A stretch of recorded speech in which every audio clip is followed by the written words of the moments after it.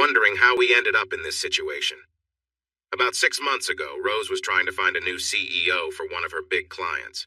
Rose worked as a recruitment specialist, also known as a headhunter. The company had a specific person in mind, and Rose's job was to persuade him to accept the job offer.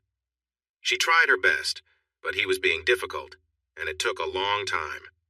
Just when it seemed like she might fail for the first time in her career, he suddenly changed his mind and agreed to take the job. Now, we were headed to a party at his place. "Come on, Eddie, stop wasting time. We are going to be late." She came into the bathroom, looking frustrated. "Eddie, you aren't even dressed yet. Hurry up." She was dressed like we were going to a fancy event, while I was dressed nicely, but without a suit. "I am dressed. I was just fixing my hair. Please, give me a moment." She looked shocked. "You can't be serious. Please tell me you're joking." "Rose, you know how I feel about dressing up. I'm not going to wear something silly." "A silly outfit?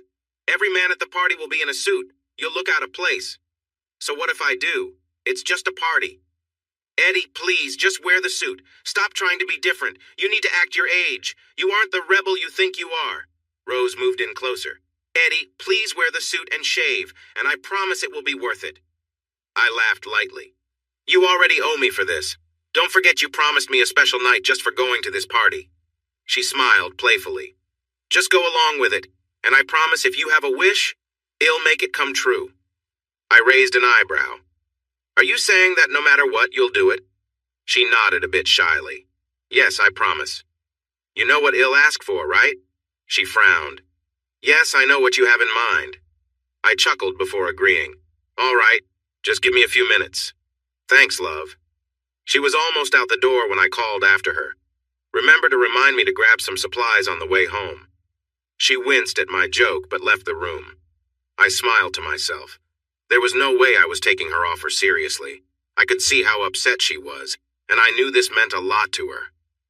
So I made sure to look my best while getting ready. I put on the suit but decided to skip the tie. As I walked into the living room, she looked up from her phone and said, "Oh, thank goodness. But where's your tie?" "I'm sorry, but I'm not wearing a tie. I did put on the suit, though." She smiled and said, "Okay, thank you. But you know, if you're not wearing a tie, we might not need some things." I shrugged and replied, "That's fine with me." A playful smile appeared on her face. "Thank you, dear." I opened the car door for her, but she seemed worried as she adjusted her dress before fastening her seatbelt. "Eddie, we need to talk about the party tonight." After I closed the door and got into the driver's seat, I sighed. "What about it?" As I turned the key in the ignition and began to back down the driveway, she took a deep breath and said, "Eddie, Claire and Anthony are quite open about their relationships." I was startled and abruptly hit the brakes, making the car stop suddenly. "What did you say? Are they really open like that?" She nodded. "Yes, tonight is one of their gatherings." "So tonight is one of those parties?" She nodded again and I was left speechless. We had never discussed anything like this before. "What do you say in a situation like this?" I finally said, "I hope they understand that we won't be part of that." Just then I noticed a car horn blaring behind us. I realized we were blocking the road, so I moved over, parking partly on the curb to let the cars pass. They zoomed by, honking and expressing their frustration. Once the noise died down, I turned off the car and silence settled between us. After a moment, she smiled shyly, twirling her hair around her finger. "Well, I thought it might be interesting. When Claire and Anthony told me about it, I was nervous at first, but now I'm curious and wouldn't mind trying it out." I was taken aback. Leaning back in my seat, I said, "So you're telling me out of nowhere that you want to join this group? I think we should skip it. You're bringing this up at the last minute, and I don't have time to think it over." My answer is still no. She looked disappointed. "Please, it might be fun. We've both been so busy, and this could be a nice change." I struggled to find the right words to express my feelings, frustrated and feeling like I had been caught off guard. I firmly said, "The answer is still no." After what felt like a long pause, she asked, "Well, can we at least go and enjoy the party?" "We don't have to take part," she said, her voice shifting from disappointment to an excited tone. "But I must say, love, you might change your mind once you meet Claire. She's a very lovely woman. I thought about it for a bit, and after her pleading, I agreed. All right, Rose, but let me be clear. We're just here to watch the party, and that's it. Honestly, I am surprised you even thought of this. She looked a bit upset. Sorry, I should have mentioned it earlier so we could talk, but can we please keep an open mind? They are nice people. As we drove there, they talked about Tony and Claire, and I was tired of hearing their names by the time we arrived at a grand house. It was located on the edge of a small village, set back from the road, surrounded by beautiful gardens. The long driveway was filled with expensive cars, Mercedes, BMWs, a Rolls, and possibly a Porsche. I felt a bit embarrassed parking our little Corolla behind them. It was hard not to feel a little intimidated and impressed. Walking up the steps, my heart raced. What a magnificent place. They must be quite wealthy. The door opened to reveal a stunning woman. She looked older than us, maybe in her late 40s, but was remarkably beautiful. She was tall, with long, shiny blonde hair framing a face that could be on a magazine cover.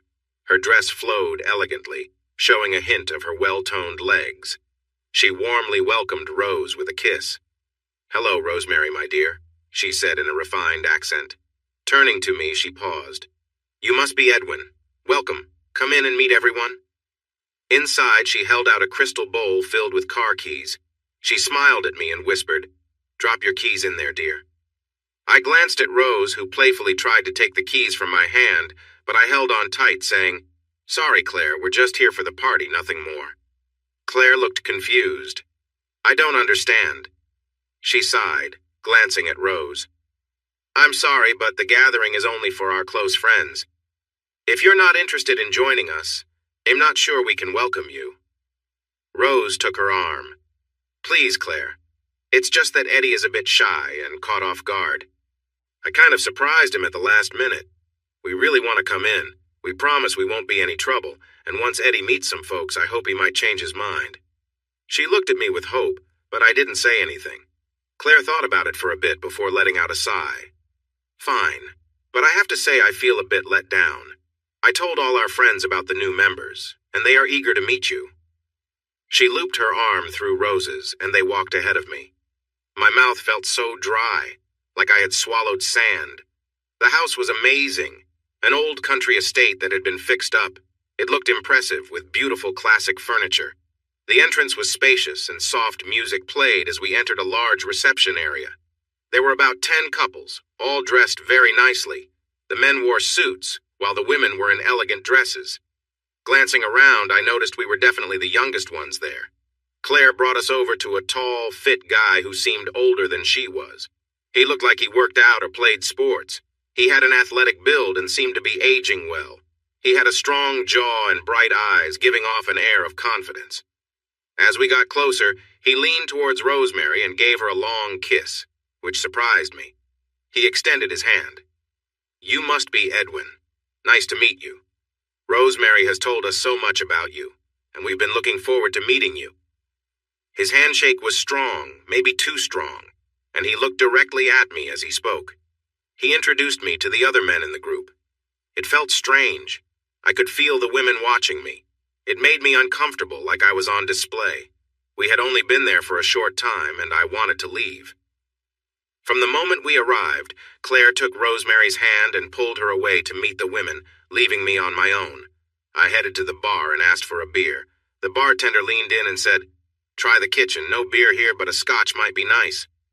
Shaking my head, I made my way to the kitchen. When I walked in, I was amazed. The place gleamed with shiny surfaces everywhere. I found some beers at the bottom, and after looking for a bottle opener, felt tempted to pop the cap off against the counter. Eventually, I found an opener. I returned to the party feeling more relaxed with my drink. I still felt out of place, though.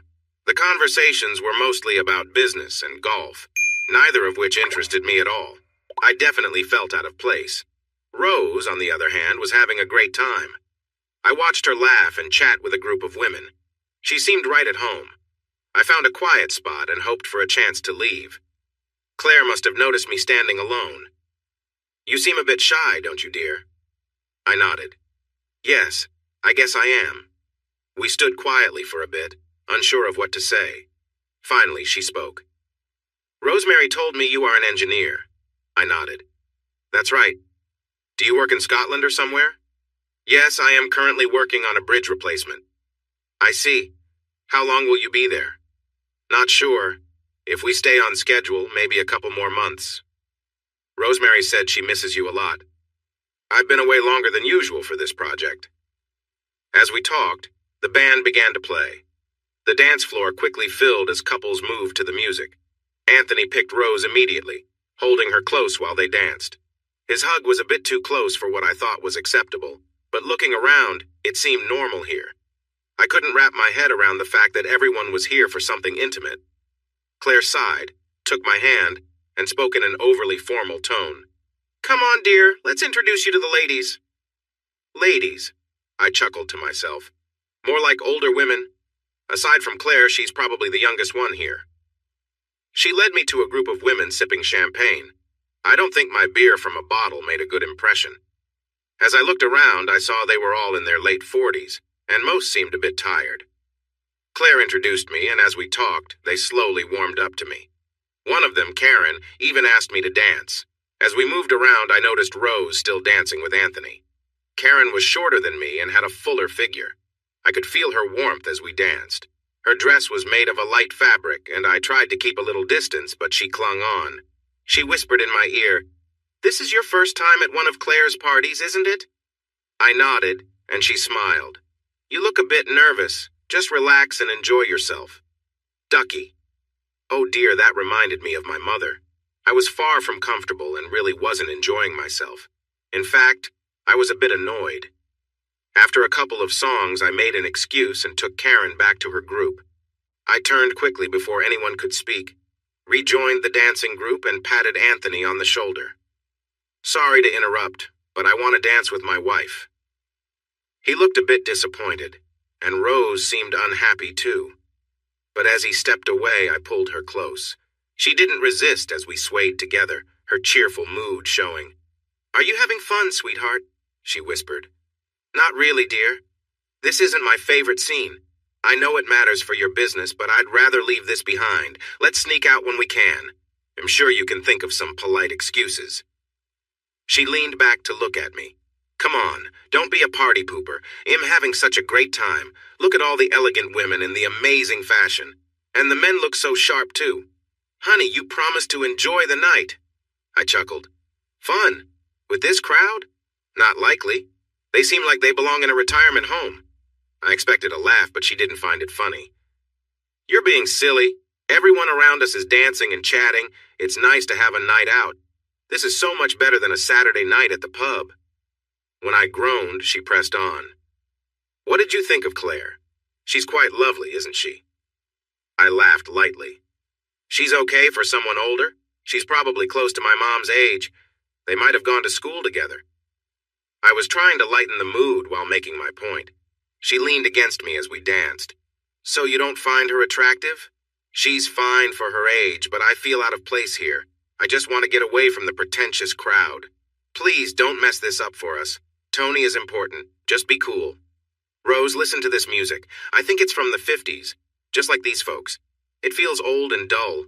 I could get some CDs from the car to liven things up." She nudged me playfully. "Stop being grumpy. Some of these women might show you a few new things. Like playing Scrabble or bingo, maybe? Seriously, look around. Some of these women are stunning. Surely there's one here you find interesting. There's only one woman I want to be with, and she's in my arms right now.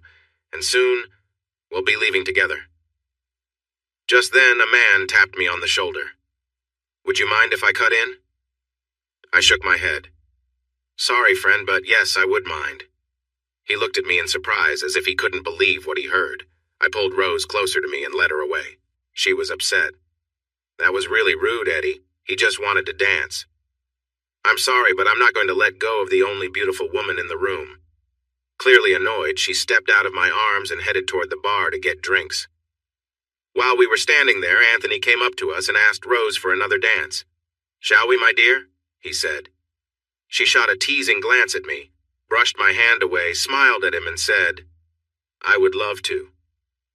They walked back to the dance floor, and she began to dance with him. I noticed many couples around me were kissing, some while dancing and others in the shadows. I felt increasingly anxious and upset, wanting to leave the place. As I stood there quietly fuming, Claire walked over and we started to chat. I took a deep breath, trying to calm myself.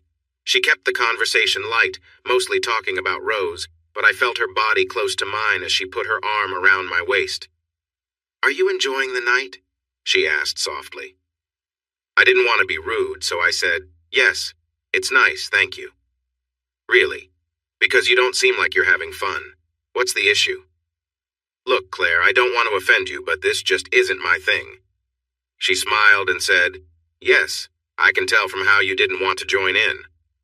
I couldn't hold back my question. "Why do you do it?" I tried to keep my tone neutral, but it was challenging. She replied with a smile, "We enjoy it. It may not be for everyone, but it's fun for us." When I didn't respond, she gently squeezed my waist and said, "Tony and I see love and physical connection as separate. You can have fun without feelings for the person you're with."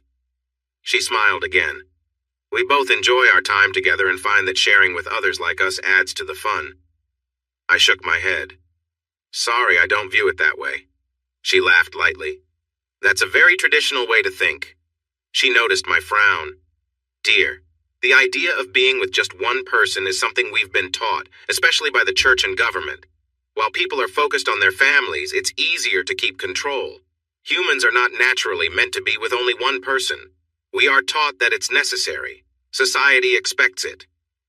As I thought about what she said, I tried to argue back. "But when you love someone, don't you want to keep that special just for the two of you? Why would you? That's what I've been trying to explain. Why limit yourself? Just because I enjoy being with others doesn't mean I care for Tony any less." "Okay, so how does this work?" "It's really simple, dear," she replied. Each woman took out a set of car keys. Whoever's key she chose, she would go home with that person for the night. "So you stay the night together?" I asked. "Yes, dear, that's how it works. It helps avoid late-night hustles." "I still don't understand. Is Anthony not good enough for you?" She replied sharply. "Tony is great. He's truly skilled, the best I've ever known." "Then why do this?" "It's just for fun. It's exciting and a little cheeky. Look, darling, we all know it's not serious. We're friends who enjoy sharing. Nobody gets hurt. It's harmless." I shook my head, confused. "Sorry, I just don't get it." Maybe she had a point, but it didn't sit right with me. As we talked, I watched Rosemary dance with Anthony. She leaned in closely, resting her head on his shoulder while his hand rested on her back. Claire commented, "They move well together, don't they? Would you like to dance?" I wanted to say no, but didn't want to hurt her feelings. So we joined the dancers. I held her lightly as we swayed. She cuddled in closer, and I looked over at Rosemary. Her eyes met mine, and she had a cheeky look as she leaned into Anthony. Claire held me tightly, whispering, "So, have I changed your mind? Would you like to stay and join in?" I tried to be polite. "No, I'm sorry, Claire, but we'll be leaving soon." She tried to pull me in closer, her body moving against mine. "You don't find me attractive?" "Of course I do, but we are both married and I don't share your views. I believe in sticking to one partner." After a few songs, Claire, unable to get me to engage more closely, became upset and excused herself to attend to the guests. I decided to step in and dance with Rosemary and Anthony. He looked uncomfortable, and Rosemary seemed annoyed. As we danced, she said, "Why aren't you with Claire? You looked like you were having fun." She had to prepare some food, and I didn't want to wear her out. You know how older people can be. She laughed a little. "You can be quite rude. Claire is a very attractive woman. For her age, I guess she's all right." When I noticed her frown, I added jokingly, "Your Uncle Jim would probably think she's quite lovely." "Your uncle?" she gasped in surprise. "Why are you being so mean?" "She's wonderful." "She'd definitely fit in at the local bingo hall," I joked. "Why are you being so disrespectful? Claire has been nothing but nice. Please don't ruin this for me." "Rose, she's nice enough, but come on, can we just leave now?" "Eddie, you promised to keep an open mind. Have you thought for even a moment that this could be a really fun night? Exciting and enjoyable?" "Rose, I'm not interested. Maybe if the people were our age, I would think differently. But look around. Honestly, how many of these guys would you actually want to date?" She leaned in closer. I know they are a bit older, but honestly there are a few I find appealing. Tony seems really charming. She hesitated. Eddie, what would you say if I wanted to stay and take part? I frowned as I answered. I've already told you. Let's make our excuses and go home. Upset, she said, Eddie, if you just gave them a chance and tried to be nice instead of making mean comments, you might actually find it enjoyable. Please, Rose, let's just go home. She continued, You know Claire mentioned she would like to dance with you tonight. I looked over at Claire enjoying herself on the dance floor. That's sweet of her, but my answer is still no. I felt her relax a little. Why are you so against this? Mostly because I feel you weren't honest with me. If you had told me about this earlier, maybe my feelings would be different. Right now I'm still upset. You waited until the last minute to mention it. She sighed.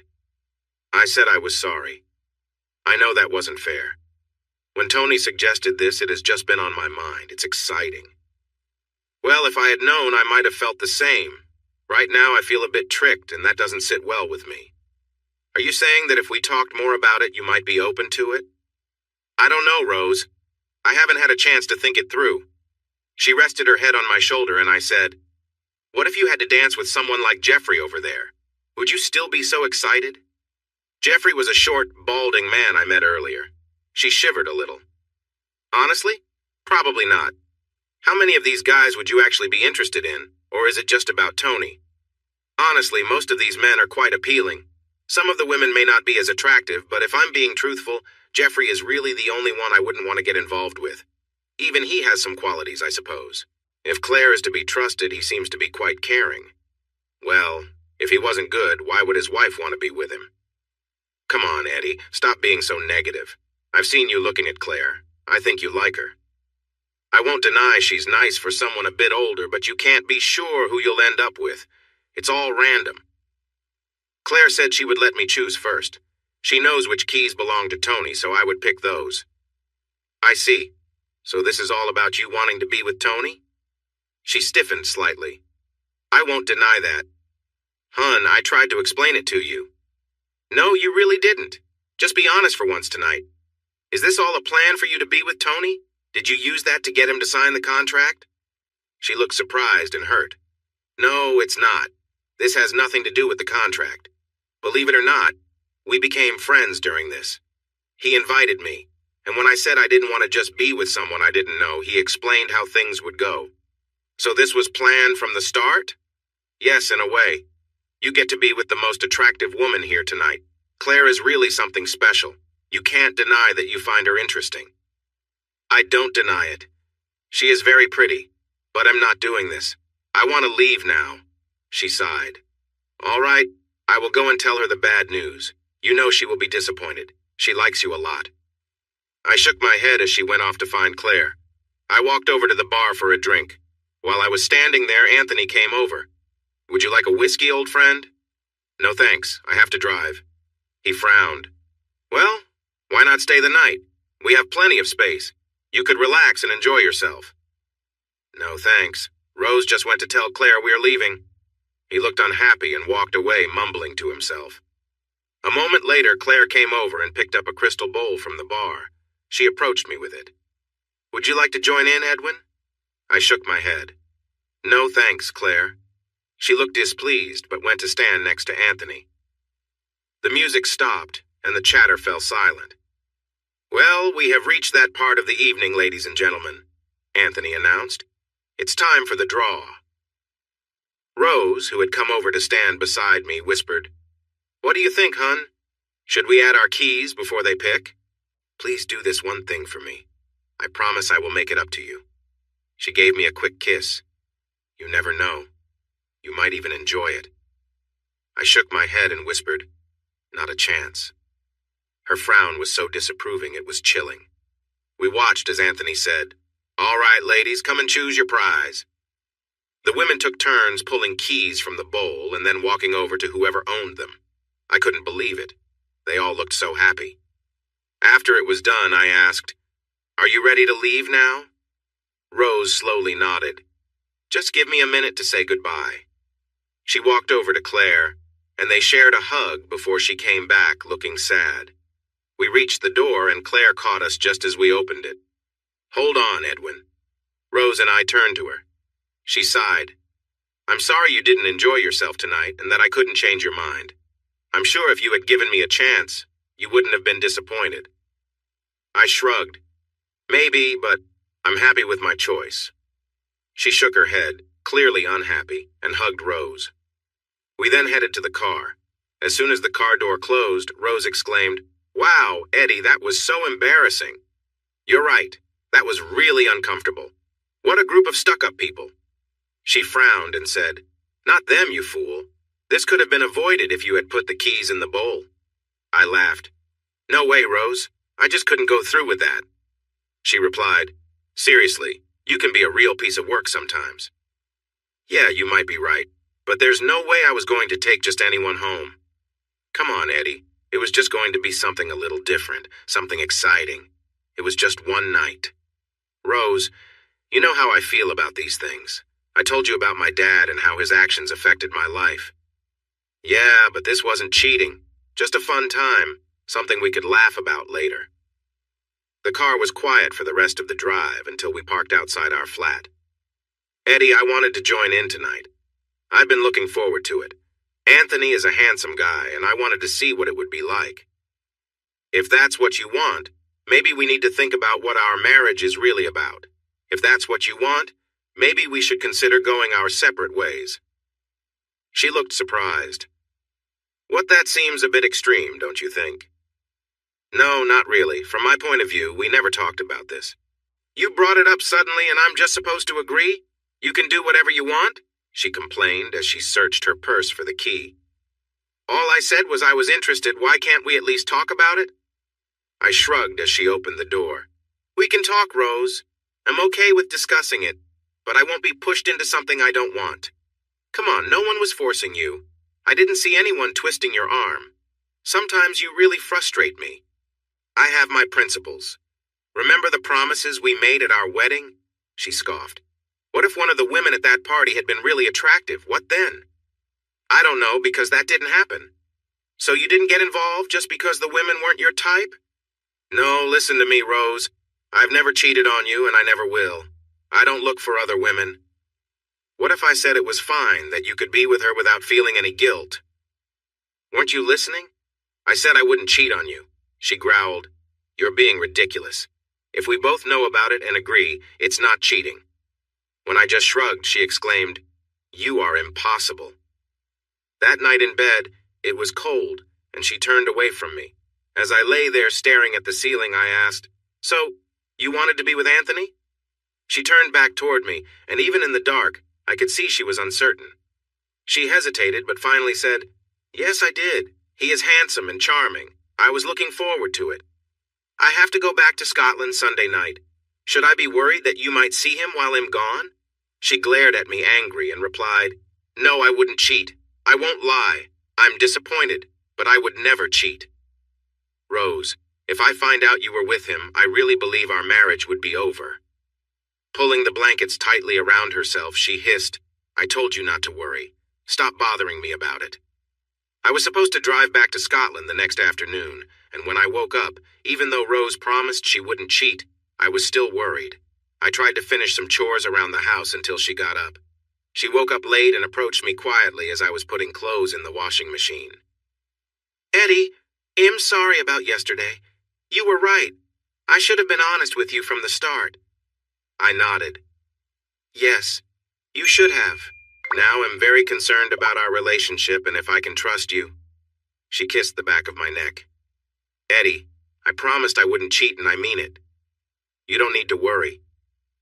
"That's easy for you to say, but up until yesterday, if someone asked me if you would want to be with someone else, I would have laughed.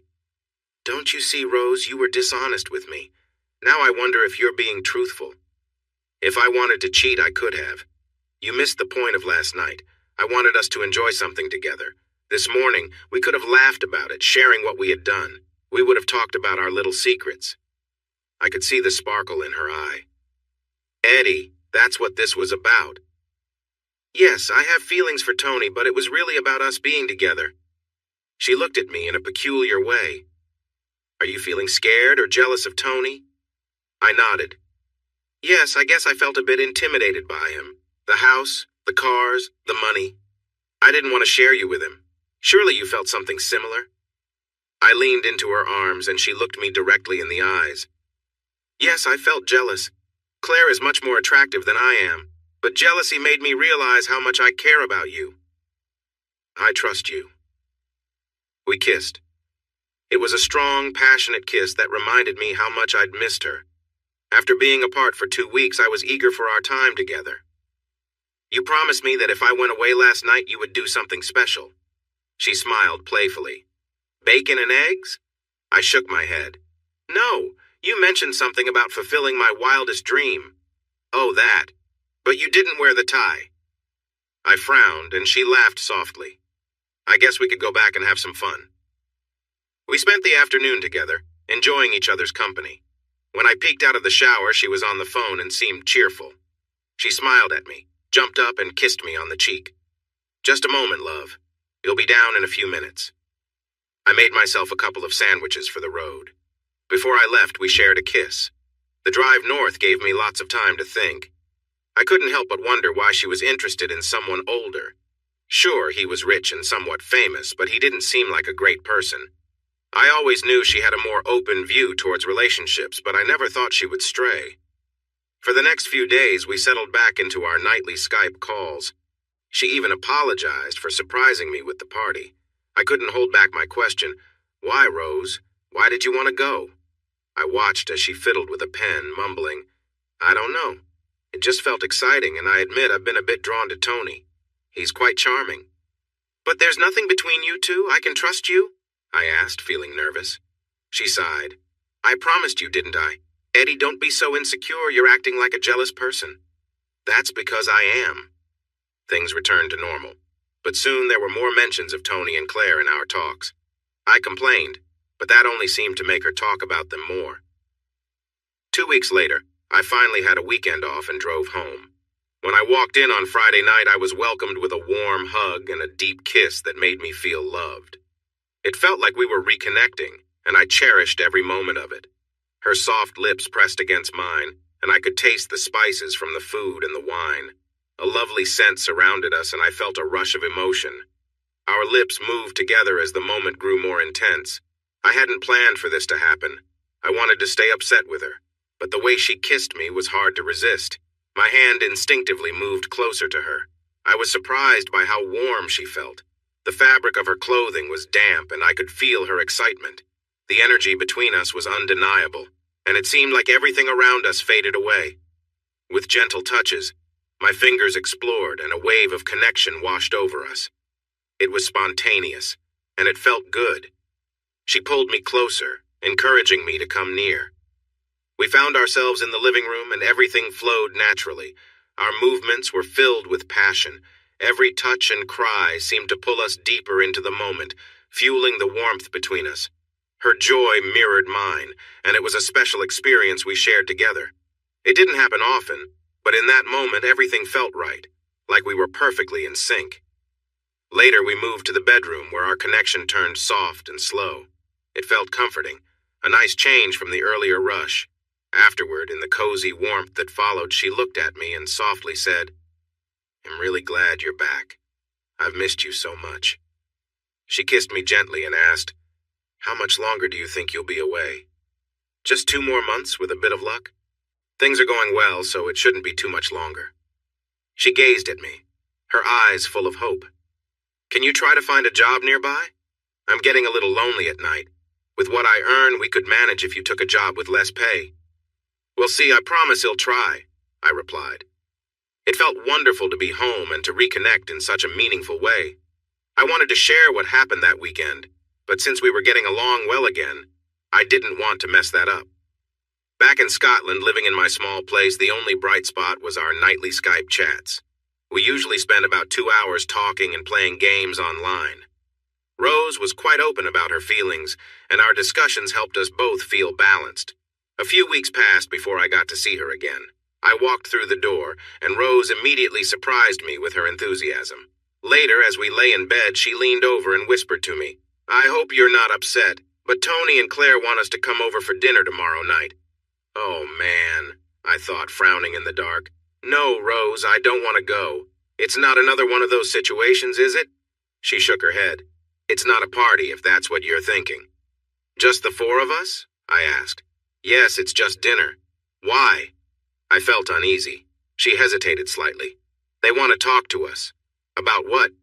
Well, maybe the four of us should spend time together. It won't be like a party. Is it about swapping? She kissed me softly and said, Yes, Eddie.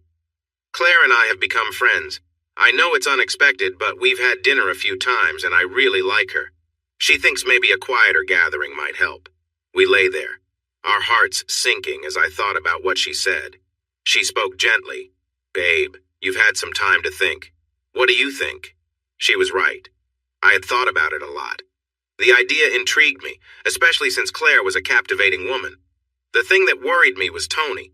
I didn't want to share Rose with him. He had everything, a nice house, money, cars, and a beautiful wife. The one thing I valued most in my life was Rose, and I didn't want him to take her away. I'd rather not go. Rose, I only get home for a couple of days every 2 weeks. Can we just spend that time together? I really miss you. I don't want to waste time with them. She hesitated. I kind of promised we would go. It's just one night. No, just call them in the morning and say, I'm not feeling well. Please talk to them. If you still feel unsure, we can leave early and I promise it will be worth it. Remember last time? As always, she knew how to convince me. Okay, but we're leaving early. She sighed. All I ask is that we keep an open mind and think about the options. Do you really want to do this? Yes, was all she replied. It had been a long, tiring day, and the drive home had worn me out. I quietly drifted into a peaceful sleep, feeling a little anxious. I slept in late. When I finally woke up, the sun was bright, and I could hear music playing downstairs. Rose was busy with her Saturday morning cleaning. The music was lively, and she moved around, organizing and tidying up. When she saw me, she walked over with a cheerful smile. She leaned in and gave me a warm kiss. As she pulled away, she grinned and said, Good morning. You sure know how to sleep in? I shrugged and replied, Sorry, it was a long day. She kissed me again. Why don't you take a seat? I'll make us breakfast. We enjoyed breakfast together while she chatted about work and her parents. It was nice to catch up. I shared updates about my project, but I noticed her eyes drifting off. She wasn't really interested in the technical details. She preferred the funny stories and gossip. After breakfast, she mentioned wanting to go shopping. I need you to come with me, she said. I hesitated. Really? You usually prefer to shop alone. Why not take one of your friends? She smiled and said, Because I want to shop for you. For me? I asked, surprised. Yes, I want you to find something nice for tonight. You know you need a little help with your style. With a sigh, I agreed. Okay, let's go. And so we found ourselves moving from store to store. I was a simple jeans and shirt kind of guy, not really into fashion. Rose encouraged me to try on different shirts and pants. I found a couple of shirts I liked, but I was not comfortable in the pants. They just didn't feel right, and I didn't like how I looked in them. In the end, I bought a couple of new pairs of jeans and even a set of comfortable loafers. As we continued, we wandered into women's fashion stores. Rose tried on many dresses and skirts, always going for the latest styles. Some were quite different, with short lengths and unique designs. As we finished up shopping, she decided to check out the lingerie section. She pulled me into the fitting room as she tried on various bras, choosing delicate ones that looked lovely. Later, as we prepared for dinner, Rose took special care in selecting her outfit for the evening. Do you like it? She asked, her voice light and friendly. Yes, very nice. I look forward to taking it off when we come back later. She tilted her head. But do you think Tony will like it? I chuckled. He will never see it, so we don't need to worry. She bit her lip, thinking, Are you sure? Absolutely, she sighed. That makes me a bit sad. You said we would be open-minded. I am open-minded. I'm happy to talk about changes in the future. But tonight, it will just be me who gets to see your things. She walked over and gave me a gentle kiss. Arriving at Anthony and Claire's home felt a bit intimidating. It looked just like I remembered, even without the fancy cars in front. Claire met us at the door just like last time. She looked even more stunning, tall and graceful as she moved. "Welcome, you two." Her eyes landed on me and she smiled. "Oh, you look very nice tonight, Edwin." I nodded. "Thank you." She turned to Rose and they exchanged a light kiss. "You look amazing, truly lovely." Rose laughed and replied, "Thank you, Claire. You look wonderful." She turned to me. "Don't you think she looks fantastic, Eddie?" I nodded. "Yeah, very nice." She teased me gently. "Oh, come on. You can say what you think. She looks fabulous, so say it." "Let's not give him a hard time," Claire said playfully. We went inside to find Anthony at the bar. He noticed us and came over quickly. He embraced Rose and they shared a welcoming kiss. "Welcome, Rose. You look especially lovely tonight." She returned his greeting. "Thank you, Tony." He turned to me, extending his hand for a shake. "Edwin, you look sharp as well." We shook hands and he asked, "What would you like to drink?" Claire spoke up. "We'll have champagne, please." Rose nodded in agreement. He looked at me. "And what about you? I'm enjoying a nice scotch. Want to try a bit?" "No thanks, Anthony. I'll have a beer if you have one." He nodded. "Sure thing, but you're missing out. The scotch is great." I shook my head. "I have to drive, so no thanks." He found me a beer and passed out the drinks. "How about we move to the snug?" He led us to a cozy room near the dining area. There were some snacks on the coffee table. Rose and I sat together on one sofa, while Anthony and Claire took the other. We faced each other, and there was a bit of an awkward silence. After a moment, Anthony asked, "How's work going? I heard the bridge project is almost finished." I nodded, surprised he knew. "Yes, the project is going well. Was it a repair or a replacement?" "Replacement, with the foundations already in place." He asked a few more questions about it, which took me off guard. When he noticed my confusion, he chuckled. "I wasn't always a CEO. I started from nothing. I worked hard for this." That caught me by surprise. I think he saw my disbelief. "Edwin, I didn't even go to college. I did that later in life. I began working on construction sites, driving trucks, and doing hard labor. I put in long hours to get where I am now." Claire chimed in. "Yes, Edwin, we both come from Spring Hill. Neither of us had wealthy families." "You don't need to explain anything to me," I replied. "Actually, Edwin, would you mind if I called you Eddie?" Claire asked softly. "Eddie is fine. That's what most people call me." She nodded. "Rose and I have become quite close. She told me you think we are stuck up. That hurt when I heard it. But you know what? You're right. We have worked hard to get here, and I guess we stick to our own friends now." When I didn't answer, she continued, "Yes, it hurt that you see us that way." "You don't have to worry. That was just my opinion, and I mentioned it in private." I shot a glance at Rose, who turned away. Tony got me another beer and refilled the girls' glasses. "So how did you achieve all of this?" I asked, tossing my arms to gesture at the house. "We worked hard.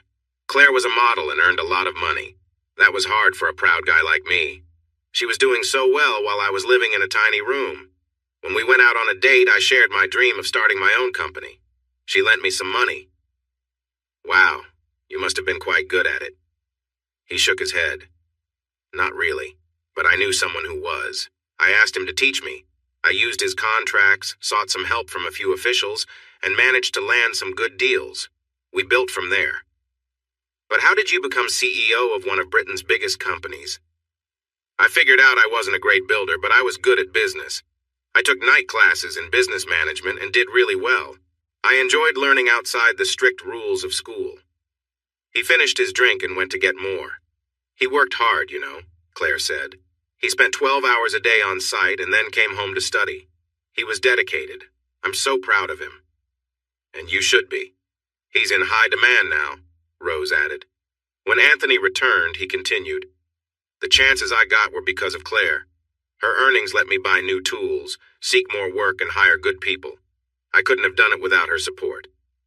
Claire turned a bit red, but her pride was clear. "Anyway, enough about us. We invited you tonight to get to know you better.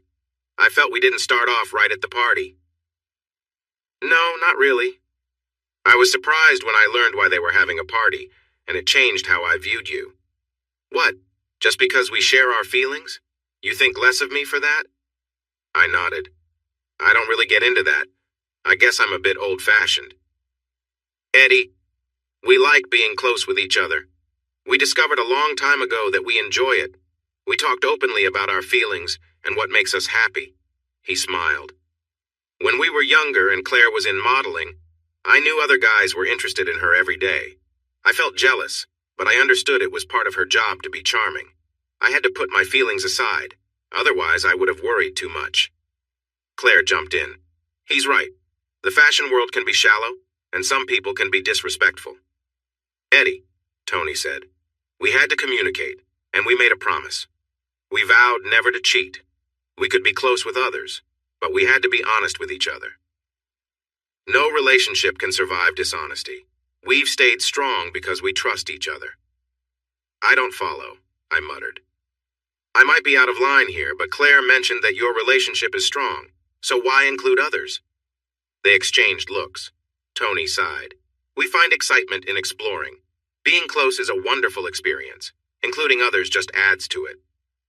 But if what you have is great, what's the point? To me, it seems complicated for little gain. They both laughed. Little gain? Claire said in surprise. Eddie, sharing intimacy with someone else is an amazing feeling. Do you remember your first time? I nodded. Yeah, everyone does. What about your second time? Did you enjoy it? I nodded again. Yes. Was it as good or better than the first? I guess they were similar, but just different. Claire frowned. You can't dodge the question better or worse. I hesitated. I'm not sure. It was just different. How many partners have you had? She asked. I shifted uncomfortably and glanced at Rose, who was smiling. Come on, Eddie, she urged playfully. How many?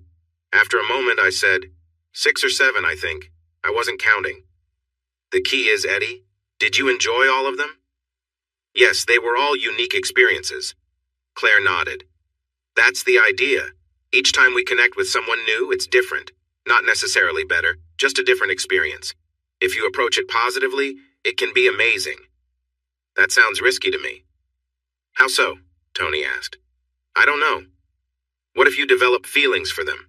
Jealousy, anger, those kinds of things? We aren't looking for that.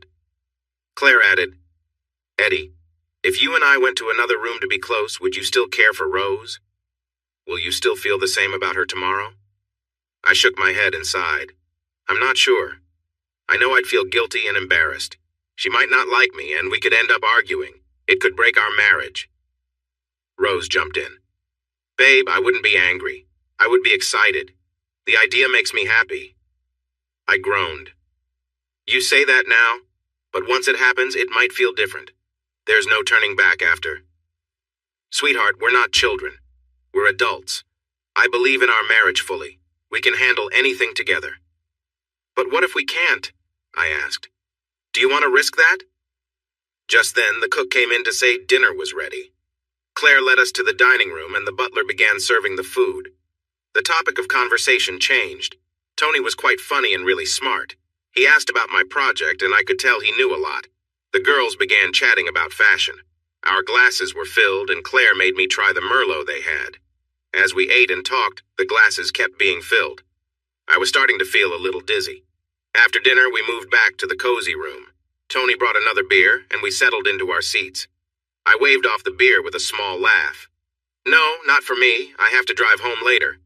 He set the beer down on the table. Claire now spoke up. Eddie, we have spare rooms. You can stay the night. That way you can relax and enjoy the evening. Rose added, Yeah, it would be nice to take a break. Tony chimed in, Then we can try that new scotch. I have a brandy I think everyone would enjoy. Rose's eyes lit up. I'd love to try brandy. I've never had it before. He stood up. Let's get that right now. He went out to the bar. Claire repeated, Stay the night. I don't mean anything more than that. We have guest rooms. Come on, Eddie, Rose urged. It'll be fun to spend a night away. I realized I wasn't getting out of this. Tony came back with the brandy and offered a toast. Oh my goodness, this is wonderful. Rose exclaimed. She was right. It was quite nice. After another refill, I could see Rose was just as tipsy as I was. Claire clicked a remote, and soft music began to play from hidden speakers. "I've been rude," she said. "Would you like a tour of the house, Eddie?" Nervously, I replied, "Rose would probably want to, right, hun?" She nodded. "Yes, I'd like that." The girls left the room and Tony focused on me. "Eddie, my friend, I get your worries. I was a bundle of nerves when Claire was younger and modeling. I saw how some people could be." "Yeah, it must have been hard. The fashion world has its share of difficult people." He agreed. "That's true. The only thing that helped me was knowing she would come home to me every night. She loved me and always treated me kindly." "But was she seeing others?" I asked. "She admitted to a few occasions. She was honest with me. We discussed it. It's all about being truthful. She shared everything." "Didn't you ever feel hurt or upset?" I inquired. "Of course, it's hard not to feel those things. It's a natural reaction." He must have noticed my confusion. "Eddie, we are raised to feel that way. If you can let go of those feelings, life becomes much easier." He continued without giving me much time to think. "I love my car. If I lend it to my friend and he returns it in good shape, I don't love it any less." I chuckled. "Are you really comparing your wife to your car?" "No, that didn't come out right. I was just trying to make a point. If you spent time with Claire, it wouldn't change how I feel about her. All this jealousy is unnecessary. What if she enjoys her time with me more than with you?" He shrugged. "Then she has a good time. I'm not great at massages. If you give her a better one, I won't be upset." At that moment, the cheerful group of girls entered with big smiles. "It's nice to see you boys behaving," Claire said. "Could you get us another drink, please?" Claire asked. Tony jumped up and quickly went to get the drinks. She stood by the coffee table and moved gracefully, enjoying the music. I love this song. She looked at me. "Would you like to dance?" Rose, who had settled next to me, nudged me gently. "Come on, don't be shy." I hesitated, but Claire reached out her hand. "Come on, I'm friendly." I let her pull me up. The space wasn't really made for dancing. The thick carpet and the large coffee table made it tricky to move. But it didn't really matter. We were just swaying slightly, her body close to mine. She rested her head on my shoulder. We moved gently to the music. I felt a bit of tension. Claire was leaning closer, and I knew she was trying to make a connection. I tried to create some distance, but she wrapped her arms around me. In her heels, she was eye level with me, and her soft breath brushed against my neck. "You move nicely," she said softly. I was aware of the moment. It felt challenging to resist if I stayed this close. I hadn't realized my eyes were closed. I opened my eyes and saw Tony and Rose in a close embrace just a few steps away. The image of Tony holding Rose brought me back to reality. I stepped back from Claire and said, "I could really use a drink." Tony let go of Rose and replied, "What would you like? I have a nice whiskey I can suggest." I was just relieved that he had stopped hugging my wife. "Yeah, that sounds good. Thanks." Rose came over to me, wrapped her arms around my neck, and we kissed. "Looks like someone liked that dance," she said with a smile. I chuckled and fell back onto the big sofa, pulling her down with me. She giggled as she landed in my lap. Claire had moved to the other couch and watched us as Rose kissed me again. She playfully nibbled my ear while shifting on my lap. "Why did you stop dancing? It seemed like you were both having a good time." "It just didn't feel right," I replied. "Why not?" "We're married, and so are they. We made promises to each other." "Don't be so serious, just enjoy the moment." Her words surprised me, and I sighed. "I care about my wife a lot. I don't want to lose her." She rested her head against my chest, relaxing. "I love you too. But you looked happy. Just let it be." Tony came back with drinks for everyone. The mood shifted a bit. The conversation felt awkward. I said, "I think it's time to call a taxi. We didn't plan to stay the night." Rose groaned. "Eddie, I just got cozy. I was enjoying myself." I looked into her eyes and said softly, "Rose, we didn't bring any clothes for bed." She leaned in and joked, "When have you ever worn pajamas?" But I could sense the tension. I ignored her comment and pulled out my phone to call a taxi. 10 minutes later, we were at the front door. Claire hugged Rose and said, Sorry, things got weird. She turned to me with a frown and said, Eddie, you didn't need to leave. There was no pressure. Good night, Claire, I replied. During the taxi ride home, Rose curled up against me and we stayed quiet. At home, we went straight to the bedroom. In bed, we cuddled again. Rose teased, What happened to your pajamas? You know I never wear them. I just wanted to leave. Why? We were having fun. What was the issue? The issue was seeing Tony with his hands on you made me feel really upset, I admitted. She laughed a little. Wow, I didn't know you felt that way. It was my turn to be annoyed. You misunderstood me. I wanted to stop him from getting too close to you. Rose, I don't enjoy seeing you upset like this, I said gently. She sat up, looking surprised. Wait, you're serious? I nodded. Yes, that's what I've been trying to tell you. This just isn't my thing. She leaned back on her pillow. No pressure, hon. We don't have to do anything. We relaxed together, shared some light kisses, and held each other close, letting the warmth of the moment speak for itself. Sunday came, and we spent it lazily, just lounging around the house. Eventually, I needed to go back to Tony's place to pick up my car, and Rose decided to come with me. When we pulled into Tony's driveway, I headed straight for my car. What are you doing? Rose asked. Going home. What does it look like? We can't just leave. We should at least say hello. Rose, I don't have much time. I really need to get home and pack. We don't have to stay. It's just polite to say hi. With that, she turned, walked to the front door, and rang the bell.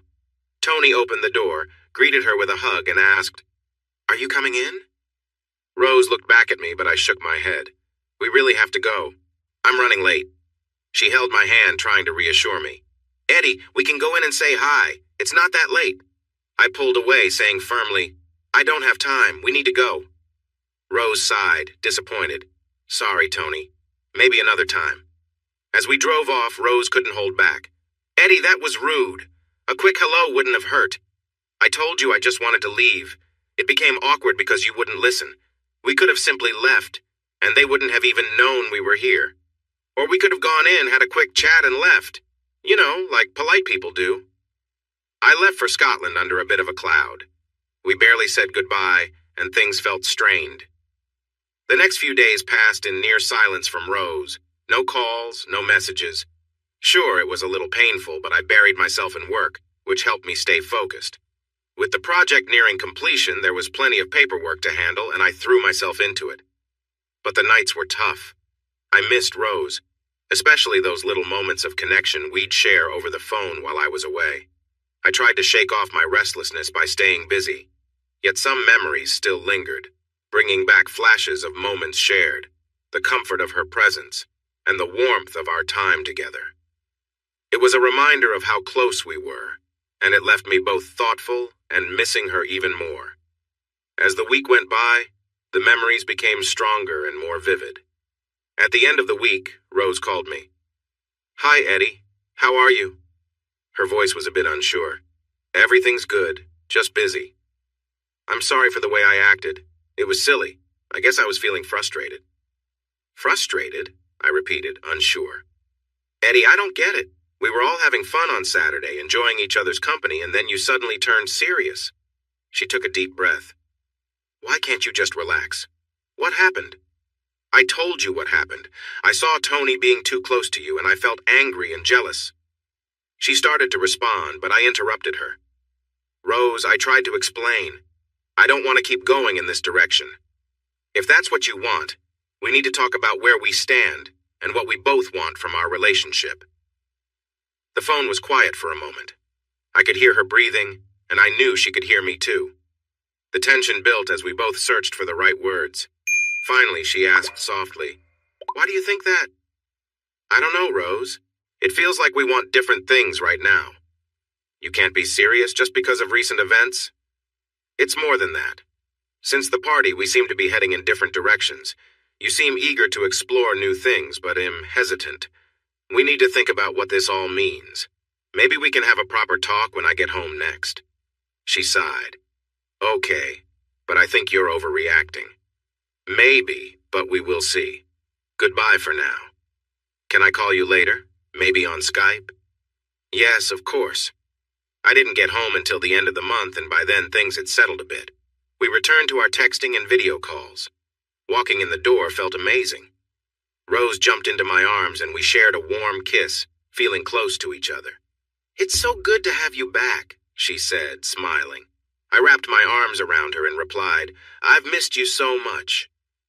We skipped dinner and headed to the bedroom, where things got heated between us. Eventually, Rose said, "Wow, now I'm really hungry." We made our way to the kitchen and prepared some cheese on toast. As it cooked, Rose asked, "What did you mean when you said we need to talk about things?" Not wanting to dive deep into the subject, I said, "I think we should understand what we want from our future together. I hope we still share the same dreams." "My feelings haven't changed, Eddie. I love you and want what we always talked about. A home, kids, being a family, and traveling to show them the world." Grinning, I whispered back, "That's exactly what I want too. I love you, but I wonder how you can combine that with being with other men. Eddie, it's not just me, it's about us doing it together.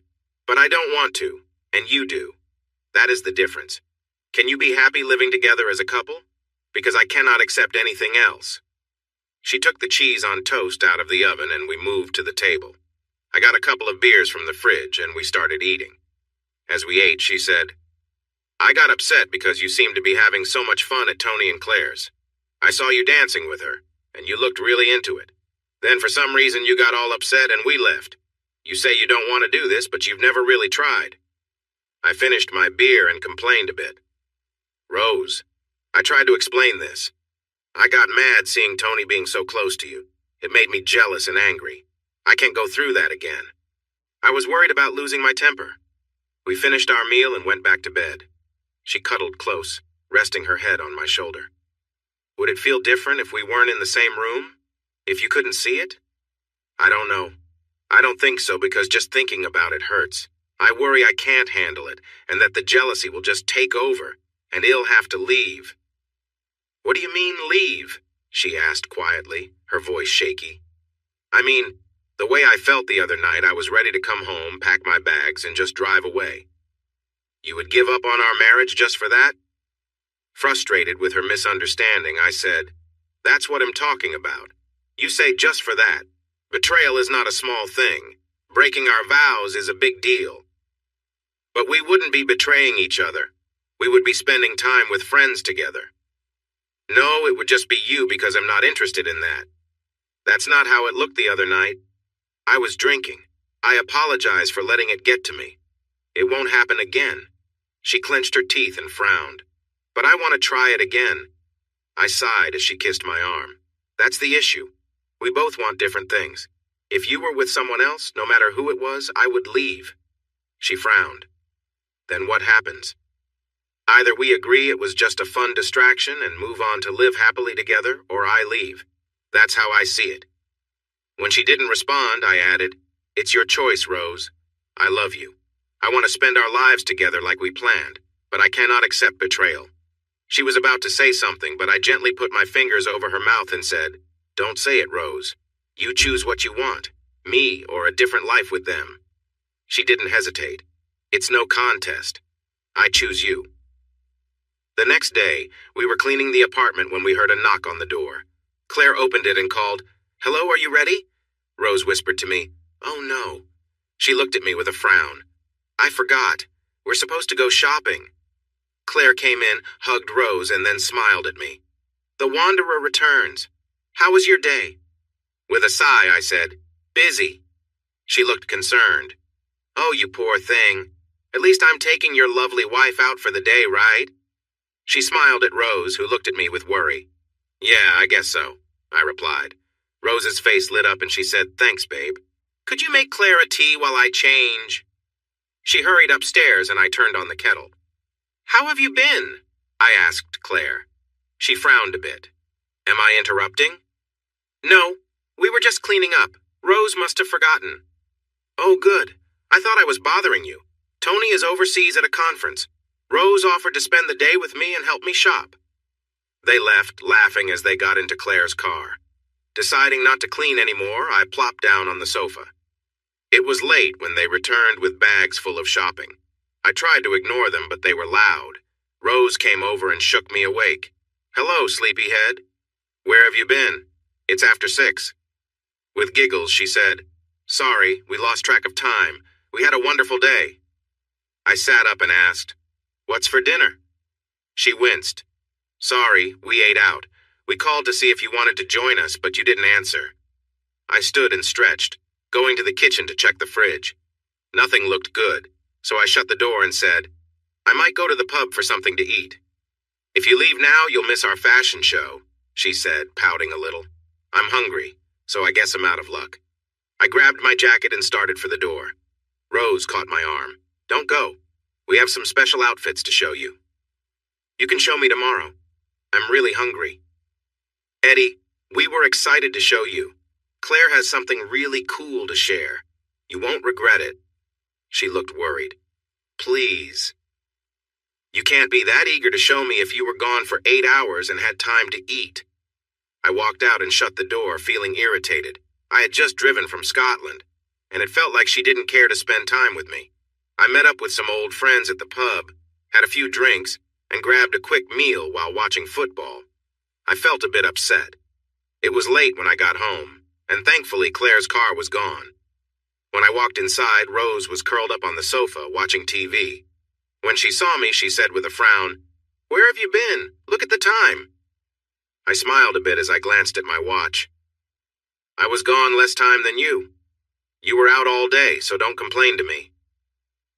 I noticed her about to say something, but then hold back. As I hung up my jacket, she softly said, "I'm sorry, it was thoughtless. We didn't mean to be gone so long, we just lost track of time." "Yeah, me too," I replied sharply. She patted the couch beside her. "We were going to make it up to you.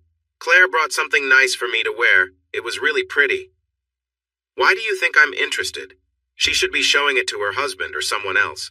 "Don't say things like that. You would have liked it. I have something too. I could show you later." "You can show me tonight." She reclined against the couch. "I did say sorry for being away so long." "Yeah, I heard." We cuddled together, and slowly, that turned into a kiss. As the kiss deepened, we ended up heading to bed. But it was late, so we just cuddled. Morning came with the smell of bacon. When I opened my eyes, I saw breakfast waiting. Rose smiled kindly. "I didn't want to wake you. You are working too hard. You need to take it easy. Just a little longer. The project is nearly done." While I ate my bacon and eggs, she asked, "Any luck finding a new job?" I shook my head. "Not yet. I've started sending out my resume. I've been asking around, too." "Any success?" I inquired. She shook her head, but I noticed her eyes glance at me. "What was that look for?" She took a deep breath and said gently, "I talked to Tony. He mentioned Carter, who you might remember from their party. He owns an engineering firm, and it could be worth reaching out to him. He said I could mention his name." I chuckled. "Oh, Tony, huh? When did you talk to him?" She looked a bit uneasy. "We had lunch the other day just to catch up. I told him you would be looking for work." She paused, expecting a reply as I continued eating. Finally, she couldn't wait anymore. "So what do you think? Are you going to call him?" "No, thanks. I'll find something myself." "Oh, come on, this is a good chance. Tony and Carter are friends. It could help you work from home instead of traveling all the time." I said I'd rather find a job on my own. I would prefer to struggle than to take a job because Tony wants something. "What? Oh my gosh, don't say that. This has nothing to do with that party." "Yeah, and if you had taken Carter's keys out of that bowl, would you have been with him?" "Come on, that's silly. Nothing happened." "Just answer the question. You wanted us to join in. I remember you trying to take the keys from my fingers so you could drop them in that bowl. Just tell me, if you had taken his keys out, would you have been with him?" She shrugged casually. "Yeah, I guess so." I nodded, finishing my breakfast. "You still want to go to those parties, don't you? Didn't you say that?" With a tired sigh, she murmured, "Yes." "So, at the next party, you could be with my boss. Is that right?" "Come on, Eddie. Nothing happened, and you said you didn't want to do it anyway. Don't miss a good chance because of something that never happened.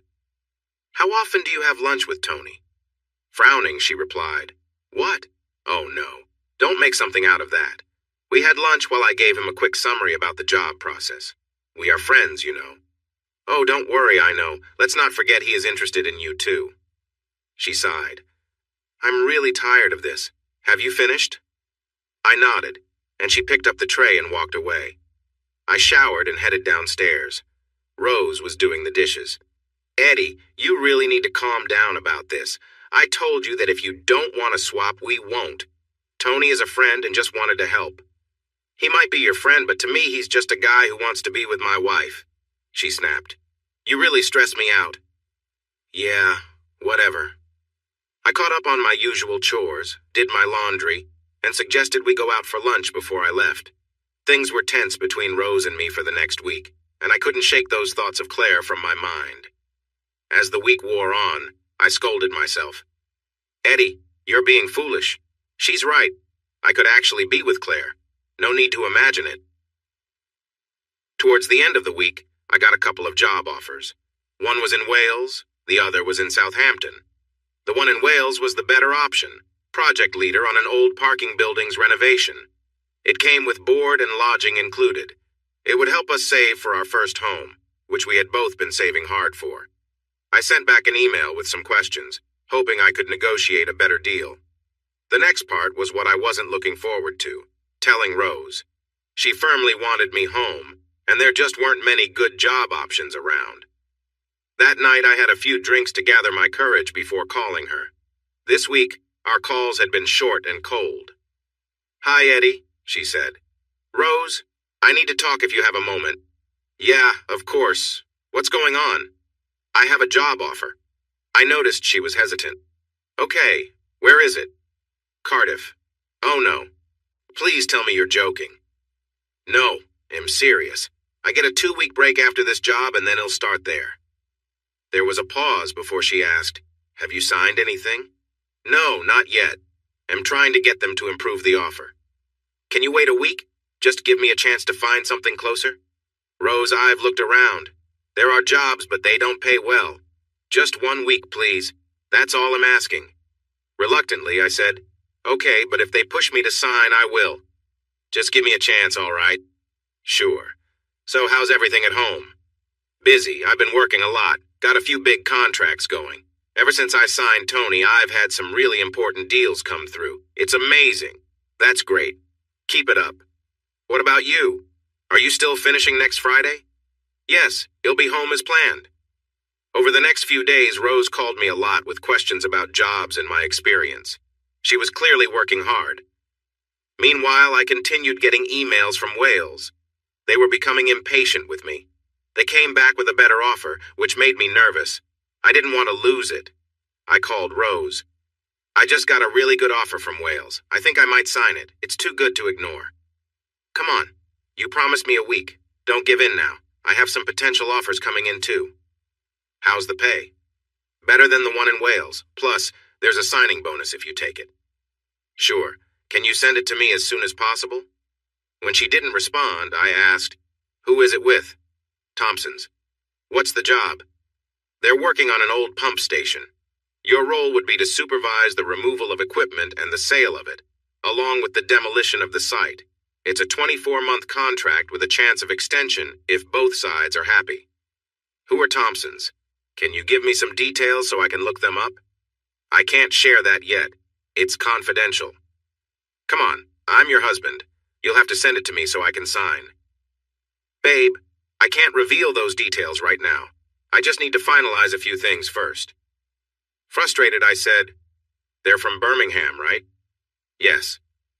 I hung up without saying goodbye. I was upset and didn't like her playing with my career.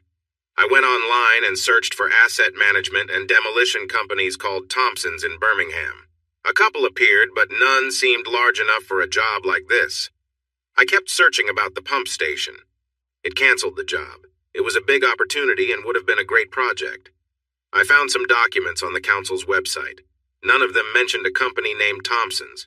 She had not been truthful with me. That left me wondering why.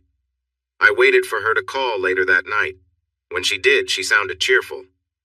"Hey, I have good news. They promised to send me a contract tomorrow morning. I should have it to you by 10. "Who is?" I asked. There was silence again. I said, "There is no Thompsons in line for that job. From what I can tell, there are 2 companies competing for it." "Yes, the council will announce the winner tomorrow. The company I am in talks with has more or less been told they have it, but they're waiting for confirmation. That's why I can't give you their name." "Why did you not tell me the truth?" "I'm not allowed to share the details of the contract. You have to understand that. But why not just be honest with me? I didn't want you to worry before I had the contract in my hands. You thought it was easier to not tell me the truth instead of explaining. Look, there are some sensitive talks happening. I just need you to trust me. You want me to trust you, but you think it's okay to not tell the truth. Is that right? I admit it was wrong to hold back, but you have to understand I couldn't share the real details. I am concerned. You seem to be quick with the untruths lately. What else are you not telling me?" "Nothing. It was wrong. I'm sorry. Tomorrow you will get the contract, and you'll see what a great opportunity it is. All I want is to learn more about this company. I will not sign anything until I know who I am dealing with. If you cannot help me, I might as well sign with the group from Wales. Please, don't be so stubborn. You will have everything tomorrow. I can't talk now. Claire is coming over, and we are going out for dinner. I promise all the details will be ready tomorrow." She hung up before I could say what was on my mind. "Unbelievable," I muttered. I went back to the internet. The 2 companies in the running were Patterson's and another firm called Trimax Engineering. They both had websites, so I could easily find out about them. Patterson's didn't share much. They seemed like a reliable company with lots of recent activity and had completed several large contracts. None of the directors' names were familiar to me. One thing that stood out was the list of endorsements. I hoped this was the company Rose was talking about. When I checked the Trimax website, I was again impressed. Their site was professional and well organized. If Patterson's had a good list of recent projects, Trimax had huge ones. Their facilities looked top-notch. My view began to shift. This was a much better company, and now I hoped it was Trimax. As I was finishing up, I noticed a photo of the CEO, and he looked familiar. I quickly looked up the list of senior managers. Carter Jones. I recognized him. He was Tony's friend from the party. That was why Rose wouldn't share the company details. She knew I would find out who he was. Feeling angry and let down, I took a walk in the fresh air. What was I going to do? The idea of working from home appealed to me. Not only so Rose and I could be together, but also because I was tired of living in a cramped place, alone, and the long drives just to see her. On top of that, it annoyed me that she was still not being honest with me. It felt like she was trying to control the situation. Her sneaky approach really bothered me. How was I supposed to handle this? The next day was important. I decided not to call her. I wanted her to reach out to me. She did with a phone call. "Hi, babe. I've sent you a contract. Check your email. Everything you need to know is there. I'm so excited. Working from home will be great." I chuckled. "You seem really sure. What's the company called?" There was a pause before she replied. "The company is Trimax. They are a big deal and they are growing fast. Read the contract. The terms are fantastic." "Trimax, huh? Funny, I've never heard of them. Who is the leader?" Another hesitation came from her, and I waited for her answer, curious about what she would say. "I don't know the CEO's name. I've just talked to the project coordinator in HR. Please just read the contract. We don't have much time." After a moment, I said, "Now that I know who I'm dealing with, I'll do some research on them. I can't just work for anyone." She began to read off a list of projects they had completed. It seemed like she was looking at their website. "That's nice and all, but I need to know more about the company and its future. I need details." She sounded annoyed. "Eddie, trust me. Just read the contract. The salary is a 35% increase from what you're making now. It's a 2-year deal with a chance to renew. This could mean we could live together like a married couple again." "Yeah, I like that idea. I will look into it and get back to you tomorrow." "Tomorrow?" she exclaimed. "We are on a tight schedule. They want you to start right away. If we wait too long, we might lose this chance. Ask them for another 10%. Oh, come on, Eddie. This offer is a good one. It's already much more than your current job. Yes, but it's less than what I'm being offered in Wales. I worked hard for those extra benefits. They are offering more than this. I heard her say, "Oh no," quietly away from the phone. Before she could respond, I retorted back firmly, "Remember, you are working with me, not for them. I want more. If they won't cooperate, at least I have another option lined up. Come on, you're not the only choice. Many people are interested. I talked to them for you. They're not just focused on you. I need another 10%, Rose." I ended the call. Looking over the contract, it seemed good. The pay was decent, and the idea of being at home was tempting. But I couldn't shake off her lies and how she disrespected me. I was clear that I didn't want to work for this guy. I didn't want to owe anything to Tony. I was also concerned about how easily she misled me. It made me question what else she wasn't telling the truth about. 10 minutes later, she called back. "So what do you think? It's a great contract, right?" "I'm not sure. I haven't read it yet. I'm just checking out the company. If you had shared the details yesterday, I could have finished this by now." There was silence for a moment before she asked, "So, what do you think?" "Rose, I'm busy. I'll finish my research before I look at the contract. Did you ask them about the pay?" "No, not yet. Listen, I don't think they'll offer more. Remember, we need them. They're not rushing to hire you. I need that 10%, Rose, and a bonus for performance would be nice too. See if you can get them on board with that." Before she could respond, I hung up. I sat thinking things over. I reviewed the two contracts. The one in Wales offered more money and had free accommodation, which meant I could save some. They also had performance bonuses based on certain goals, but it meant being away from home for a long time.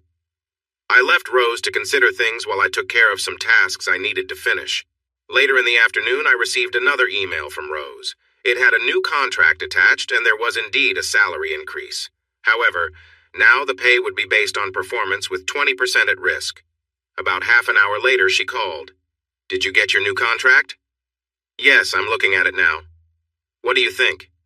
"It seems okay, but they haven't really settled the salary. Just made part of it uncertain. I'm still researching the company. Fortunately, I know a couple of engineers there. I'm waiting to hear back from them to get some insights about the boss." The line was silent again when I muttered, "I think I recognize the boss, Jones. Where have I seen him before? Do you know him?" There was a moment of hesitation before she replied, "No, I haven't talked to him. I've been in touch with the project guy." Okay, but I'm sure I've met him before. I have a proposal. If they want me to take that 20% risk with my pay, it needs to increase by another 10%. I sent you the contract from Wales so you can compare. I have to go.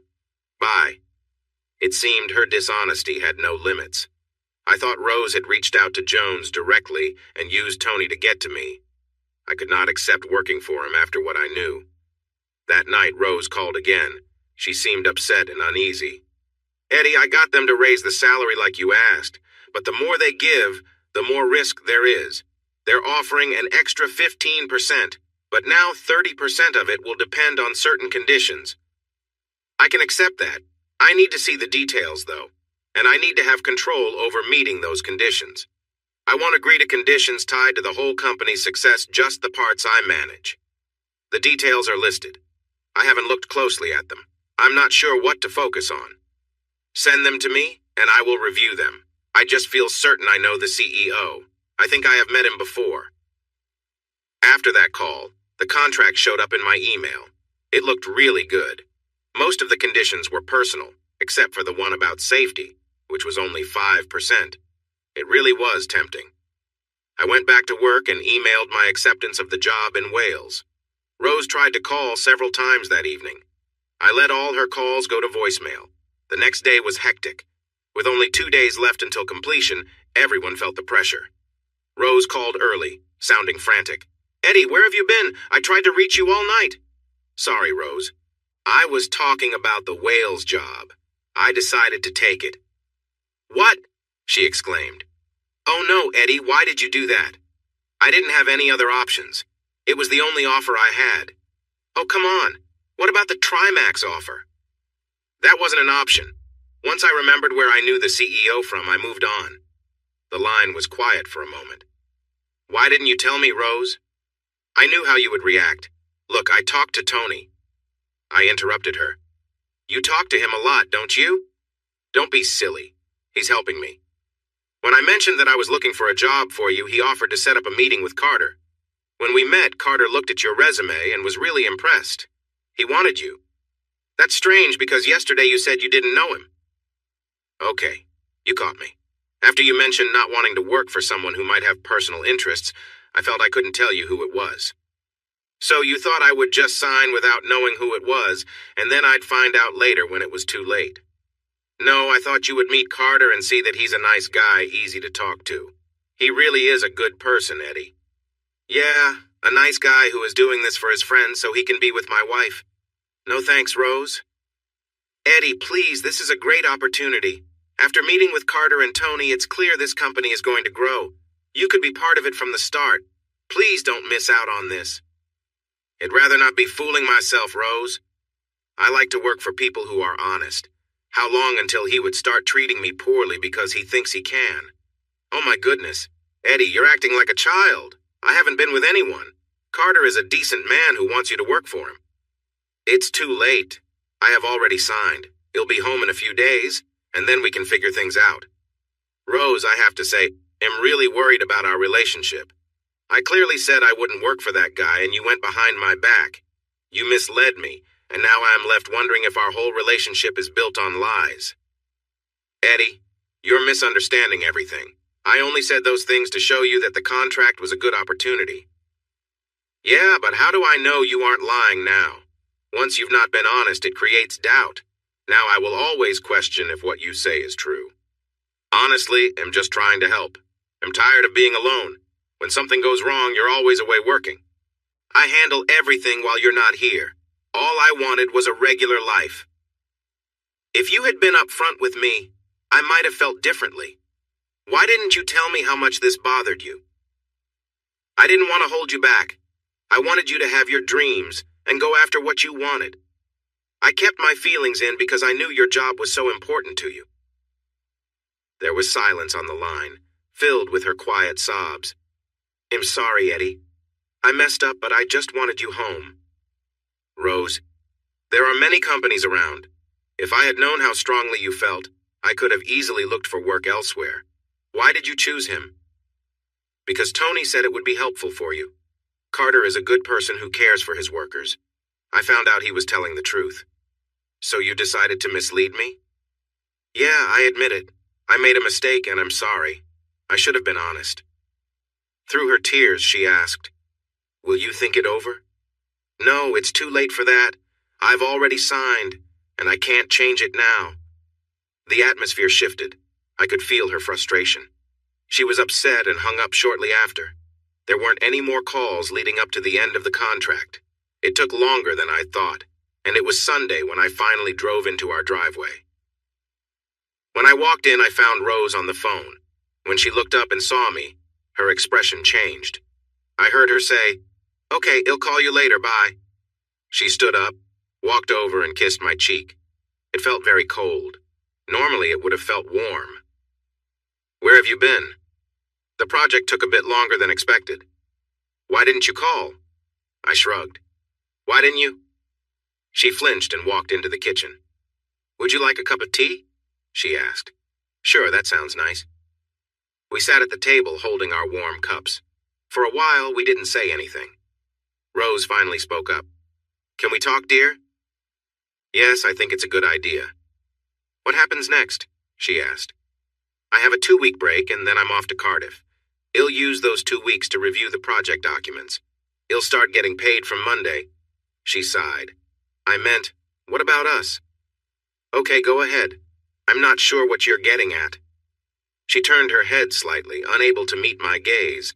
I'm frustrated. I offered you a great job with a fantastic company, and you didn't take it. Our eyes met briefly as she said softly, Don't you want to live with me? Is living away from home what you prefer? I took a long sip of my tea and replied, I would love to be here. I care about you, and I'd much rather work locally. I'm tired of staying in hotels. Then why didn't you accept that job with Carter? I already explained my reasons. I really didn't want to work for him. She shook her head in disbelief. Honestly, I'm a good catch. There are probably a lot of people who would be interested. Sure, but he was at that party, and you mentioned wanting to join in someday. Because of the lies, I worry that you might already be involved. Eddie, I told you. I would never be unfaithful. Yes, I'm curious about those parties, but only if we're both into it. Well, I have to question his character. If he's into those things, who knows what else he likes? She finished her tea and said, So here we are again, with you working away from home. How long will you be stuck with this deal? Another year? Maybe longer. What about our dreams of buying a house and starting a family? Why do you think I'm doing this? I still want all of those things. Well, I'm tired of living alone in a way. I want my partner with me every night. I want us to do things together, not just see each other on weekends. What do you want me to do? I wanted you to be practical and take that job. Yes, and I hoped you would be honest with me. I needed the truth, but that didn't happen. This has gotten out of hand. Can we just acknowledge that we both made mistakes and try to move forward? If it helps, I'll admit I should have trusted you and talked it out. Thanks. It would have been good to know you trusted me. I didn't realize you had doubts. I didn't used to. I always thought we were close. I've never questioned you before. Then why do you now? When you said that comment about Carter when I first mentioned him, I felt scared. You seem different, more insecure and jealous than before. I've never seen you like this. I guess I am feeling jealous. You seem to really like Tony. You keep having meetings with him and discussing our private matters. Yes, I'm not happy about it. She flinched and looked a bit guilty. I don't have feelings for him. He has been very helpful and has been mentoring me. We have become good friends since we met. Oh, I know. It's just friendship. He hasn't said anything about coming back to the social gatherings? I noticed her cheeks turn red as she blushed. He did ask, but I told him you weren't interested and he hasn't brought it up since. But you are interested, right? Yes, but only if you want to. If not, then no. With him? What do you mean? Okay, is it him you want to be with or the gatherings? She looked unsure. The gatherings. If I said I was interested but not with that couple, would you still be interested? She hesitated. Okay, but why not with Tony and Claire? Because it's just too complicated with them. If you want to try it, we could look for another group or search online. I don't understand. You say you dislike the idea one moment, then you say you want to try. Can you make up your mind? I said I would try if we find a couple we both like. But you like Claire. You said that before. Yes, but I don't like him. If you're not interested, then we can skip it. She sighed. We have more important things to discuss. I want you to find a local job. I shrugged. I have already agreed to the job in Wales. I can't back out now. She stormed out, put on her coat, and headed for the door. I really dislike you right now. I can't believe you and that job. She slammed the front door as she left, visibly upset. I was in bed when she came home. I heard the front door open and the cabinets in the kitchen slamming as she searched for something. I rolled to my side of the bed, expecting her to come in. She didn't. I was woken up in the morning by her getting ready for work with a lot of noise. She didn't say goodbye and slammed the front door hard enough to rattle the whole house. The next day was similar. She slept on the sofa, and I stayed out of her way. On Wednesday, I got a big surprise. I was sitting on the sofa reading the newspaper when there was a knock at the door. Grumbling to myself, I went to see who it was. When I opened the door, I was shocked to see Tony. Morning, Edwin. Can I come in for a chat? What do you want, Tony? Just to talk, my friend. I nervously let him in. He walked around the small flat. Okay, what do you want? I asked. He pointed to the table. Can we sit down? We sat at the table. Eddie, I wanted to talk to you about the job at Trimax. I want to know why you turned it down. Sorry, Tony, but that's not your concern. I'm not sure why you think it's your business, but I want you to know that it's really not welcome. I'm here because Rose asked me to speak with you. She said you turned down the job because of the party and my connection with Carter. Feeling defensive, I said, I told you it's none of your concern, and I meant it. Edwin, Rose is worried about you. She doesn't like being alone for most of the time. I'm glad she confided in you. Maybe she could try talking to me directly next time. I believe she has already tried, but you weren't listening. Are you a counselor now? I snapped back. Edwin, I'm just trying to help. Rose cares about you. We're not friends, Tony. You want something more with my wife. That's all I really know about you. Oh, and I think you're a bit odd. He frowned. I didn't come here to be insulted. I don't like it, and I haven't insulted you. You may not see me as a friend, but I'm a friend of Rose's. I thought we could talk as adults. If he thought his words would sway me, he was mistaken. Just get to the point.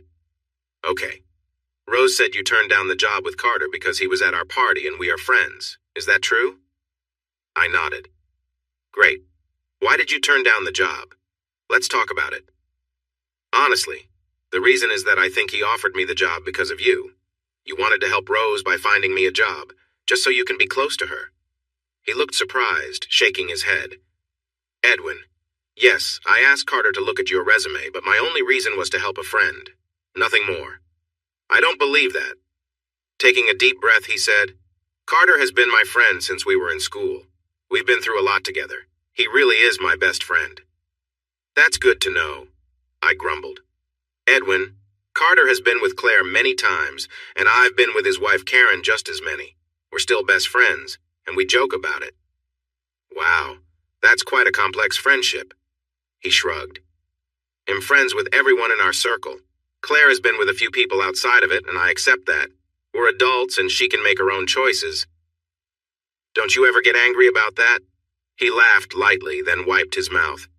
Not really. When I was younger, I would get jealous, but I've learned that such feelings are pointless. I shook my head. Okay, so you don't care. I don't feel the same way. He nodded. I'm not trying to get you to join our group. I'm trying to say that just because Carter is my friend, it doesn't mean we can't have a professional relationship. It's too late. The job closed on Monday. He shook his head. The job hasn't been filled. When I told him I would talk to you, he said he would keep it open until tomorrow. So I would have you to thank for my new job, huh? I guess I could offer you Rose as a reward. Come on, that's not what I mean. I don't need to pay for anything. If I wanted to pursue Rose, I would have done it already. Sure, this is part of your plan. If I take the job, she will be grateful and might end up with you. Have you always been this paranoid? I'm not trying to pursue Rose. She is my friend and I want to help. I looked at your resume and I think you would be a perfect fit for Carter. He feels the same. I was nervously biting my lip when he continued, Look, Edwin, I like Rose, and strangely, I like you too. I've been lucky in my life. People helped me, and I'm proud of that. I don't want a job because you like my wife. I'm not afraid to say I find Rose attractive, but the job offer is not about that. You'll need to show that I haven't made a bad choice. You got the job offer based on your skills, not our friendship. We are not friends. Rose is upset. She saw a chance to help you get a job nearby to fix your relationship. If you turn it down, I worry for your marriage. It's too late. I think our marriage is over. She wasn't honest with me. He nodded. Yes, I told her my thoughts as well. Lying is never good. She made a mistake, Edwin. She apologized. Move on. Thanks for coming over, Tony. Let me show you out. He stood up and we went to the door. As I opened it, he asked, What should I tell Carter? I shrugged. As I said, I already accepted a job with Halswells in Wales. I have a signed contract. I need to honor that. He frowned. What if I can get them to take back their offer? I scowled and replied, I already signed.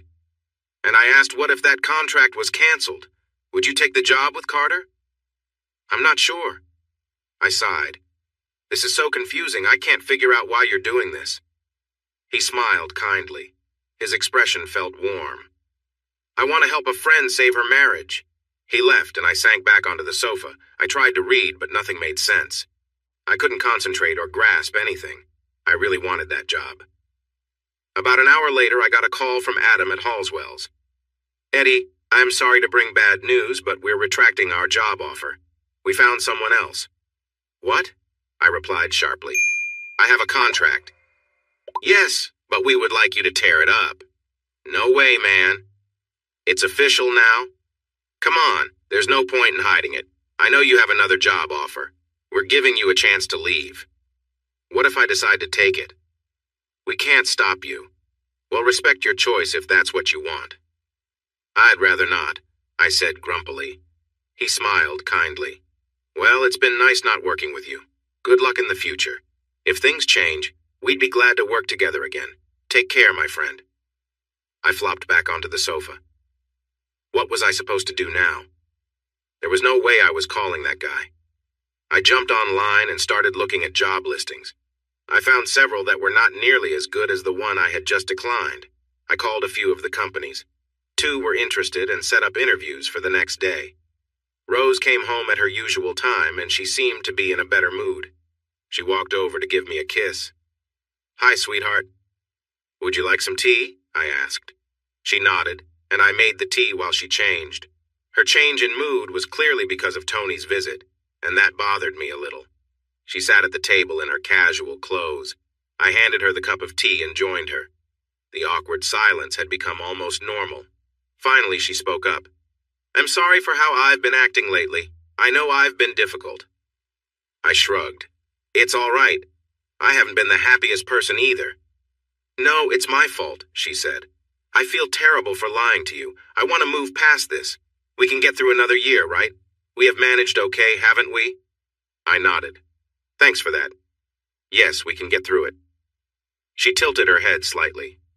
Could we go out for dinner? Even if it's just to the local pub? I nodded.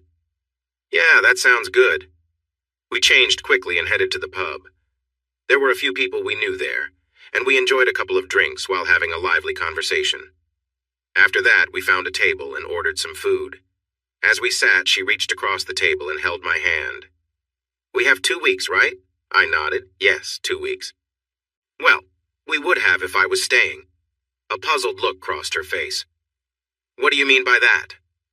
They called me today to say my contract has been canceled. But don't worry, I found a couple of local companies. I even have interviews tomorrow. She looked shocked. Are you serious? Yes, I'm afraid it's true. Wow, that's not fair. You had a signed contract, didn't you? I nodded. Yes, but maybe it's for the best. I want us to reconnect and move forward. She squeezed my hand. I'm sorry, sweetheart. Did they give you a reason? Not really. Let's forget about that job and focus on my interviews tomorrow. She bit her lip and asked softly, What about the job at Trimax? That one closed on Monday, right? She sighed. Yes, but if you called, they might reconsider. Assuming you were being honest, you said they were eager to move ahead, so I guess they've already found someone else. She nodded. Yes, they were in a hurry. Oh well. The food arrived and we started to eat. Eddie, could we try again? Let me help you find a job. I stopped looking after I contacted Trimax. Once I saw they were interested, I didn't look anywhere else.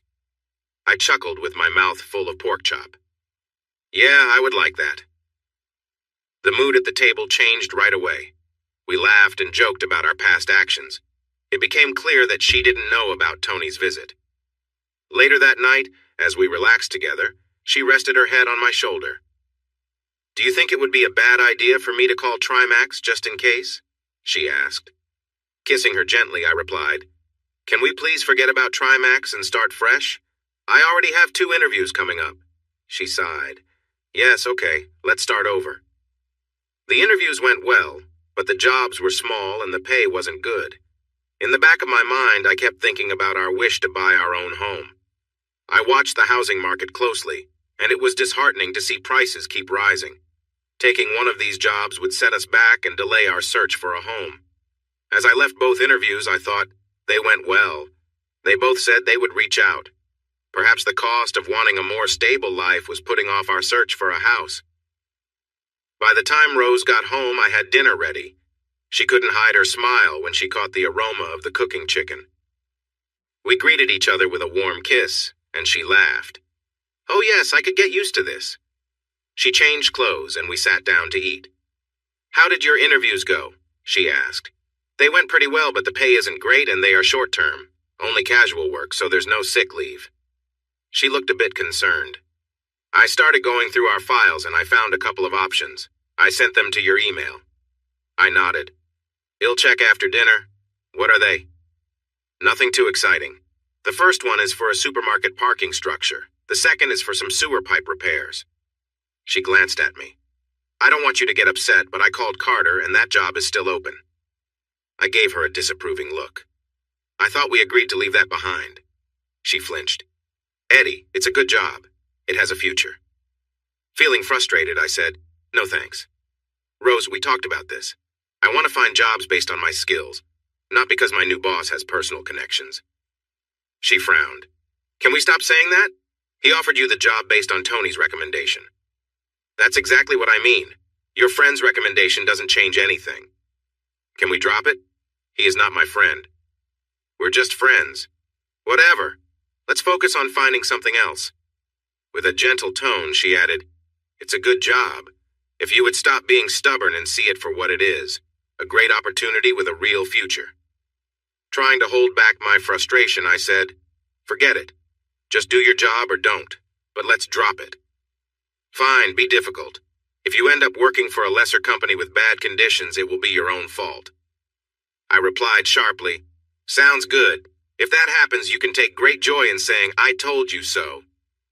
She replied, Oh, don't worry, I will. Yeah, I know. This conversation spoiled our quiet dinner, and an awkward silence filled the room. There was no intimate time that night, but she cuddled up to my back warmly. The next morning, I was back at the computer looking through job ads. I found one that caught my interest. After researching the company, it was clear they were new and focused on renovating city spaces. Their goal was to provide affordable housing for families in need. The job was appealing, managing the renovation of an old factory into apartments. It didn't promise a large salary, but it did sound intriguing.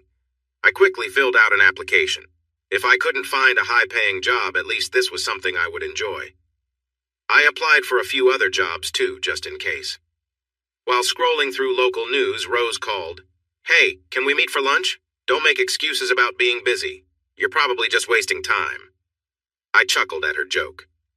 I'm not busy, just applied for a few jobs. Where do you want to meet? How about KP's? It's near my office and you could have a drink if you want. Sounds good. I'll see you there at noon. I changed into some nice clothes and took a bus into town. I arrived a bit early, found a table, and ordered a drink. There were newspapers on the tables, so I picked one up and started reading. I didn't notice Rose come in. Suddenly, she leaned over my shoulder and kissed my cheek. When I turned around to return the gesture, I was surprised to see Tony and Carter standing next to her. My heart sank, realizing I had been tricked. I said, What's going on, Rose? She frowned. Don't overreact, they just want to talk. Tony reached out his hand. Hi, Edwin, how are you? I shook his hand. I'm fine. Carter did the same. They all sat down. So what is this? An intervention? Tony jumped in before Rose could respond. Edwin, we came to talk some sense into you. After I spoke with you, I called him. He agreed to keep the position open for you. He was waiting for your call. Rose was about to say something, but I interrupted her. I didn't call because I'm not interested. I have other good offers. Carter joined in. Edwin, I really want you to work with us at Trimax. After speaking with Tony, who had great things to say about you and reading your CV, I believe you would be a perfect fit for our team. You've gained a lot of experience at a young age, and I'm impressed. We want you on board. After taking a big sip of my drink, I responded firmly, I'm not interested in working at Trimax. If I were, I would have applied. I didn't, so that's the end of it. Rose protested, Eddie, please be reasonable. This offer is a good one. Stop worrying about your commission, Rose. I said no. Why would you pass up a good opportunity, Edwin? Tony asked. I prefer to earn my jobs. I work hard and have a good reputation. I want a job for those reasons, not because you have other motives. He frowned, clearly holding back a sharp reply. Edwin, we talked about this. The offer isn't based on anything wrong. Then why did you feel the need to recommend me to Carter? I referred you because Rose mentioned you were looking for a job. She gave me your CV and I passed it to Carter. Why? I pressed. Frowning, he replied, because Rose and I are friends. That's what friends do. I glanced at the menu the waiter had given me. "He'll have the steak pie. What do you want, Rose?" Frustrated, she sighed. "I'm not hungry." "Then why are we here?" "Because when I told Tony you were turning down Carter's offer, he thought meeting might help. And you didn't mention we would have company. I didn't say anything because I knew how you would react. If you could put aside your worries and see this as it is, you would realize it's a good job." I finished my drink and stood.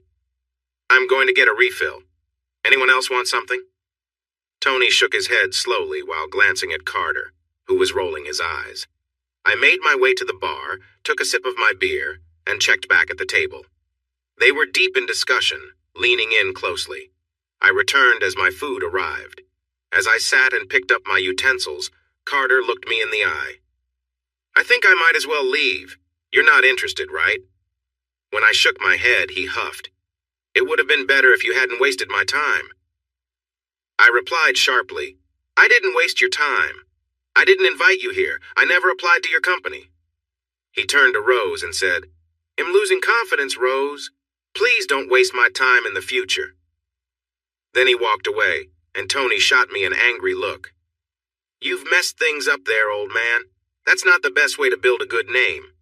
I didn't do anything wrong. I came here to have lunch with my wife, not to meet you or him. This isn't on me. You could have been nicer, thought it over. You already decided what you think, and that shows a closed mind. Maybe I thought too highly of you." Taking a long drink, I replied, "Maybe you did. You weren't invited by me, and I don't want you here. Rose may think you are important, but I don't see it." He leaned closer. "Edwin, I could help you if you gave me a chance. There's no reason to be unfriendly. While you're causing trouble in my marriage, I can choose how to respond. I would prefer you stay away from my wife. I don't like you following her around." "Eddie!" Rose shouted angrily. "Stop it! You're acting crazy." "Fine. Rose, you're fired." "You'll find my own job. If you can't meet your client's needs, I don't know how you manage." Her expression changed, and she gasped. Tony shook his head. "I think you'll go now. Good luck, Edwin. I hope things go well." He held out his hand, but I looked away. As he walked out, Rose snapped, "You rude, thoughtless jerk.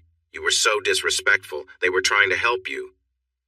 They were trying to win you over. It had nothing to do with me. They don't even know me. This is all about them wanting your attention." She stood up, pushing her chair back, and leaned across the table, our faces close.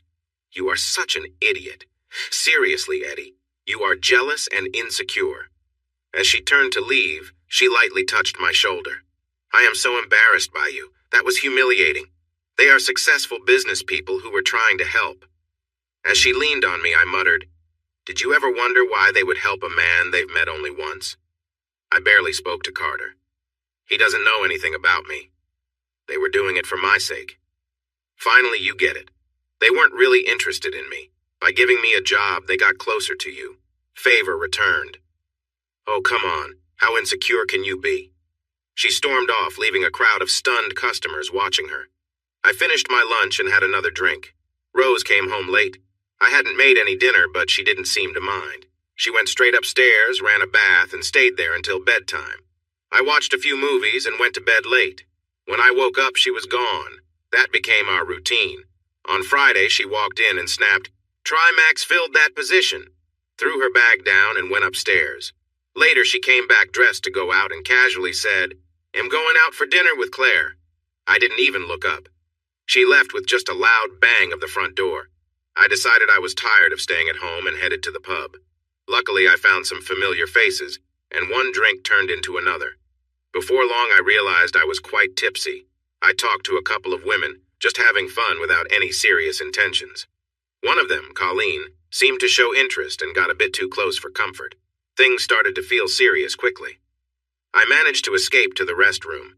When I returned, she had her back turned, so I quietly slipped out. The walk home helped clear my head. It gave me time to think about my marriage. Since Rose met Tony, she had changed so much. She used to be smart and lively, but now it was all about him. I constantly heard about Tony, and then Claire was added to the mix. In my mind, she was obsessed. I doubted she was with Claire. I suspected she was with Tony right now. She had probably already been with him, and it made me angry. When I got home, it was dark. She was probably off with that slimy guy. I stumbled up the stairs and turned on the light in the bedroom. Rose groaned. "Turn off the light." "Sorry, I didn't expect you to be here." "Where else would I be?" "Oh, I don't know. Maybe with Tony or doing something else. You have to repay your debt somehow." "Wow, you are really paranoid. Just so you know, I was with Claire. We went out for dinner." "Why should I trust you?" "I just told you." "Yeah, you've said a lot of things lately, and most of it feels like lies." "Lies? What are you talking about?" "You convinced me to have lunch with you when you knew I didn't want to be with those two." She turned away in bed, pulling the blanket over herself. "I'm done with this, Eddie." I stumbled around and changed before getting into bed. I was pulled from a deep sleep by loud noises. I opened my eyes to see Rose rummaging through the dresser and tossing things around. "Ugh," I groaned and covered my head with the blanket. She eventually went downstairs, giving me a moment to adjust to the light coming in. I stretched out and wondered what had happened. How did we end up like this? I took a shower and then went downstairs. It was about 10:30, and the house was empty. There was a note from Rose on the table that said, "Gone shopping." I made myself a cup of tea and decided to take a walk. I stopped by a bakery for coffee and a croissant. I picked up a newspaper from the newsstand and wandered back home. Rose had come back and was busy with laundry and other chores. I ignored her and flopped onto the sofa with my newspaper. She moved around, making all kinds of noise. By dinner time, we had still not exchanged a single word. Things had blown up between us, and now we couldn't even look at each other, let alone talk. Tired of the silence, I put on my jacket and said, "I'm heading to the pub." "Yeah, go on, just leave," she snapped as I slammed the door behind me. The walk to the pub felt terrible. I regretted how things had turned sour, but I didn't know how to fix it. After a few drinks, some friends I had met the other night showed up, and we started chatting. The conversation turned into laughter, and soon we were having more drinks. Colleen, the woman I had talked to earlier, said, "There's a DJ playing nearby. Who's coming?" She looked at me with hope. "Why not?" "Yeah, I'm in," I called out. We all walked up the road to the King's Arms where the DJ was. As we entered, Colleen danced close to me, and soon we were sharing a kiss. In that moment, I felt frustrated and ignored by Rose. Here was this woman being affectionate, and I was feeling a rush of emotions. Don't get me wrong. Colleen wasn't the most glamorous person, but she was lively and friendly. We danced, we kissed, and I could feel myself getting swept away. She whispered in my ear, "Want to come back to my place?" "Sure," I said softly. We stepped outside into the cool night air, and suddenly things took a turn. Her boyfriend grabbed me roughly, shaking me. "I should teach you a lesson," he growled. "Hey, I didn't know she was with anyone," I tried to explain. He pushed me away. "Leave before things get messy." Colleen was crying in his arms. "Sorry, babe. We were just having fun." I backed away quickly, not wanting to get more involved. I didn't want any trouble. When I got home, the place was dark, just like the night before. She was in bed, and I quietly slipped under the sheets. "Oh my God, where have you been?" Rose asked sharply. "Just at the pub, nothing exciting." She leaned over, pressing her nose against my neck. "And who was that girl?" "I don't know what you mean." She turned on the light and tossed the blankets aside. "Hey, it's cold," I protested as I reached for the blankets. "What are you talking about? The bartender better not be the reason for these marks on your neck. Are you hiding something?" I rushed to the bathroom to collect myself. As I glanced in the mirror, I froze. I hadn't even noticed the marks. I sat on the edge of the bathtub, feeling overwhelmed. I didn't know how to explain, and I felt foolish. "What a mess I made," I whispered to myself. Rose was sitting up in bed, waiting for answers. "Okay, no more lies. Who was she?" "I'm sorry. It looks worse than it is." We went to the King's Arms where there was a DJ playing music. We danced, and a girl seemed really interested in me. Nothing serious happened, though. "You act all high and mighty, but you're out there having fun while I'm stuck here. You're a real piece of work," she said. "I'm sorry, but it was just dancing." She got a bit too excited. "Oh yeah? If I came home with marks on my neck, what would you think? You freak out when I have lunch with a friend, and you think I'm up to something." I tried to climb back into bed, but she snapped at me. No way! You can sleep on the couch. I don't want to smell that girl's perfume all night. That made sense to me. My head hurt, and I didn't want to argue. I went to the lounge and fell asleep on the couch. The next day was a mess, as expected. We had a huge fight, and it felt like we were too far gone to fix things. I called her out for judging me when she was seeing Tony. She turned it back on me, accusing me of being with someone else. In the end, I packed my laptop, some papers, and my clothes into a couple of suitcases. As I drove away without a plan, I regretted not taking that job in Wales. I found a cheap hotel outside of town and settled in for the night. I was so tired. Fighting really takes it out of you. I fell asleep and woke up around 4 in the morning. Monday finally brought some good news. The job I interviewed for wanted me back for a meeting. I didn't hear from Rose. I got ready and headed to the office. It was Mark's company, and there was no fancy HR department. We talked about the job and his plans for it. He was really passionate about making a difference for people and had some great ideas. I was sold on the job and quickly signed the contract to start soon. I tried to call Rose that night, but she didn't want to talk. I paced around the small hotel room, getting more and more anxious. I couldn't stay in the room any longer. It was driving me nuts. I decided to take a walk. The area didn't feel safe. As I stepped outside, I heard shouting and commotion everywhere. Thankfully, I found a pub, got something to eat, and had a drink. The next day, I started my job. It was much better than being stuck in the hotel. The job was fantastic. Mark had put together a small team, and he was the architect and designer. He needed me for the civil work. We discussed plans for demolition, and as we walked around, Mark mentioned, "I find it frustrating that these old materials are too good to waste. I've tried to sell them, but there are no buyers. It takes too much time, and we don't have space to store it. I suggested that we rent a place for storage. No, that's too expensive. Any money we make would just go to storage and moving it. It's cheaper to just throw it away."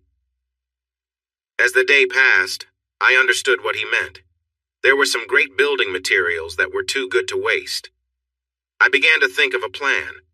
About a year ago, I met a man who had a small piece of land outside of town. After talking for a bit, he told me I could keep some things at his place if I helped him with some work. Next, I found Mark in the office. "What if I take all the old junk for free? No dump fees or transport costs. I can handle it all." He smiled. "That would be perfect, but it shouldn't delay the project. It would be nice to see those materials put to good use." As we talked, he asked, "What will you do with them?" A few years back, I had a vision of building my own house.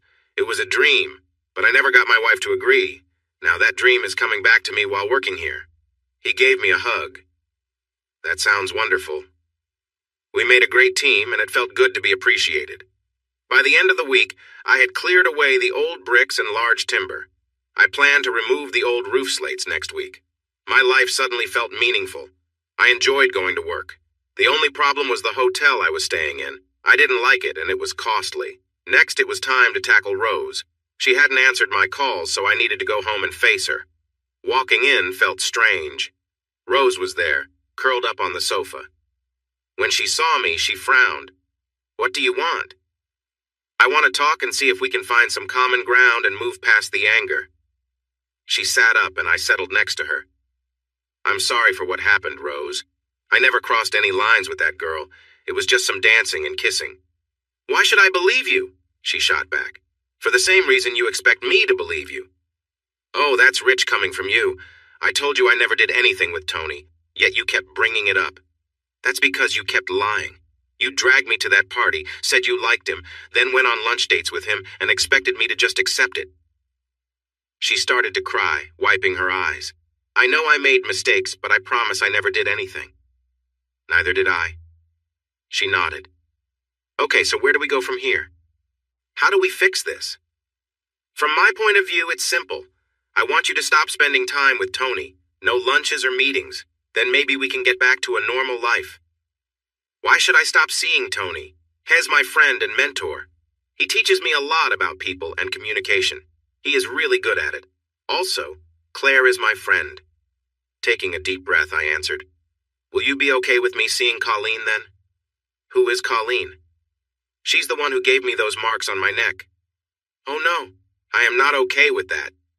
So you can see your friend, but I can't see mine, she snapped back. He's not my friend, you fool. Why can't you get that? He kissed you at the party and he danced with you like you were close, just like Colleen did with me. I can't stand that he is involved in our lives. I can't stand that you listen to him more than me. She took my hand. That's not true. I don't do that. Yes, you do. You let him talk you into going to that party. He made you think that was what I needed, even though I said I wasn't interested. She sighed. Believe it or not, that was actually a good choice. You were just too unsure to see it. It might have been a good choice, but I told you I didn't want it. That should have mattered, but instead you listened to him. You set up that meeting. I'm sorry, but I thought I was helping. You asked me to find you a job. That one was a great fit for you. Okay, we're just going in circles. Can we move forward and try again? She let out a breath. I want to, but you have to learn to trust me. I do trust you. I just don't trust him. As long as you trust me, that's what matters. We leaned in, wrapped our arms around each other, and shared a soft kiss. Where have you been staying? In a lousy hotel. It's really bad. Well, go get your things. He'll prepare some dinner while you're out. As I stood up, she sighed. Then I guess we should think about finding you a job.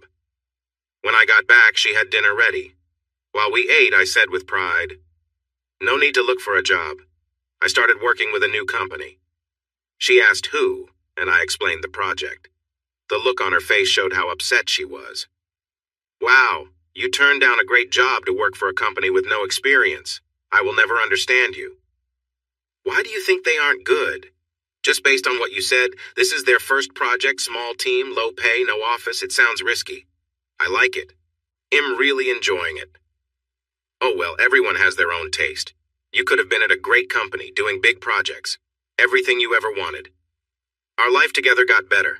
We talked more, and I think there was a new kind of honesty between us. But there was a problem. Tony. His influence over Rose seemed to have grown. We couldn't talk without his name coming up. It drove me mad, and after a month of this, I finally snapped. Stop it! I shouted. I'm tired of hearing his name. I don't want to know what Tony is doing, saying, or thinking. From now on, let's leave him out of our talks. She looked confused. What are you talking about? I'm talking about how he is in every conversation. I want to have a week or a month where I don't hear his name. I just want him to disappear from our chats. That made her unhappy, and I could tell she was bothered. Over the next few weeks, things became tense. Every time his name came up, I said, Stop. She always looked confused and asked, What? It really highlighted how often his name was mentioned. I hoped she would notice, but she seemed unaware. It definitely annoyed her. Life continued, as they say. We went back and forth between loving and arguing with each other. The good days felt amazing, like old times, but when things went bad, our disagreements were full of harsh words. We both said some hurtful things. I regretted it right away when I let something mean slip from my mouth. I'm sure she felt the same way. We apologized, but once those words were said, it was hard to take them back. I was seen as a jealous and controlling person with trust issues. I guess some of that was true. I was jealous, and maybe the insecurity part was right too. We fought like real enemies, full of passion in our arguments. My only escape was work. I focused hard on my projects. Mark's enthusiasm rubbed off on me. I began to understand him better. He grew up in places like this, and his family struggled with health issues due to old, damp houses. He wanted to create affordable homes for families in need. Rose seemed to be going the other way, and we struggled to communicate. We were drifting apart. She spent hours shopping with Claire, and her choices now seemed all about fancy brands. In the evenings, she was on her computer for hours. I wasn't sure what she was doing, but she seemed really focused. Whenever I tried to see, she turned her screen away or shut it down, which made me anxious. One night I lost my temper and asked, "What are you doing on that computer?" She looked at me with anger. "I can't tell you." "Why not?" "Because I'm not allowed to mention Tony's name." "What does he have to do with it?" "He is teaching me how to do it." "Do what?" "Okay, I will tell you, but don't get upset if his name comes up." "Fine, go ahead." I sighed. She turned her laptop toward me. Tony has been teaching me about day trading on the stock market. It didn't take long for her to bring his name into the conversation. I sat next to her as she began to explain how everything worked and how Tony helped her set up her account. He was guiding her through the process, and he was very talented with it. I felt uneasy and asked, "How much money do you have in it?" She looked at me briefly. "None. This is just practice. All the money and shares you see are fake. Tony said I should learn how to use the program before I invest any real money." Worried, I asked, "So when will you start trading for real?" "When I feel confident using the program." "How often do you see or talk to him about it?" With a hint of guilt, she replied, "Every day. Sometimes it's just a call or messaging. But every day. I'm still learning." I couldn't hide my frustration. "I asked you to create some distance between you two, and it seems like you have done the opposite. How is that fair?" "Eddie, I can't help your insecurities. You don't trust me, and it's really hard for me. Your jealousy is overwhelming." I didn't want to argue, so I stayed quiet. She tried to soften her tone.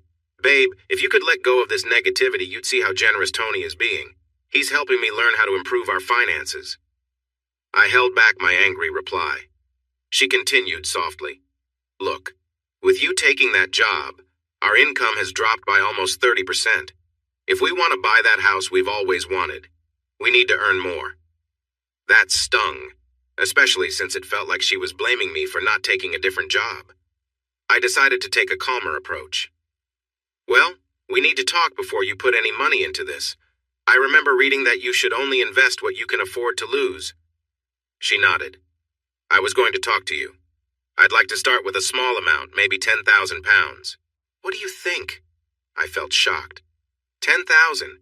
How about 1,000? She sighed, looking disappointed. "You really don't believe in me, do you?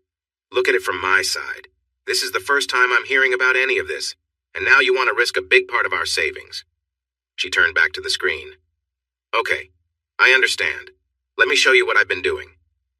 I leaned in and she showed me her practice account. She had actually done well. In her pretend world, she had turned 10 million into almost 20 million. I was impressed, but still worried. "I'd rather you start with 1,000. Turn that into 1,200.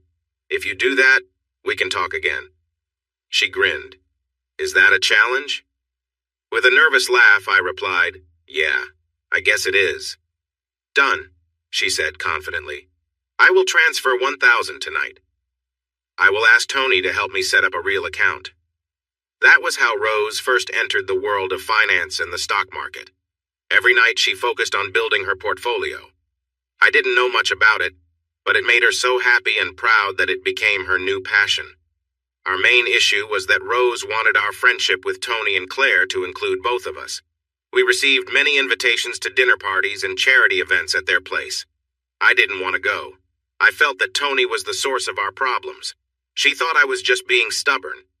This difference in views caused a gap between us. I threw myself into my work. I also started collecting useful items from my job and storing them at a friend's property. After 2 months, I had gathered enough materials to actually build something. Mark and I became close friends, more than just co-workers. We discovered many common interests. During one of our conversations, I shared my dream of building a house. He quickly grabbed a pencil and began to sketch some ideas.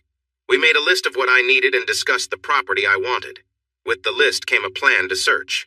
I wanted a country property, not a suburban neighborhood. I desired a place close enough to town for an easy commute, but far enough away to escape the problems and costs of living in a nicer area. Rose and I discussed different properties. I told her about my dream. It was funny. Mark was very supportive. Rose, however, liked the idea of a country property, but she preferred one that was already built. She shook her head when I described my plans to create something new. She also mentioned that Tony advised against building. He suggested we buy something affordable in a good neighborhood and renovate it. That way, we could at least get onto the property ladder. He even started sending her lists of properties and names of real estate agents he knew. It frustrated me that she respected his opinions more than my dreams. This added more tension between us. She didn't see how her actions made me feel disrespected. To her, it was not wise to ignore the advice of someone with experience. She began to show me houses in nearby neighborhoods, saying things like, Look at this one, or isn't this nice? Naturally, I found problems with all of them. They did not match my dream. Rose grew tired of my refusal to attend dinner parties at Tony's house. The situation came to a head when their 25th wedding anniversary arrived. Tony planned a big celebration. The invitation arrived in our mail. Rose tossed it onto the table before dinner. Unsure of what it was, I opened it. As I read it, she said loudly, "I want to go." Looking her in the eye, I replied, "Then go. I won't stop you." "Eddie, I want us to go together. Please, let's not make this a fight." Her heartfelt words reached me, and after a lot of back and forth, I finally agreed to go. That meant we had to shop for a gift, a new dress, shoes, the whole package. When we got to the party, I was amazed. They had really gone all out. In the backyard, there was a huge tent. It was enormous. There were lights everywhere, food servers, and even a band. When we arrived, the place was already packed with people. The driveway looked like a fancy car dealership with all the expensive cars parked there. At the entrance, a security guard guided us around to the back. When Claire saw us, she ran over and hugged Rose tightly. After they finished their hug, Claire turned to me. "Hello, Edwin." I replied with a quick, "Hello." Things had been a bit chilly between us, and I tried my best to avoid her. This moment felt surprisingly friendly compared to how it had been. She took Rose's hand and led us into the tent. It was crowded. Tony noticed us and walked over. He and Rose shared a warm hug and a gentle kiss. After that, he extended his hand. "Hello, Edwin. Good to see you again." I wanted to ignore him, but that would cause a scene. I shook his hand. "Thanks, Anthony." We moved inside, and Claire took Rose to chat with her friends. That left Tony and me together. He looked at me as silence hung between us.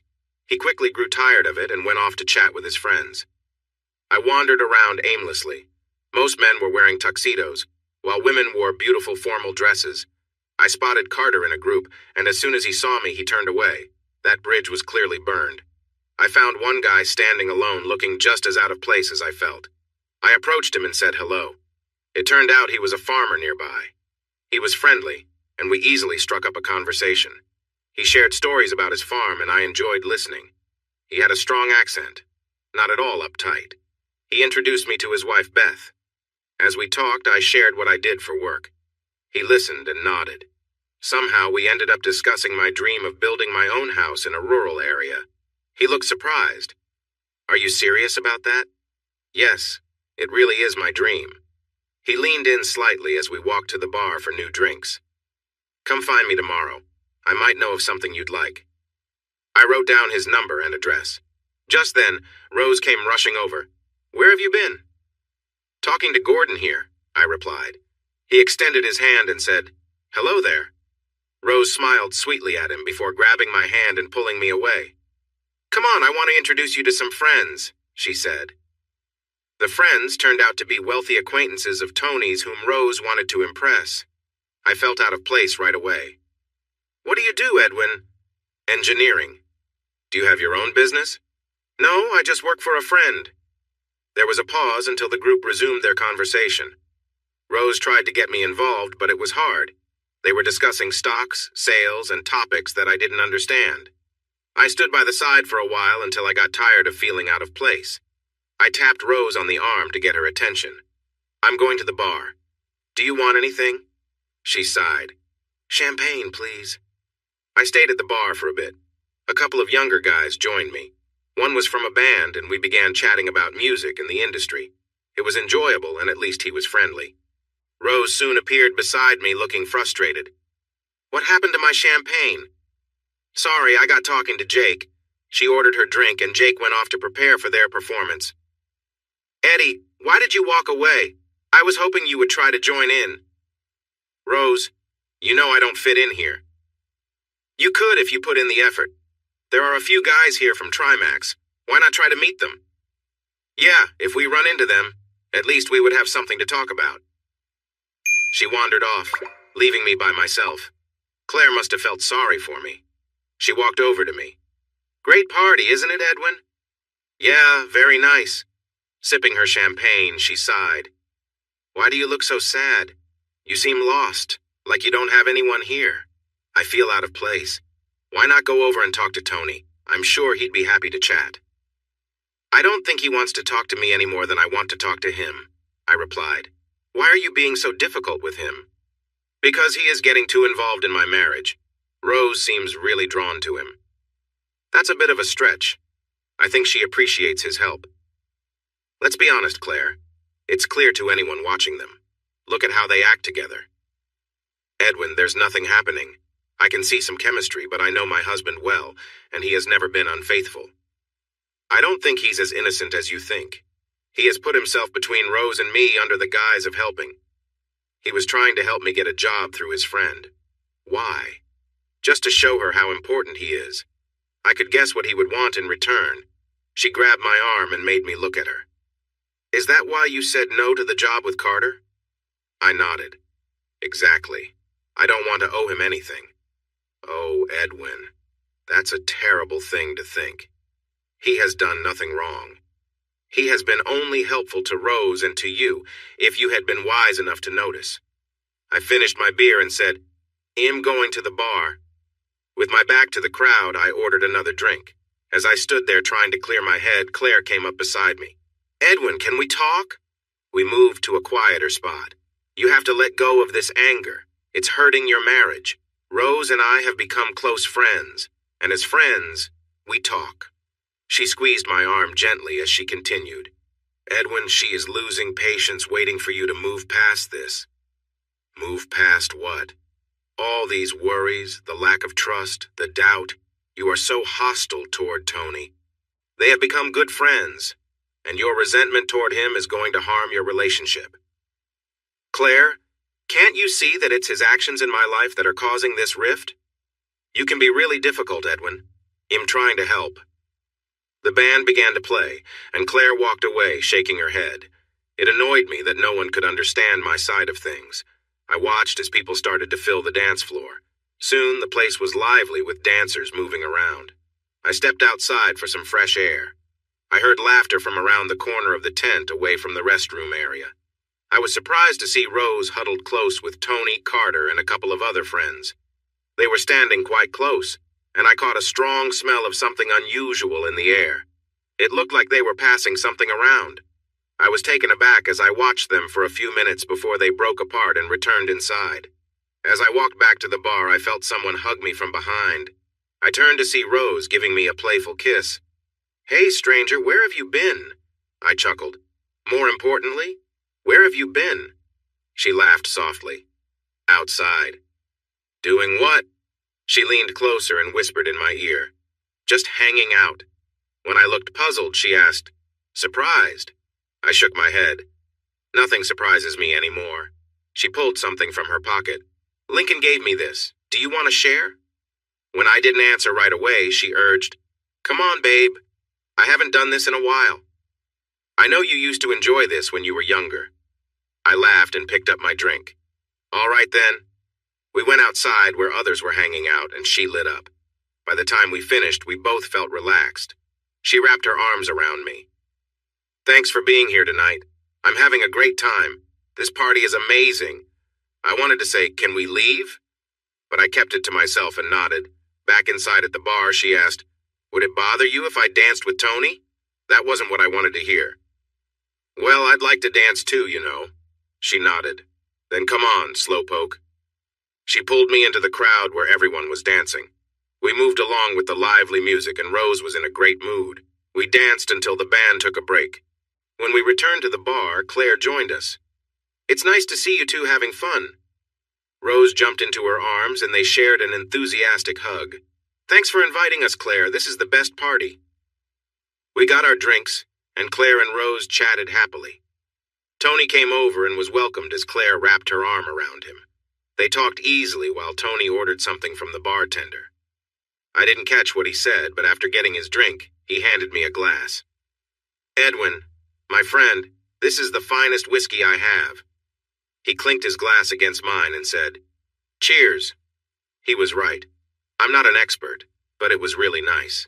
After finishing, he asked, Would you like another? I took a deep breath. Sure, I guess so. I'm too drunk to drive. We need a taxi. Claire chimed in. Don't worry about it. We have spare rooms. You can stay here. Oh, yes, please, Rose added. It would be nice not to go back to a cold house. She looked at me with hopeful eyes. Please, it would be great not to think about taxis. Tony clinked his glass with mine and took a big sip. I downed mine in one go. Rose took my quietness as a yes. We were staying for the night. The band started again and I grabbed Rose's hand. Let's dance. She smiled at me, but just as we were about to go out, Claire held my hand. I'd like to dance too. Rose released my hand.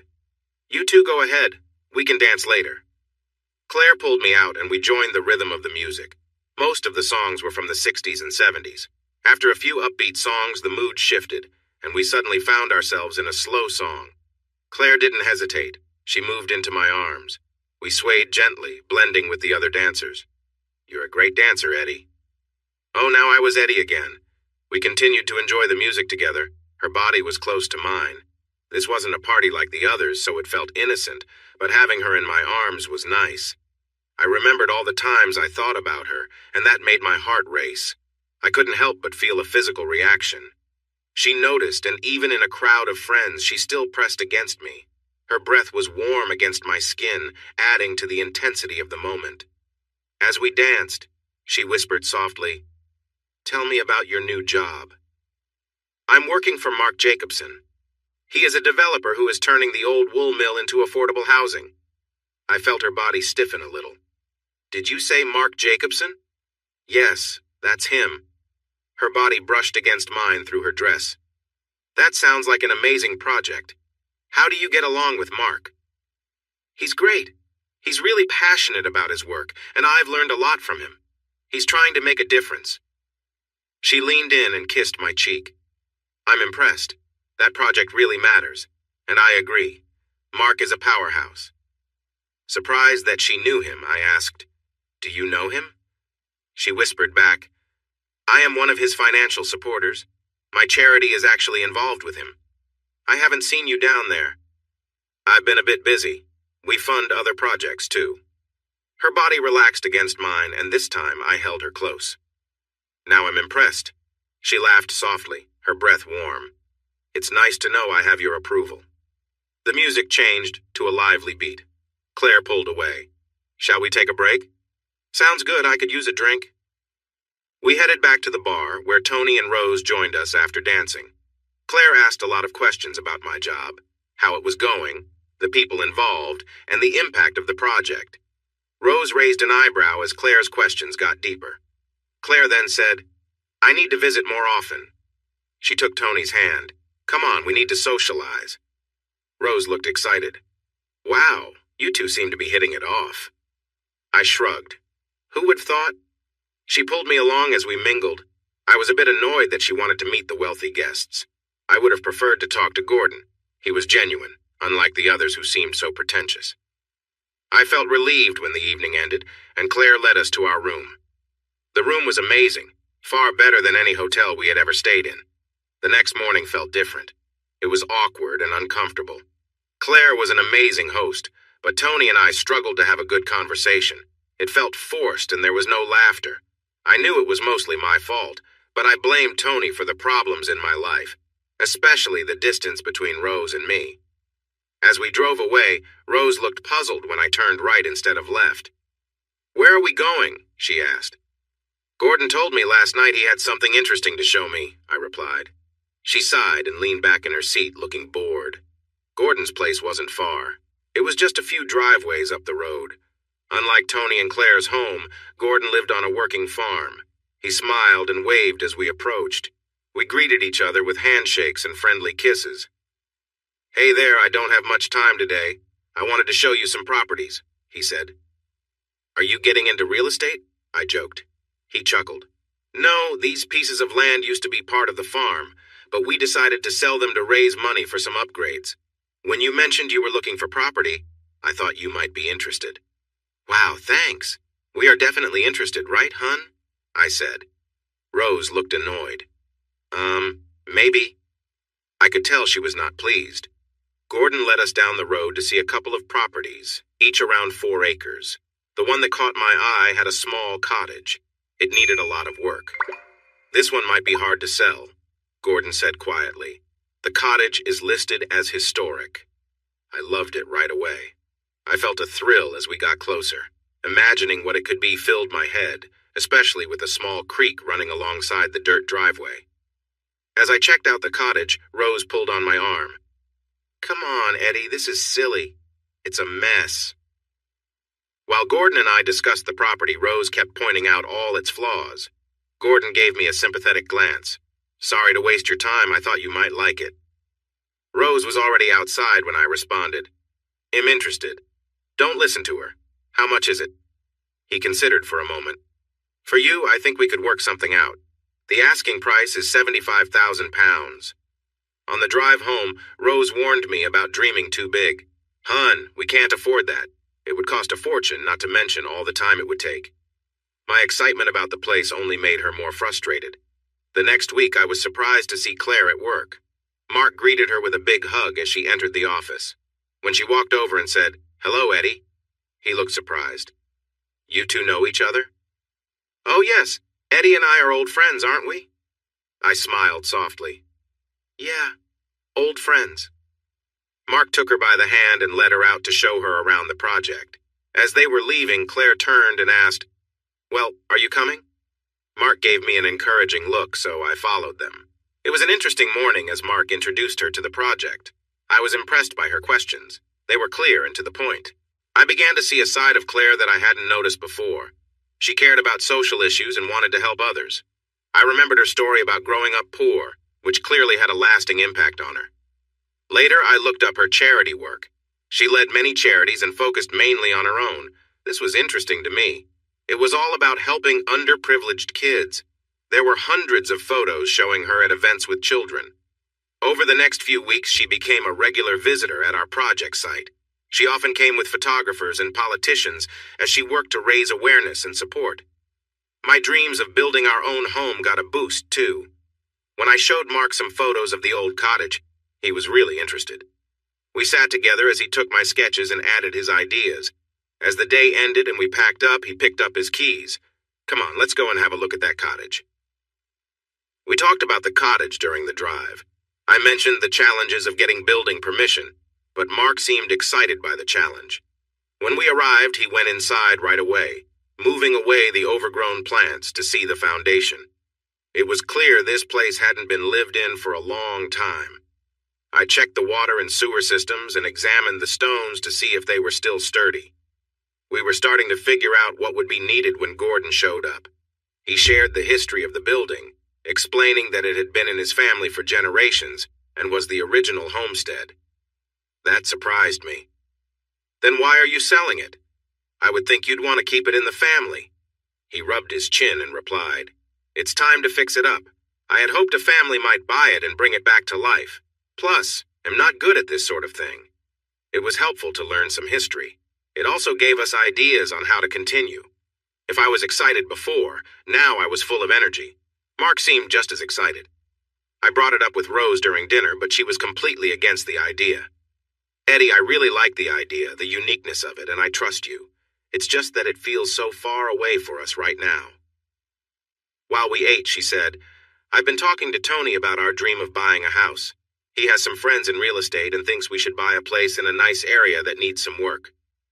There was Tony again, getting involved in my plans. His suggestion only made me want to reach my dream more. Instead of arguing, I let it go. I could tell it wasn't worth the fight. Lately, she was so focused on her trading that she hardly had time for anything else. Every night, from the moment she got home until bedtime, she was stuck on that laptop. I admired her dedication, but I missed our time together, the chats, the laughs, and the silly shows we used to watch on TV. Then, a few days later, my hopes got a lift when Mark brought in the plans for our cottage. They were amazing. As we laid them out on the desk and he walked me through them, I was really impressed with his ideas. "These are fantastic," I said. But then I added sadly, "I can't pay for them." He laughed. "They're a gift. I really want to see that cottage fixed up and we're friends, right?" I pulled him into a friendly hug. "Yes, we definitely are." With the drawings in hand, I went to the bank to explore options. I was shown into a small office and met with the loans manager. We talked about the property and my dreams. When he looked up the property details, he saw the listing and took a deep breath. We discussed the next steps, starting with getting permission from the local council and National Heritage. As we talked about my finances, he checked our account. He looked up from his screen with a strange expression. How much do you have in your account, Edwin? About 30,000 pounds, I think. He turned the screen so I could see. The balance showed only 1,500 pounds. That can't be right. He checked the history and told me that 32,000 pounds had been taken out 2 weeks ago. I was shocked. It had to be Rose and that trading scheme of hers. When I got home, she was, as usual, on the computer. "What have you done?" I exclaimed. She looked up, surprised. "What do you mean?" "I mean the money in our account. It's gone." She sighed casually. "Don't worry, sweetheart. I transferred it to boost my trading." "And when were you going to tell me?" "We talked about it. You said once I made 1,200 pounds we could move forward. On that initial investment, I made 2,000 pounds. I am really starting to understand things. And with Tony's help, I see a way to make us some good money. I never said you could spend all of our savings. Relax, it's going to be worth it. We can make a lot of money. Not if you spend every penny. I wanted you to take out 3,000, not everything. I need that money back." She shot me a cold look. "We've talked about buying a house. This could help us get there faster. If this works like my first plan did, we could have 100,000 in 6 months." Angry, I replied. "Or we could end up with nothing. No, I want that money back now. Sell whatever you need to, but I want that 30,000 pounds back in our account by tomorrow." She stood up and faced me closely. "You always overreact. Just think for a moment. With Tony's help, I can really grow this. We can have our home." "I'm not laughing, Rose. We worked hard for that money, and I refuse to waste it on something so risky." She took my hands and squeezed gently. "You need to trust me. I've shown I can do this. We can build real wealth, not just for a house, but for our future." I pulled my hands away. "I don't care what Tony thinks. This is a risk I'm not willing to take. I want that money back now." She frowned. "It doesn't work that way. If I sell quickly, I could lose a lot." "I don't care. I want that money back in our bank. You won't believe how embarrassed I was today. When I saw the balance at the bank, I almost fainted. Please return the money." I stormed off to change. When I came back, she was on the phone, upset. "I don't know what to do," I heard her say. "Yes, maybe that's the plan." When she saw me, she hung up. The look she gave me was sharp and cold. I started making dinner since nothing was ready. We ate in silence. Afterwards, I watched the news. Rose said, "Can I show you something? Let me explain. Our money is safe." She came over and began to share details about her purchases and stocks. Tony's name came up a lot as she talked. Maybe if she'd left him out, I would have listened better. But hearing his name made me tense, and I stopped paying attention. At the end of her presentation, she asked, "So what do you think? Can I continue with this?" "No, Rose, you can't. That money is ours, and I want it back." "You're right, it is ours. I have a say in how we use it, too. I want that money back, Rose, in our account tomorrow." She sighed. "No, that's not how it works. I can get it back, but it will take at least a week." I nodded. "Okay, you have a week, but not a day longer." She jumped up from the sofa, yelling, "Forget you, Eddie. I'm on to something important here. You think just because I'm a woman I can't do this. You don't believe in me at all." "Rose, if you had talked to me about this, we could have worked together and taken it step by step. But you never even told me. You never gave me a chance. I wanted it to be a surprise. I was going to double our money and then show you. I wanted to show that I could do it. This was for both of us, not just me. All you needed to do was talk to me and let me share my thoughts. Everything I have worked for is sitting there, waiting to be wasted." She stormed off upstairs, still angry. "Forget you." That ended the argument. I slept on the sofa. Things were tense for the rest of the week. On Friday night, she walked in with a proud look on her face. She handed me a check for 25,000 pounds. "Here, this is your half of our investment. I'm keeping the other half to keep investing." I just stared at her. "What?" she snapped. "Half the money is mine, and I get to help decide how we use it. You may not believe in me, but I increased our money by almost 40% in less than a month."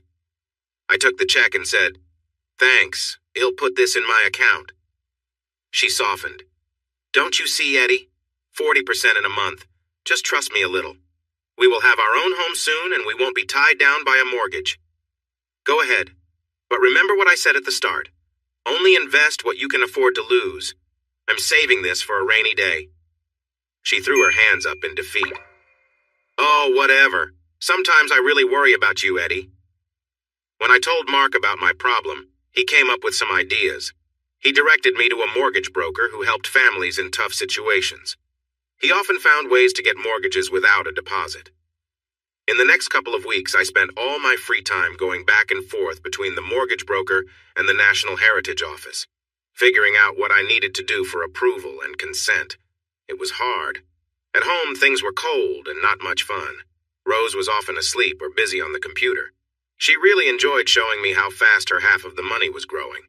I had to give her credit. She was good. If it weren't for her annoying attitude, I might have even given her my half too. What also bothered me was her friendship with Tony. It felt much deeper than before. She often talked about their lunch dates and how he was mentoring her. It made me upset. Claire also seemed to know a lot about what was happening in our lives. Her visits to the project became more regular, and we often spent time together exploring. She didn't lecture me. There was no scolding, but she did mention that I needed to let Rose grow. She was only just beginning to show her potential. I understood that, but I wasn't sure I wanted to be around this new Rose. She seemed to have lost her joy, and her excitement for life was gone. Now, all she cared about was that computer and talking about how much money she made. Buying the cottage felt too difficult. I was about to give up when Gordon called me unexpectedly one day. "How's it going, laddie? Are you still interested in the cottage?" "I still love it, yes, but sadly I think I will have to let it go." "What's the issue, laddie? Is it just money?" "Yeah, you're right." "What if I lowered the price a little?" "I would still have a hard time, Gordon. Sorry to waste your time." "Don't be foolish, laddie. I might have a solution. How about I keep 25% in the property? That would be a separate loan you can pay back. No need for the bank or anyone else to know." "What? Wow, Gordon, that would be amazing, but you don't really know me." "I know you well enough, laddie, and I want something good to happen to that cottage.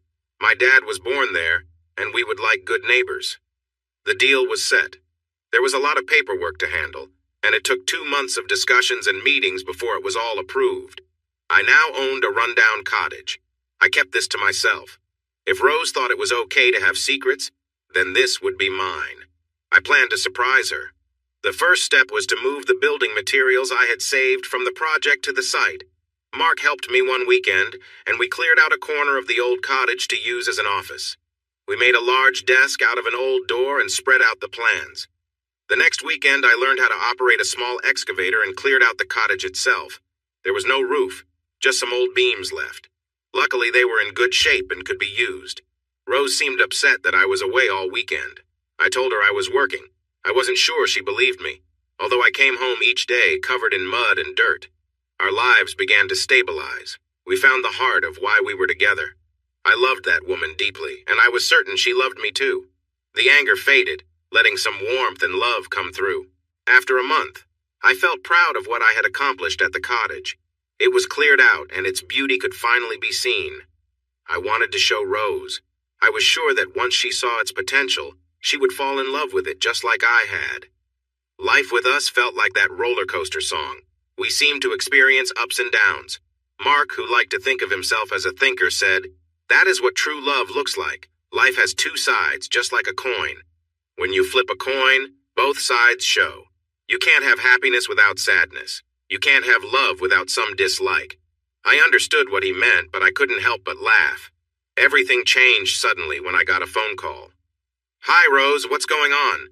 I was just leaving the office, heading home. "Eddie, I have something to tell you, and I know you won't like it, but here it is." I heard her take a deep breath before she continued. "Babe, today I went to London with Tony. He had to speak to some investors, and I interrupted, shouting, "What?" "Eddie, please calm down. Let me explain. He thought it would be a good chance for me to join the meeting, so I went with him. But now there's a problem and he has to stay another day." I felt anger rise in me. "You went to London with him without telling me? Rose, you know I don't like you spending time with him. Eddie, stop it. You're overreacting. I should have told you, but it was a last-minute decision. Plus, it gets worse. Oh, really? How so? We have to stay overnight. There was an issue with the tickets, and he canceled mine, too. I can't get a flight until tomorrow. I walked down the office stairs, my mind racing. You're saying you'll spend the night in London with him? Is that true? Yes, Eddie, that's correct. Tony has booked us rooms. We are staying at the Sheridan. No way. If you stay there with him, our marriage is finished. Do you hear me, Rose? It's over. Please calm down, Eddie. We have separate rooms. We aren't sharing. Take a train or a bus. I don't care, but if you stay with him, it's done. Eddie, please be reasonable. Sorting out a train would take too long. Plus, I learned a lot today and I want to see how tomorrow goes. I ended the call, my anger making it hard for me to think clearly. I knew if I kept talking, I would say things I didn't mean. When I arrived home, I was surprised to see Claire's car in the driveway. As I got out, she stepped out too. Hello, Eddie, how are you? What are you doing here, Claire?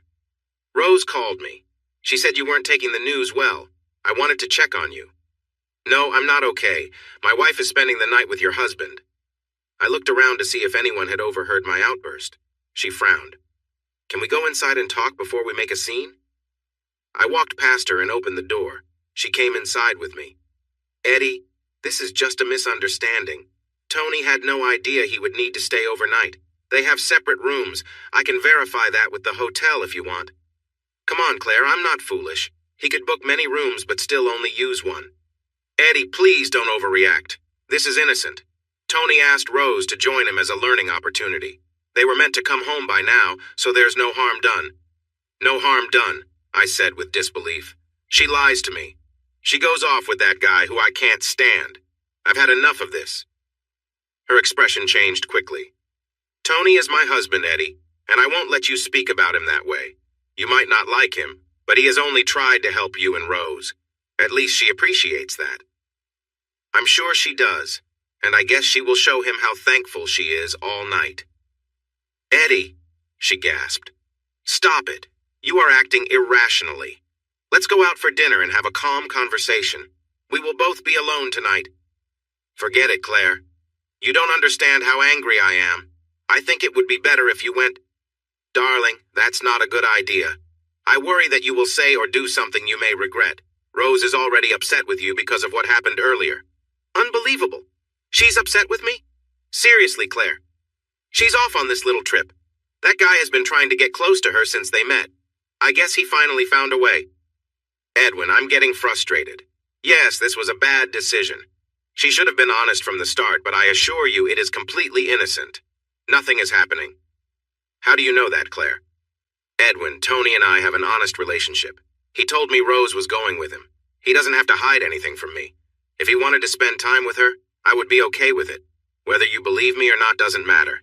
I may have my flaws, but I am not a liar. Her words barely calmed my troubled feelings. I felt so tense inside that I could feel it as I rubbed my stomach. Claire, I don't care what you say. I have my own views on what is happening. Even if they aren't doing anything wrong, I would still be upset. She lied to me again. She left for work this morning with a smile and a kiss, all the while knowing where she was going. But darling, there's nothing going on.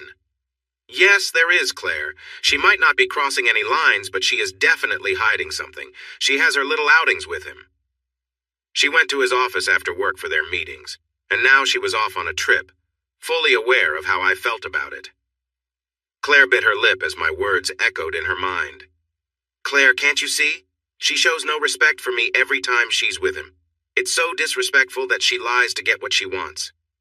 Edwin, sweetheart, you're reading too much into this. You're overthinking. Let me take you out to dinner. No, you should go, Claire, because I'm about to call Rose, and it won't be friendly. Don't say anything you might regret. Please take tonight to think it over. Things have been shaky between you two lately. She hugged me and kissed me goodbye. Please, Eddie, breathe. Don't rush into this. Think clearly. I almost decided to wait and sort it out tomorrow, but then Rose called. Eddie, can we talk? Did Claire come by? Is she still there? Yeah, she came and went. Shared her thoughts with me. Good. Can we discuss what's been happening? No, we can't. I just checked. And there's a flight back tonight. One leaves in an hour, and guess what? There are seats available. Eddie, I wanted to stay. I'm learning a lot. If you'd let me explain, this means so much to me. All I see is that you think very little of me. Since you met Tony, he's taken my place as your friend. We used to share everything. Now you go to him if you want to talk. That's not true, hon. Yes, it is, Rose. You've lost respect for me. You lie to me often. You know exactly how I would react. When you left for work this morning, you kissed me and said, "I will see you tonight." That's because we thought we'd be back today. And if that had been true, I would have never known. Somehow you feel that's okay. What I don't know won't hurt me. Eddie, if you could just let go of your dislike for Tony, I wouldn't have to lie. I could be honest. Rose, it feels like our marriage is over. I refuse to play a small role. If Tony wants to be the main character, then he can have it. Have a nice night. I hope he is what you expect. I hung up before she could respond. It was strange. I had fought hard to keep them apart and to hold on to her. Now, I had chosen to focus on my own life. I felt lighter. The anger faded away. My mind cleared and I felt more focused. I didn't want to cook, so I went to the pub for some food and a drink. It was late when I returned home. As I lay in bed, I began to think. Okay, deciding our marriage was over was easy. Figuring out how to move on was the challenging part. I had a house and a mortgage, but I couldn't afford to live there alone. Lately, I had been leaving all the bills for Rose. She never said anything about it. Moving out seemed like the only choice. As I lay in bed, my phone rang. Eddie, can we talk now? Looking at the time, I saw it was 11. Wow, that must have been quick. I can't believe he is not as great as he thinks. Eddie, she said with a tired sigh, I'm in my own bed, nothing is happening. Rose, I don't trust what you're saying right now. He could be right there laughing at me. Oh, come on, Eddie, you're being silly. I made a mistake. I should have told you the truth. Yes, you should. This isn't the first time you've apologized for this. Look, I've made a choice. We need to separate. This isn't working for me. Eddie, that's just foolish. We can get through this. I know you don't mean it. You're just upset. No, Rose. I'm serious. I can't keep living like this. I need to be with someone who values me and my opinions. That's not happening with you. Eddie, please don't let your jealousy ruin what we have. We don't have anything anymore. Since you started seeing Tony, everything changed. He took my place in this family. You ask him for advice now and I feel pushed aside. If you think about it calmly, you'll see it makes sense. It doesn't make sense. Eddie, I think you need to talk to someone. You didn't like Tony from the beginning and that jealousy is clouding your judgment. You need support. So you don't think you've done anything wrong? I've made mistakes and am not hiding from that. But talking to you has been impossible. I can't even share my success with you. Do you know how much I've earned? No, because I can't talk to you about it. Goodbye, Rose. Have a good night. I hope it's worth it. Morning came quickly, and I woke up feeling refreshed. I packed up everything I could. Clothes, my computer, and personal things, trying to fit as much as I could into my car. I didn't know where I was going, but I wouldn't stay there any longer. At work, Mark noticed I was not myself. I could feel it too. My mind was scattered, and I snapped at everyone. Eddie, what's going on? Trouble at home? He asked. Yeah, I left her. I'm tired of all the drama. He nodded. What are you going to do now? I shrug. I don't know, my friend. I feel overwhelmed. As always, he pulled me into a hug. It wasn't the most masculine gesture, but it made me feel better. It was strange how just having someone listen to my troubles helped me calm down. He made us both a cup of tea, and we walked around the site. When we reached one of the large storerooms, he stopped and walked inside. What do you think, Eddie? We could easily turn this into a nice little space for you to stay in. I was surprised by his kindness and asked, Are you sure? Absolutely. It's better than sleeping in the car. If we do it right, you could be living here in a couple of weeks. His clear thinking made sense to me. He got a few guys to help me, and he even joined in. By night, we had a bedroom ready. I could use other areas for showers and cooking. Rose called me as soon as she got home. She realized I had moved out. The call started off poorly. She called me foolish, said I was overreacting and that I was running away. I listened to her harsh words one after another. In the end, she was tired and crying. Eddie, this won't fix anything. Funny, I feel better now than I have in months. Where are you staying? That's not your concern. Are you seeing someone else? Is that what this is about? No, Rose, there isn't anyone else. I'm just tired of fighting all the time. You must feel the same. Take some time tonight and think about it. All we do now is argue. Eddie, did you think about my idea of counseling? No. Honestly, I don't think I've done anything wrong. I haven't lied or tricked you. I've been truthful and acted properly. There were some tears before she hung up, frustrated. Over the next few days, Mark and I spent time at the cottage. We used Gordon's excavator to dig out new foundations, built some frames, and I ordered the concrete truck for Saturday. On Friday, Claire came to talk to Mark and visit the site. She acknowledged me, but it felt cold, and she referred to me as Edwin again. Mark noticed the change. For the first time, I felt his anger. Eddie, don't let this affect the project. I need you to keep things professional. Don't involve Claire in your issues. I didn't know how to respond and just stared at him. He came over and put a reassuring hand on my shoulder. Sorry to be so direct, but I can tell Claire is a bit uneasy right now. I don't need any drama. I'm on your side, but please keep your distance while she's here, okay? I nodded. Sure, I didn't mean to cause any trouble. I know, but she's upset with you, so just give her some space. Got it. No problem. Gordon helped me out in another way. I wanted to do the stonework repairs myself, but I had no experience and felt stuck. Gordon knew a retired stonemason in the area who worked on the side and charged fair prices. Over the weekend, I started working with him. It was tough and slow work. We first had to gather all the broken stones and reuse them. Sorting and arranging them seemed to take forever. Bit by bit, the front wall took shape over the weekend. Jack, the old mason, was fun to work with. We shared some laughs as he taught me how to lay stone and mix lime mortar, which is a skill in itself. After a month of working every evening and weekend, we finished the front wall and it was strong enough to hold the support beams. Next, we moved on to the back extension, using the bricks we had saved from the project. Again, Jack was the expert, and I was learning. The work was hard, but it felt good. It helped me forget about my personal life. I expected Rose to reach out to me, to ask for forgiveness like she had before, but there was nothing. I felt a bit let down.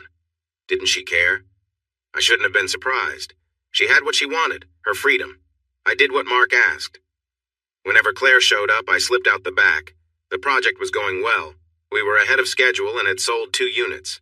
Families moved in, and Claire arrived with her team of reporters to cover the project. I tried to stay out of sight, but Mark pulled me in. No matter how much I tried to avoid her, Claire caught me in a corner. Hello, Edwin. Have you been avoiding me? Yeah, that's what I've been trying to do. She looked at me curiously. Why? Because Mark asked me to. He's worried I might say something that would upset you. I'm sorry. I've been unfair. When are you going to talk to Rose? She is really upset. No, I don't plan to. She got what she wanted, freedom to see whoever she chooses. Oh, come on. She isn't with anyone. She works and then stays home alone.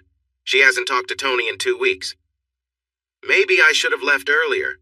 If I'd known that would break them up, I could have saved our marriage. You seem really unsure of yourself. With all your intelligence, Edwin, it's surprising. Claire, I can't deal with her behavior. The lying was bound to lead to this. I agree, the lying was wrong. I tried to get her to tell you the truth about Tony, but she refused and begged me not to tell you. I'm sorry for my part in that. I nodded, accepting her apology. Thanks for that. What else is there to do? You could talk to her. This doesn't have to be the end. She made mistakes and so did you. Wait a second. What mistakes did I make? You were too stubborn. You made her so scared of sharing her feelings that she stopped talking to you. She really wanted to, but fear held her back. Why? I've never hurt her or done anything wrong. You haven't hurt her, but there's been tension between you. By always criticizing her friendship with Tony, she felt like you were trying to control her. It actually brought her and Tony closer together. Your harsh comments made her think you wanted to keep her from him. That's nonsense. I didn't like Tony from the start. I saw through him. He liked her, and I knew he wouldn't give up. I noticed she was getting uneasy. Eddie, you're mistaken. Yes, Tony liked her, but he was always respectful. He never crossed the line. I see it differently. Why would you invite a coworker to a party if it wasn't to get closer to her? I never lied to you. Tony likes Rose, and he hoped something might come from that invitation. I met Rose before the party, and it was clear she was interested too. We didn't know you back then. As I sulked and kicked at imaginary stones, she continued. Rose thought you would enjoy the party. She mentioned that you had brought it up before. That was when we were still dating. Yes, I said I might be interested, but we weren't serious. She made a mistake. After the party, she felt bad about how things turned out. We discussed future plans, and she said it would depend on you. Then why didn't she just let it go? Why did she keep bringing it up? Because she wanted to explore it. She felt attracted to Tony, and he felt the same way. Surely you've met women who caught your eye since you've been married? Yes, I have, but I've never thought about being unfaithful. Too late I saw her flinch. She expected me to mention her. Claire, that night we danced. I can't deny I was drawn to you. You're a beautiful woman, and any man would notice you. But I'm married. I'm not here to debate our lifestyle. I just want you to call Rose and work things out. She loves you, Eddie, and I see that same love in you. Please talk to her. That's all I'm asking. Mark arrived with the film crew, and they went off to finish their interview. I thought about calling her. Honestly, I missed her. We often throw around the word love, but it means something special when it's real. Rose and I shared a true connection. We were friends first, and that bond continued even after we got married. I wanted her to succeed and be happy. It didn't surprise me that she was successful in share trading. She studied business at university and got into recruitment because a friend pulled her in and the pay was good. Even so, I felt too angry to call. Love can bring strong feelings, both good and bad, and right now, I was stuck in the bad part. I focused on the building project instead. One of the main parts of the house was going to be a long steel beam. I was going to build it myself from pieces I rescued from a previous job. Alone, the steel sections wouldn't hold up, but together, they would manage easily. Mark made the designs, using a truss system that connected the main spans with triangular frames at 35-degree angles. This design let us use smaller steel, which made it lighter and easier to work with. We planned to show the truss structure as a feature in the big living area, aiming for an open concept without any heavy columns. My welding skills would be really tested. I learned to weld in my first year after university while working. My boss was so impressed that he sent me to night classes. I learned more on the job, but the classes did give me a certificate. Mark was also impressed because the welds needed to look good, since they would be visible. When it was time to put up the beams, I asked Gordon if we could use the forks on his tractor. He was friendly and came to help. When he saw the beams, he nodded and said, "Who did your welding, laddie?" "That was me. I learned a while back." He got off his tractor to inspect them more closely. "These are really good for an engineer." I took his compliment with grace. With the three of us working together, we got the beams in place. Gordon stood by us, admiring the result. "Laddie, how about making some of these for my new barn?" he asked. I nodded. "Sure, but I'm pretty busy right now." "What if I pay you?" he responded. I laughed. It was kind of him, but he had already helped me a lot. "Listen, I'm happy to pay you. Let me show you my new barn and I'll explain." We walked over and he proudly showed us his new barn. It was set off to the side of his driveway and parking area. The issue with his kit-set design was that it required posts placed 3 meters apart, which limited its use. Mark and I quickly did some calculations, and he soon had a sketch ready. Gordon brought out some of his homemade beer, and his wife followed with sandwiches. The beer was strong but easy to drink. We enjoyed it while discussing the construction plans. Our design would allow the entire 20-meter-wide barn roof to be held up only by the trusses. No support posts would be needed. "Okay, how much?" Gordon asked. "You buy the materials and I'll do the work for free." "No, my friend, that's not how this works. I appreciate your kindness, but I want to pay you." Mark winked at me. "How about I get the steel and we build it together? It'll cost you 10,000 pounds. Gordon offered his hand and we shook on it. This meant I would be away from my home until I finished at Gordon's place, but it would help me earn some money for my own project. Gordon was traditional. His wife made sure I was well fed, and he was proud of his homemade beer. We grew closer while working side by side. When we finished, he was really pleased with the results and planned to celebrate with a barn-raising party. In the week before the party, Claire approached me at the project site. "Eddie, you might not remember Gordon from our anniversary party. He's one of our neighbors." When I shrugged, she added, "Anyway, he is having a barn-raising party on Sunday and we have been invited." I nodded. "Sounds great. I hope you enjoy it." She hesitated. "Rose has been feeling down and needs company. I'm going to invite her, but she said she wouldn't go alone." "Could you come with her?" I chuckled. "You want me to go to a party with Rose?" "Yes," she said firmly. "Eddie, she needs to get out, and it's a chance for you two to talk. And distract everyone else. No, I expect you to behave well. If you don't, I'll tell Mark." Just then, Mark walked in. "Did I hear my name?" he said playfully. Claire explained the situation, and Mark gave me a puzzled look, but quickly agreed with Claire. "I think you should go. You could use a break, and it would be good for you and Rose, even if it's just to find some closure." When he said that, Claire shot him a fierce look. Mark was determined, and it was clear Claire wasn't going to drop it. In the end, I agreed. "Great," she said cheerfully. "We'll take Rose with us. He'll send you Gordon's address." "Can Mark come too?" I asked. She regarded us both with curiosity, but replied casually, "Fine, but no funny business." Mark and I shared a laugh after she left. I found it odd that she didn't know about what I had been doing in her backyard. Still, I sensed that at her anniversary party, she and Gordon were more like acquaintances than close friends. She probably didn't mingle with regular farmers. After getting to know Gordon, I could imagine what his party would be like. It would be in the new barn, and everyone would need to wear gumboots. I wondered if Claire knew that. She would likely arrive dressed for a fancy event, just like she did for site visits. I brought an extra pair of gumboots for Rose, just in case. As Sunday approached, I wondered if Rose would actually come. She hadn't tried to reach out, which seemed unusual. That wasn't the Rose I knew. I stopped at the cottage to do some work before heading to the party, which was set to start at 11. Mark arrived at the cottage and helped me for a bit. We both watched cars driving up to Gordon's place and decided to wait for a grand entrance. Everyone was gathered in the barn. There was a big spit ready in one corner, and Gordon was keeping an eye on it. The crowd was mostly farmers, which made Claire, Tony, and surprisingly, Rose stand out. Claire and Rose were wearing heels. They clearly didn't attend many neighbor gatherings. I pulled the gumboots from the trunk. I also found a pair of her jeans in one of my bags. As we walked over to their group, Rose looked nervous. Her body language showed it. She had her hands behind her back and was kicking at the ground, staring intently at it. When we got close, Claire greeted us with hugs and kisses.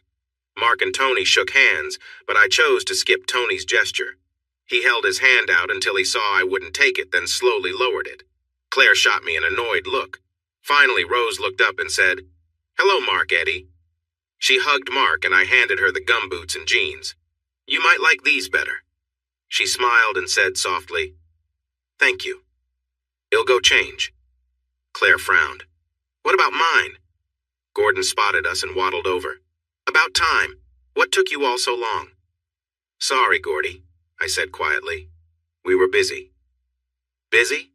More like wasting time as usual," he replied. Claire stood there surprised at the exchange. Gordon noticed and said, "Come on, laddie. I've got a task for you." He handed me a large spatula. "Keep an eye on the sausages and don't let them burn." I became the second chef. Beth, Gordon's wife, came by with arms full of his homebrew, and we got started. While I was turning sausages, Rose and Claire appeared next to me.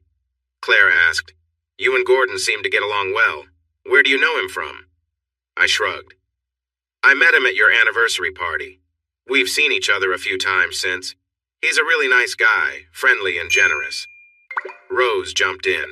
"He showed us one of the plots he divided. Eddie was eager, wasn't he?" "Yes, I was. Sadly, you didn't see the opportunities, did you?" She flinched at my comment. "It wasn't the right time. We couldn't have managed it. Even I could see that." Claire felt the air getting cooler and jumped in. "It's too late to worry about what's done. I understand that they have all been sold." Yes, you're probably right. It would have been a stretch. But a man can dream. So how have you been? Rose asked. Busy. The project has really taken off now. Yes, Claire told me. You have done well. What about you? I asked, hoping to keep the mood positive. The same. Busy. The firm has been working hard and I've made real progress with my trading. You know, if that property were available now, we could probably handle it. Bit late now that it's sold. Plus, it wouldn't be much fun on your own, would it? She grimaced. Claire jumped in. These sausages look delicious. When will they be ready? Not long now.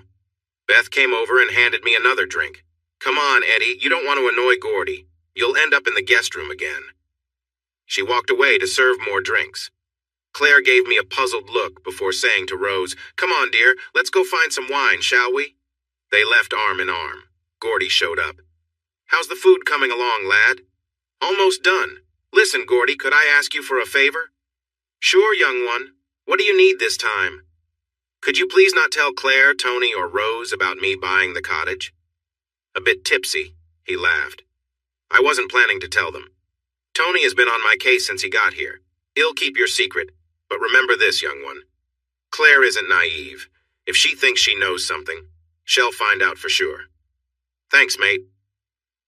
Dinner was served, and a local minister gave a light-hearted blessing for the gathering. There was a lot of laughter, and Gordy kept the drinks coming. I knew I wouldn't be able to drive home. Throughout the day, Rose and I found time to talk. We both apologized for our mistakes, even though I still felt I hadn't done anything wrong. Later in the day, as I was helping to clean up, she approached me. Eddie, can we try again? I miss you and see how I messed up. I never meant to hurt your feelings. I just got caught up in my own world. Rose, I would love to say yes, but I'm not sure. I've learned some things about myself and need to see them through. I think some time apart might be good for us. Are you seeing someone else? Is that it? No, Rose. I mean, it's a personal journey I'm on. What about you? No, not at all. I've been waiting to talk to you. We stood in an awkward silence until Rose said softly, Is there no chance for us then? That's not what I said. I just think we both need time to figure out what we truly want. I was really hurt when you went off with Tony. Spending the night with another man doesn't show me you care. Eddie, I promise nothing happened. We each had our own rooms. There was nothing between us. I know what you said, Rose, but lying about being there in the first place makes it hard for me to trust you. Babe, how can I earn your trust back? Just tell me what to do. I don't know, Rose. If it was easy, I would have figured it out by now. I still care about you, but I need to feel you care too. I do, love. I miss you so much. Just as we were finishing up, Claire approached and asked Rose if she was ready to leave.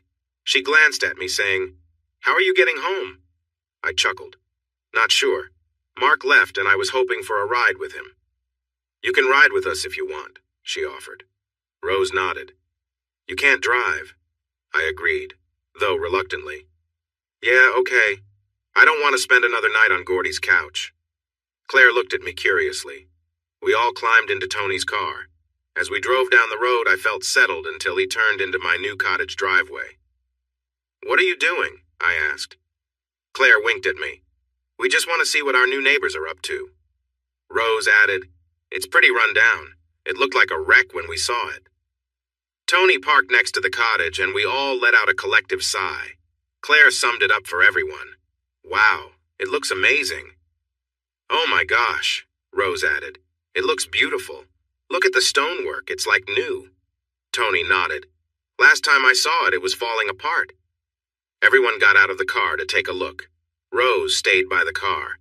Aren't you coming to check it out? I shrugged and joined them. As we walked around back, Rose was surprised by how big the new addition was. They walked inside the area that would eventually have large doors leading to a deck. We all walked around, and Rose spun in excitement. It's incredible. Eddie, is this what you imagined? I nodded. Yeah, something like this. I noticed Tony looking at the metal beam. This looks just like the one at Gordon's place, doesn't it? I nodded. Similar with a few differences. As Rose wandered about, she wondered aloud, Where will the kitchen be? Do you think there will be an island? Claire joined her as they looked into the space where the kitchen would go. Yes, it has to have one. Imagine a big pantry on that far wall. That would be amazing. Whoever is doing this has really created a beautiful space. I can see the big fireplace over there, and it looks warm and inviting, Rose said. Oh, it's more than just inviting, Claire replied. It's truly amazing. Rose sighed with longing. Eddie, I wish I had your vision. If only we had thought to do this together. It could have been ours. I nodded. You're right. It could have been. She looked away with a hint of regret. We walked back to the car, and Tony went over to my pile of building supplies. All of this is second-hand. That must be why they got the building permit. As we drove away, Rose shifted closer to me. She wrapped her arm around mine and rested her head on my shoulder. I was surprised when Tony slowed down and turned into their driveway. Is everyone ready for a drink? He asked. Rose said softly, Yes, please. I could use one. How about you, Eddie? The car stopped, and I said, No thanks. I'll get a taxi. Claire gave me a disapproving look. Come on, Eddie. We would like you to join us. I was already on my phone, and the taxi service was taking my details. Once I had booked the cab, Rose squeezed my arm. Come on, just one drink. It won't be a big deal. I really didn't want to spend time with Tony, but with a light drizzle falling, I decided to go inside with them. Tony went straight to the bar and poured drinks for everyone. There was an uncomfortable silence as we stood close together. Claire tried to break the tension. The project is going well, Eddie. You and Mark are a great team. I thought you made a mistake turning down Carter's offer, but now I see you made the right choice. That comment only made the silence more awkward. Tony jumped in. I disagree. Just because you're getting along with Mark doesn't mean you couldn't have done better with Carter. Imagine what you could have achieved at Trimax and think about your finances. I held back my frustration and replied, I'm happy with my decision. This project is rewarding.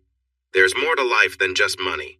It's fulfilling a social need, and I've learned so much from Mark, especially about working with people. Claire nodded. Yes, Mark is a special person. We are lucky to have him. She smiled at me and added, He speaks so highly of your contributions. He even told me he wouldn't have gotten this far without you. Just then, I heard the taxi honking outside, and I said my goodbyes. Rose asked, Can I share the cab with you? Claire urged, No, please don't leave. Stay a little longer. I need someone to talk to. She glanced at me, weighing her options. Finally, she sighed and said, Okay, maybe just one more. The girls walked to the front door to say goodbye, and Tony called out as I walked past. What could have happened if she had come with me? I'm not sure, but we seemed to be in a good place. Oh well, it wasn't meant to be. For the next month, I focused on putting the roof on and making sure the cottage was water-resistant. Standing in the living room and looking up at the high ceilings gave the place a special feeling. The large stone fireplace, now complete, really added a nice touch to the space. I had found some big oak beams to use. My initial plan was to turn them into floorboards. However, I was quickly running low on money. I had spent the extra funds I got from Gordon on electricity and a new distribution board. Now my finances were tight. I was using every penny I earned, and the project was nearing completion.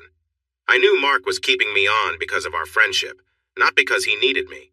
I had already prepared the final task lists and completion reports. Mark had hoped that this project would lead to more opportunities. No one could deny the success of this project. The units were now rented and in use. The only empty ones were the ones that were still not finished. There was another old factory on the edge of town. Mark had created designs for a similar project there, but the issue was funding. Claire had already promised to help, bringing in friends and other investors. Even Tony was involved, but this next project was much bigger and needed a lot more money. That was the main problem. Mark approached the council, but they claimed they had no funds available. The central government was also unhelpful. The plan sat untouched. Each day, the current project got closer to completion. It was time to start looking for another job. Most local jobs offered low pay, more suitable for new graduates than experienced engineers. The only job offer I had was from my old friend in Wales. They were looking for engineers for a new project.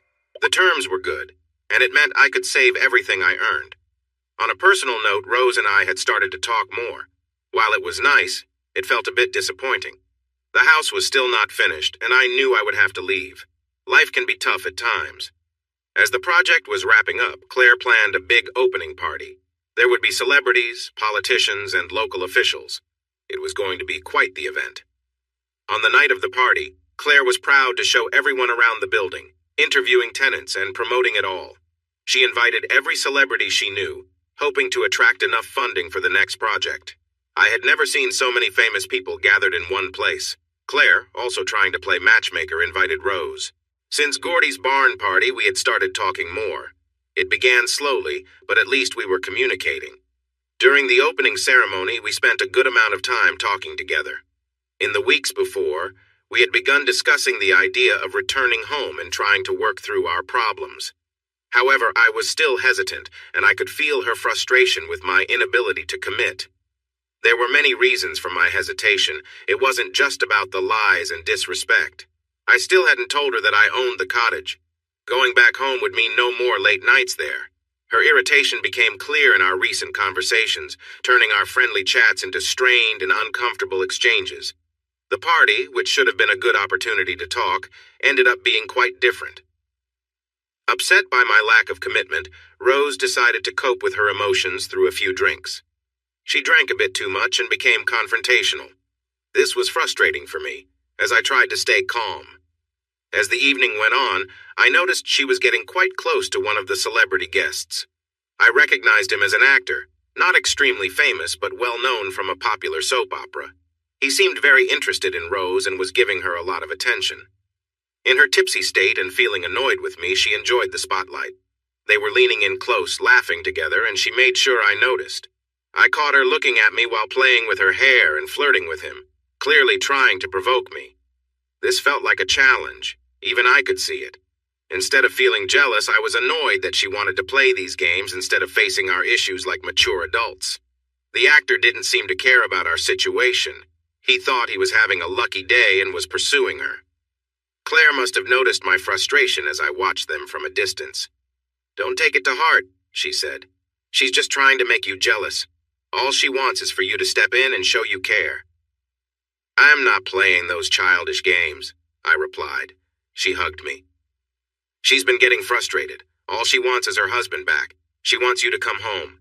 You must feel that too. From what she said, you've been getting along better." "I do want to, but I'm not sure. I feel uncertain about whether we're truly ready. She has lied to me before. She understands that, which is why she has been patient. But if you think there's even a small chance, now is the time to act. Wait too long and you'll just confuse her. She's wondering what is going on. If she doesn't see any signs that you want the same things, she may consider moving on." That really surprised me. If that's how she feels, maybe that's the best thing. Honestly, I don't want to go through all this drama again. I was pulled away to answer some questions from politicians. It was quite a while before I saw Rose again, and she seemed to have had too much to drink. She came over and bewildered me with her words. "Sorry, I have to go. Martin is taking me to dinner." Trying to hide my annoyance, I replied, "Have a good time. Maybe it'll go well for you." Seeing my lack of interest, she smiled oddly. "Oh, it's more than just luck." "Good for you. Enjoy yourself." She reached for my arm. "Eddie, don't be like this. It doesn't have to be this way. We could leave together." Her voice sounded whiny, and her words were a bit jumbled. "What? Disappoint your friend? You clearly want to be with him more than me." I turned away to tell Mark I was leaving. I nearly reached my car when Claire caught up to me. She shouted as she hurried behind me in her heels. "Eddie, stop!" I paused for her to catch her breath. "Eddie, what are you doing?" "I'm leaving before I make a mistake." "Don't be so hasty, dear. That show in there was for you. She was trying to get your attention. Claire, if she wants to fix our broken marriage, she just needs to say it. No need for these games." "Oh my goodness, Eddie. She has asked you repeatedly." You keep pushing her away. "Claire, I just don't think we're ready. If we get back together now, I worry we'll end up back where we started. Her behavior just shows that. She thinks it's fine to play these silly games, or maybe she still wants that open marriage idea." I got into my car and slammed the door. "Tell her if she wants to be with that other guy, she should just go for it." In my rearview mirror, I could see her watching me as I drove off. Great! I shouted at the steering wheel, feeling frustrated. What on earth was I doing? How could she act like that? Now that I was living at the cottage, I could work late into the night. I worked harder than before, putting up insulation and plasterboard in what would be the main bedroom. I paced around like a restless animal. It didn't help my anxiety, looking at all the unfinished projects. I was out of money and ideas, and each incomplete task felt like a reflection of my life. Like any engineer would do, I made a list. Then I sat down, my head in my hands, overwhelmed with the urge to cry. There was no way I could finish this.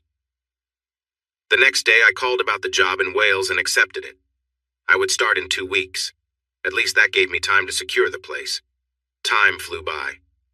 Most nights I stayed at Gordy's place, enjoying some homebrew and sharing jokes. He was quite the character. Rose went quiet once more. Suddenly, I lost contact, and Claire had to keep me informed about what was happening. It turned out that Rose was now with someone famous. Claire was very apologetic, but she mentioned that if I had just gone back and talked to Rose, it might not have happened. Yeah, right. The job in Wales turned out to be quite good and kept me busy.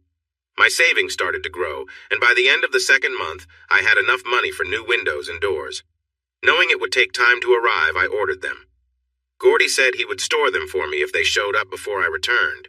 He also had some news. He saw Rose with another guy at my cottage, and they questioned him about who owned the place. They wanted to buy it. I couldn't believe it. She didn't want anything to do with it when I showed her, and now she wanted to buy it. I would rather lose money than sell it. A couple of weeks later, I got a call from Gordy. A real estate agent has been asking about your property. What should I tell them? Tell them I'm not interested. Laddie, this is serious. They are offering real money. The guy Rose is with seems determined. They even brought a realtor who wants to get in touch with you. She asked for your phone number. I told her I'd check with you first. Go ahead and give her the number, but not my name. Eddie, she can get your name from the property records, right? No, it's in my company's name. You have a company? I do, but I've only used it for the mortgage. Okay, I'll give her your number. By the way, she is very eager. She wants her commission. Gordy, I'm not selling, but I might have some fun with them. Young one, I won't mind if you decide to sell. Don't worry about that. Thanks, mate. Work was intense, and a few days later I was surprised when I received a call from a very professional-sounding young woman. Good morning, Gordon Jenkins gave me your phone number. My name is Rosalind Pike, and I am calling regarding a property you own. Yeah, he mentioned you might call. How can I help? I have a client interested in purchasing your property. I see, but you know it's not for sale, right? I'm aware it isn't listed, but a friend hinted that you might need some financial help. She thought this could be a good opportunity for you. I laughed, trying to sound relaxed. I'm not sure where you got that idea, but I'm doing just fine financially. Then why is the place all boarded up? Because I had to leave for work. I will finish when I get back. I don't mean to be pushy, but I can see that the cottage looks closed up. It seems you have no plans to finish the house. I am a busy man, Mrs. Pike. Miss, she corrected me. Okay, Miss Pike. Here's the deal. Everything is for sale at the right price. Make me an offer I can't refuse. All right? Her tone brightened, sensing a potential deal. I know you paid about £75,000 almost a year ago. You've made some improvements, so my client wants to offer £145,000. How does that sound? That's ridiculous. Tell your client that if he wants to make a serious offer, he can call me. That offer is not serious at all. I understand that you may not have much experience, so I'll let this one slide. She took a deep breath, taking in my response. Mr. Sorry. Who am I speaking with? Not important, Rosalind, but I am quite insulted right now. Please don't call me again if this is the best you can do. Offend me one more time and we won't speak again. She quickly apologized. I'm sorry. The offer was based on the property value and the work done. I'll speak with my client and hopefully we can talk again. I chuckled. What a joke. I was ready to enjoy this. Several days passed before she called again. Good morning, it's Rosalind Pike. Can we talk? Yes, I have a few minutes for you. Good. My client has reconsidered your property. He is ready to make a much higher offer, but there are conditions. He wants to move in right away, and he also wants the building materials included in the purchase price. As I said, Miss Pike, everything comes at a price. But remember, this is your last chance. If you insult me again, we will end our conversation here. Yes, I understand. The new offer is £250,000. I warned you, Miss Pike. Good day. I hung up, leaving her speechless, trying to respond. The offer wasn't terrible. If I really wanted to sell, it would have made me think twice. Later that day, she called back. Good afternoon. I don't know what else to say. The offer seems reasonable. Let's not play games. How much do you want? Miss Pike, I warned you. I won't do your job. If your client is serious, he needs to make a real offer, or stop calling me. I hung up and stepped outside the office to get some fresh air. Walking around, I wondered, what on earth are you trying to achieve? Knowing Rose was interested in the cottage gave me a chance to mess with her, although I wasn't even sure if she knew what was happening. The next morning, I received a phone call from Mr. Salmon, the actor. Good morning, this is Felix Salmon. You were speaking to Roz, from Property Brokers. She was getting quite frustrated, so I decided to step in. I'm calling to see if we can make a deal. I understand. I told Miss Pike that if the price was right, I would think about it. Just remember, the property is not officially for sale. If you're interested, feel free to make an offer. Listen, my girlfriend really wants that place and she's determined to get it. Just tell me the price and we can move forward. It doesn't work like that, Felix. I explained this to Miss Pike. You need to make a serious offer, and then I will consider it. Come on, you've turned down 2 really good offers. Don't mess with me. Just tell me how much you want. Felix, you're not catching on. Make a reasonable offer or stop wasting my time. I hung up and put my phone away. Later that night, I turned it back on and saw several calls from Felix. I could hear his frustration. He was used to getting what he wanted. He had already taken my wife. He wasn't getting anything else from me. During dinner, Gordy called. Listen, I'm getting a bit frustrated. Claire has been here almost every day asking about your cottage. By the way, the windows and doors arrived while she was here. I'm sorry, what do you want me to do? Make a decision. Either sell the place or tell them it's not for sale. I don't want to keep being your secretary. Okay, I will figure it out. If they show up again, just tell them to leave. It's not that simple, and you know it. Claire and Beth are friends. Claire is putting pressure on Beth to find out who owns the cottage. This isn't fair. Please sort it out. Gordy sounded stressed. He was right. I was being silly. I called Felix back. He answered, sounding annoyed. Finally, how much do you want for it? Felix, the cottage is not for sale. That's final. This isn't a negotiation. I'm just stating the fact that it's not for sale. Come on. My girlfriend really loves the place. Just give me a price. It is not for sale. You said everything has a price, so tell me. Not for sale. Do you understand? You're really frustrating me. Just tell me how much you want for that old building. It's not for sale, and stop bothering Gordy. He might contact the police. Things went quiet over the next week. I felt almost embarrassed to call Gordy, but he ended up calling me first. I'm sorry for getting upset with you. I didn't mean to be so short. If I were in your position, I might have had a little fun, too. I was really worried about Beth. Gordy, you don't need to apologize. I was being difficult. I should be the one to say sorry. You're fine, son. I saw Claire and Rose at your cottage today. They were looking around trying to find out what they could. Your ex is really into that place. She's not my wife anymore. She is my ex. We may not be divorced yet, but she is definitely my ex. Not my concern, lad. I just wanted to mention it. You do have a problem, though. Claire has your number. She got it from that actor. I think she's going to try and meddle. How's Beth doing? She's doing okay. She set Claire straight. They may be friends, but they're not super close, and Beth knows when someone is trying to take advantage of her. Please give her a hug for me and let her know I'm sorry. Claire called several days later. I already had her number saved, so when I saw it, I let it go to voicemail. She left several messages over the next few days. I tried to ignore them until I couldn't anymore. I sent her a text. The house is not for sale. Please stop bothering me. She called, but I chose not to answer. She tried many times over the next month, always at odd times. I think she was hoping to catch me off guard. When my time in Cardiff was over and I had some money saved, I went back. Gordy was waiting with a couple of drinks, and Beth brought out some stew. It was a pleasant summer evening, and we sat outside by the barn, enjoying our drinks. "What are your plans, lad?" "I have saved enough to almost finish the cottage. I found a job at Rixon's in town. It's not high paying, but it will keep me afloat." He chuckled. "You're an interesting one, aren't you? That Claire. Now that I'm happily married, it's worth mentioning she's been around more than ever lately." We both laughed. "Yeah, she is quite attractive," I replied. "You know, just so you know, her and her husband are part of a group that meets up." I acted surprised. "What, are you and Beth part of it?" He laughed loudly. "No way, lad. We don't fit into that scene. They probably think I'm too rough for it."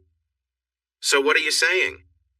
"Well, if I were a young, good-looking guy like you, I might consider it. Claire is going to keep coming around, and if she gets too close, you could use her interest to your advantage." We clinked our glasses and both chuckled at his suggestion. I started at Rixon's the next Monday. It was a small engineering company that worked on pump installations and water contracts. Not the most exciting job, but it would pay the bills. There was one benefit, though. One of their projects was tearing down an old training center for the water board. This wasn't part of their usual work. Since I had experience with demolition, I took on the role of project manager. The reward for this task was a lot of wood. It was an old building made long before modern construction techniques. I made a deal that let me keep the wood for free, as long as I removed it. The wood was mostly oak and Oregon pine. If milled properly, it would be great for my backyard deck. Over the weekend, I was taking off all the shutters from the windows to get ready to put in the new double-glazed ones. While I was on a ladder, I heard a car pull into the driveway. I stayed focused on pulling out nails from the shutters at the top. Then, I heard a car door close, and a voice from below said, "Good morning. It seems we are going to be neighbors. My name is Claire." I smiled and replied, "Hello, Claire. It's been a while."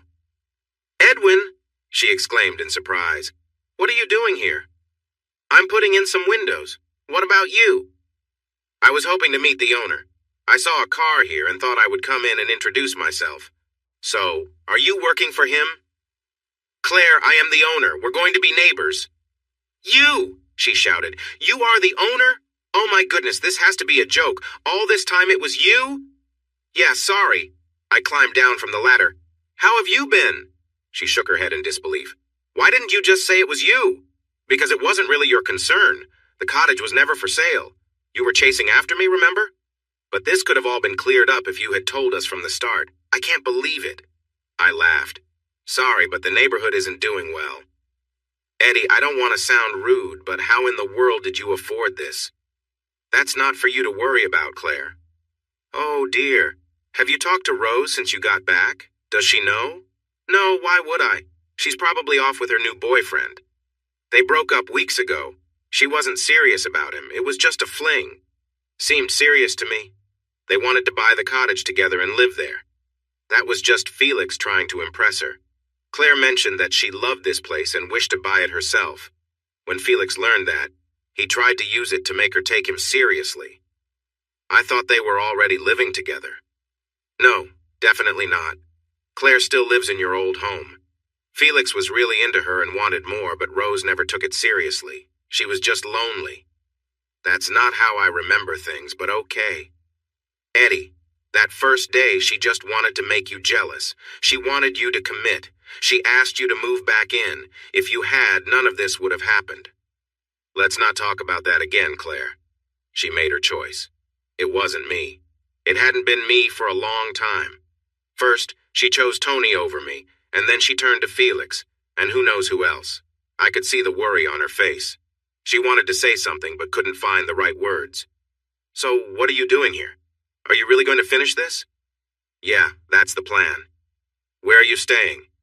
"I'm moving into a room here."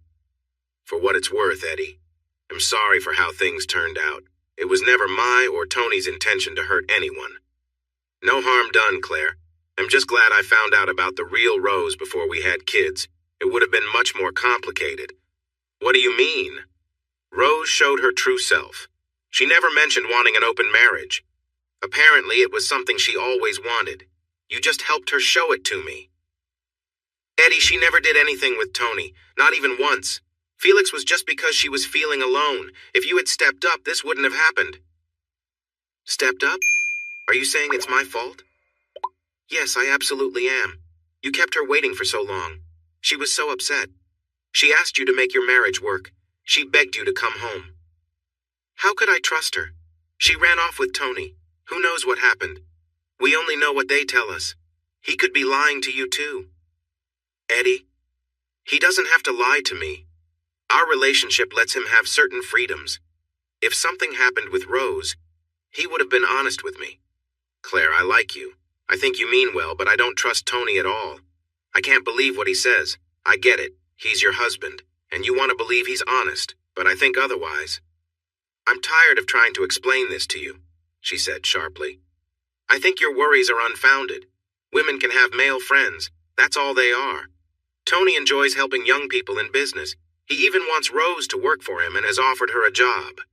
If she hadn't told me she wanted to be with him, I might believe you. But she dragged me to that party even though I said no. She was eager to meet him. Darling, those parties are a shared choice. No one is forced into anything. It's agreed upon. Both partners are involved. You could have enjoyed it too. But I didn't want to, and Rose was really upset when I said no. She didn't care about my feelings. The only reason I was invited was so she could feel better about her choices. I give up. You have no idea what I'm talking about. Rose and I spoke many times, both before and after. She was only interested if you showed interest. You are so closed-minded that you just can't see it. She looked at me with concern. Eddie, you really are very naive. You need to be more open-minded. If you could just see things differently, you might be surprised. My mind is open, thank you. I just didn't like what I saw. She frowned. I'm sorry you feel that way. Seeing that I had upset her, I quickly added, I wasn't talking about you, Claire. I just didn't like the idea of casual relationships. It's not casual when you're with friends. Neither of us won this argument. She had her view and it was different from mine. She stayed for a while but eventually left. I went back to putting in the windows. By nightfall, I had finished all the smaller ones, leaving only the French doors for the living room and bedroom. By Sunday night, with help from Gordy and his brother, the doors were in, and we were enjoying some drinks. Living in the house was challenging. The kitchen wasn't finished, and there was no sink or toilet. Once again, Gordy saved the day. I was surprised when he showed up on Monday night with a caravan. He parked it beside the house. Here you go, buddy. Use this until you're done. I was very grateful. He was a true lifesaver. Over the next week, Claire became a regular visitor. She would come by walking through the fields with her dogs, often when I was busy. Our friendship began to grow stronger again, filled with kindness. What I noticed most was the mutual respect between us. She now saw me differently. Every evening when she visited, we would walk around the cottage. She looked impressed as I shared my plans. She often linked her arm through mine and leaned against me as we strolled. She also offered ideas. One day she suggested, you know what would make this place special? Skylights or a glass panel in the roof. It would let the natural light shine in and make it amazing. Her comment surprised me. After she left, I walked into the kitchen looking around.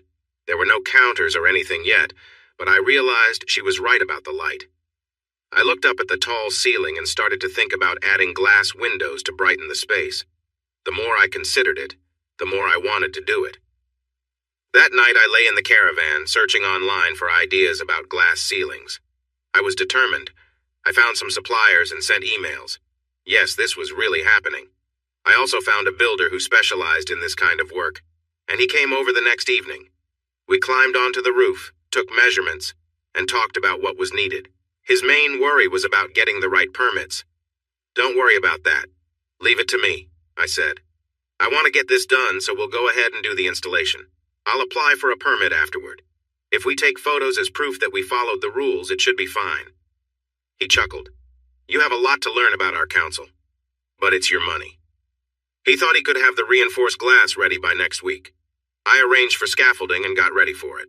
Claire was running late for her daily visit, and I was making dinner in the caravan when I heard her dogs barking as she approached. Hello, Eddie. Oh, that smells great, I laughed. It's just baked beans on toast. She giggled. Wow, I haven't had baked beans since I was modeling and sharing an apartment with some friends. She peered into the pot and took a big sniff. Then she looked up at me. Is there enough for two? I chuckled lightly. You, eating baked beans? Seriously? With big, hopeful eyes, she whispered, Please? All right then, if you really want some.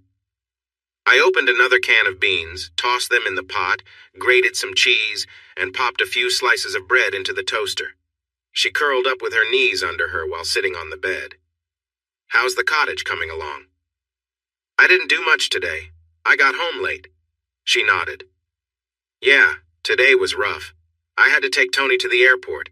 He got called away for an urgent meeting in London. He should have taken Rose with him. Don't start, Eddie. Can we just drop that? I noticed the tension in her face, so I let it go. Soon we were sitting across from each other on the bed, and she really enjoyed her meal like she hadn't eaten in a while. After she finished, she sighed. Do you have any wine? I chuckled. Sorry, but I can offer you beer. I even have a couple of Gordy's home brews. She shivered at the thought. I opened a beer, and she watched me closely. After I took a drink, she grabbed the bottle from me and took a big gulp. When she handed it back, she quickly covered her mouth to hide a burp. Wow!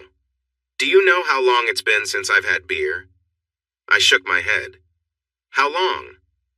Since I was dating Tony, she said. She nestled up beside me. Have you talked to Rose lately? You know I haven't. You talk to her every day. I was hoping you'd reach out to her. She misses you. When I told her you were back, she was so happy. She asked where you were living and what you were doing. She probably wants to tell me about her date with Felix. She lightly tapped my arm. Come on, that's been over for a while, and don't tell me you haven't been dating. I shrugged. I met a few girls down in the valleys. She giggled. Yeah, I've heard stories about those Welsh girls.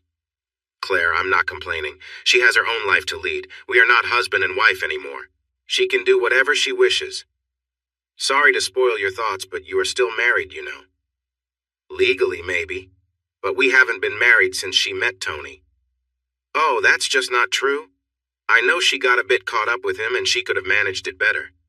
But she hasn't done anything wrong. Aside from that dance and a little kissing that night, nothing else happened.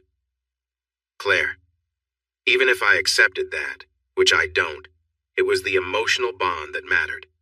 They spent time together. She shared things with him that she never mentioned to me. I could see the frustration on her face. Eddie, I wanted to ask her out.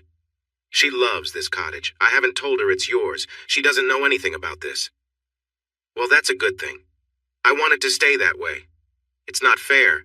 I hate lying to her. She is my best friend, and she still cares for you.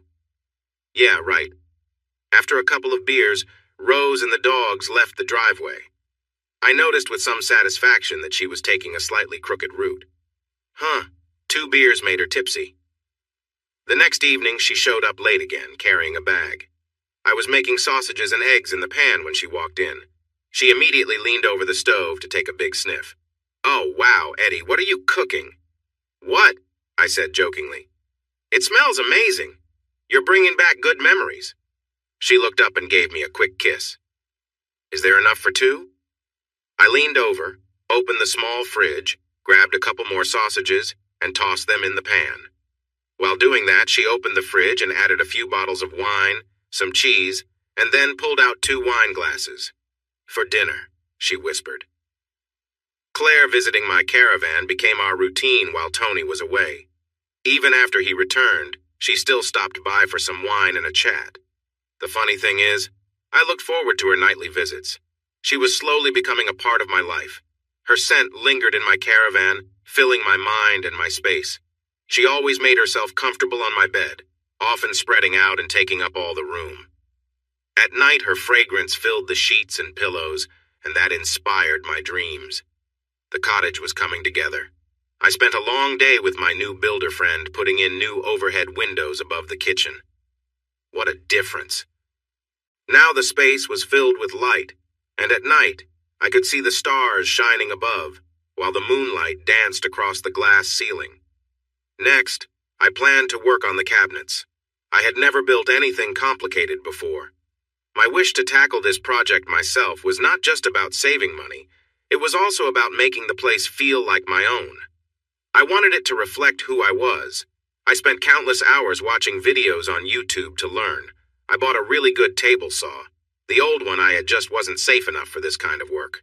I found leftover wood from the floorboards, which was perfect for building. I wanted to get it all done in one go, so I took a week off work. That, combined with the weekend, gave me plenty of time.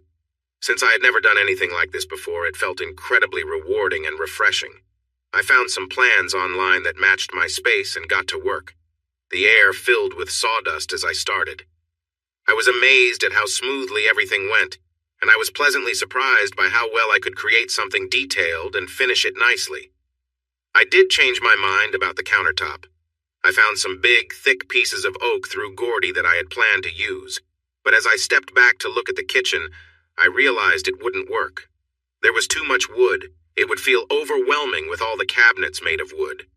I decided it needed a stone finish instead. When I saw the prices for stone, I felt nervous. It would push my budget to the limit. In the end, I chose a beautiful quartz countertop for the island and counters. Once it was done, it looked amazing. Claire was starting to get a little anxious as it had been a month since she last saw inside. I wanted it to be perfect before she viewed it.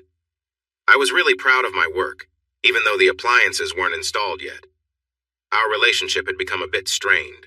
She wanted to invite Rose over to see it, but I said no. She urged me to talk to her, but I didn't feel ready for that. It was hard, though. Every time she visited, she seemed to mention Rose. One evening, I was surprised by her visit. It was warm, and I had cooked chicken and made a salad. I was relaxing in my camp chair when she arrived and sat down next to me. I had already set out her bottle of wine, and she poured herself a glass. We started chatting about the cottage and my recent projects. As we talked, I asked about her day. "Well, there was a welcoming event at Tony's office for a new team member," she said. My interest was piqued. "Sounds interesting."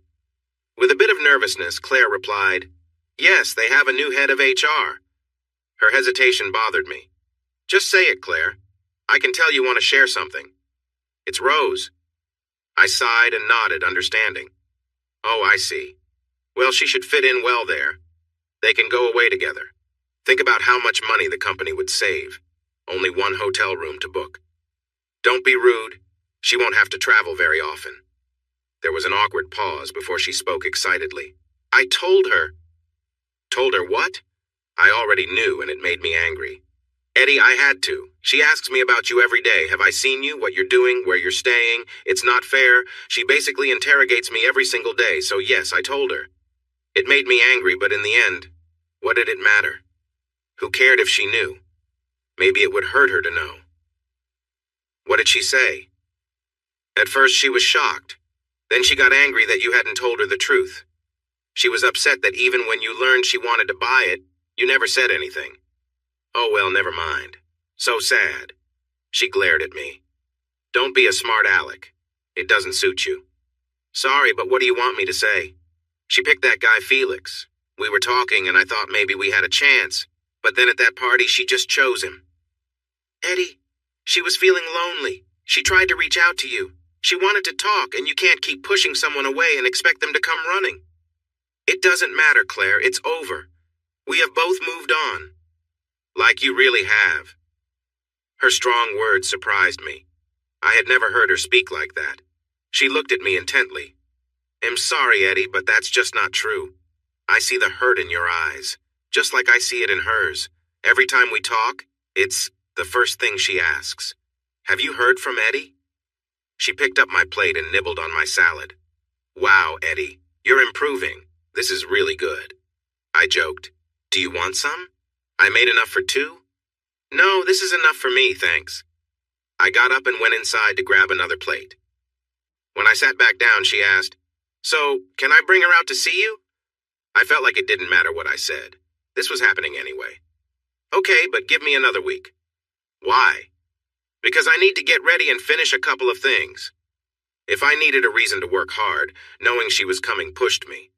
I stayed up late working. A few days later, it was late.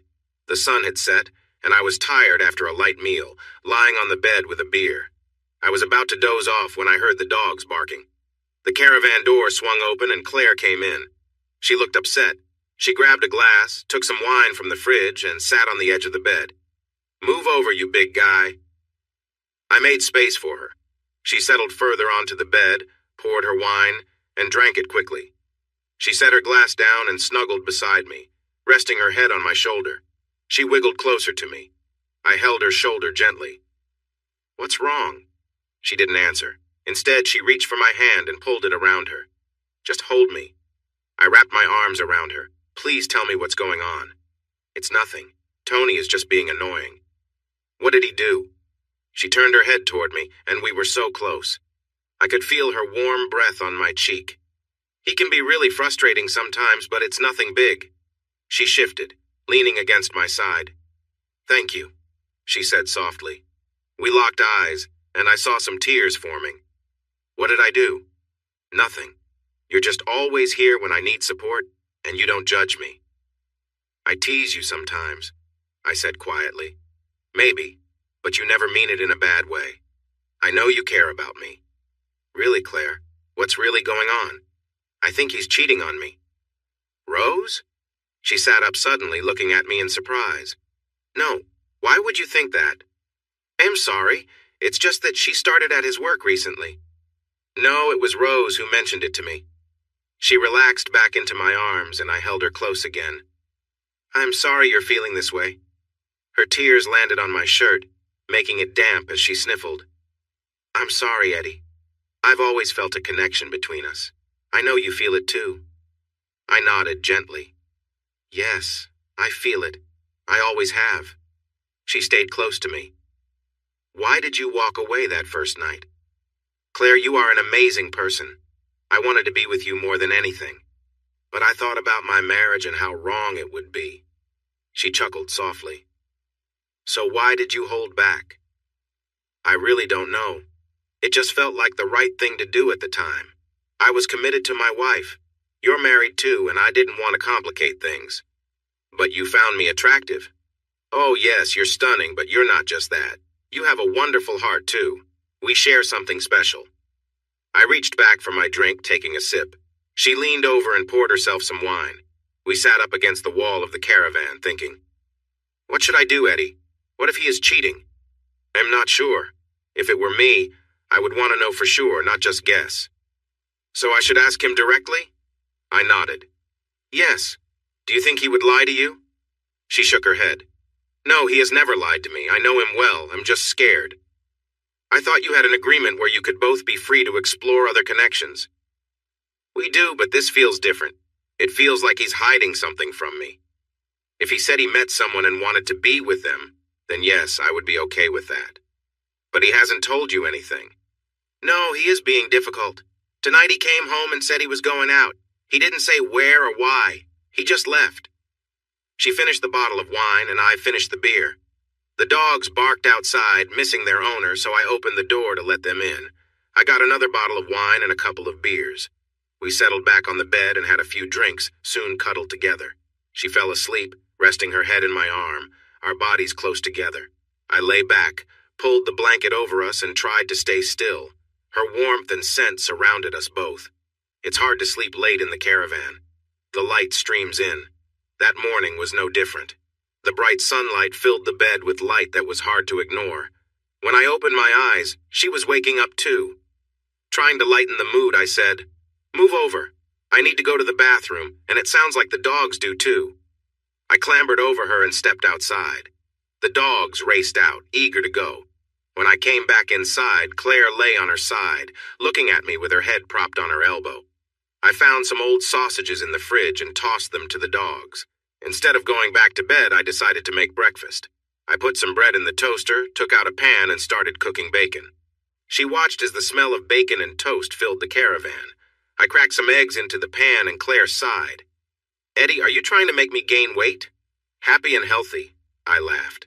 We moved outside where the sun was shining brightly on a wooden crate I used as a table. I served the food and made us a cup of tea. We ate quietly. "Thanks for last night, Eddie. Most guys would have taken advantage." "In that case, most guys aren't very smart."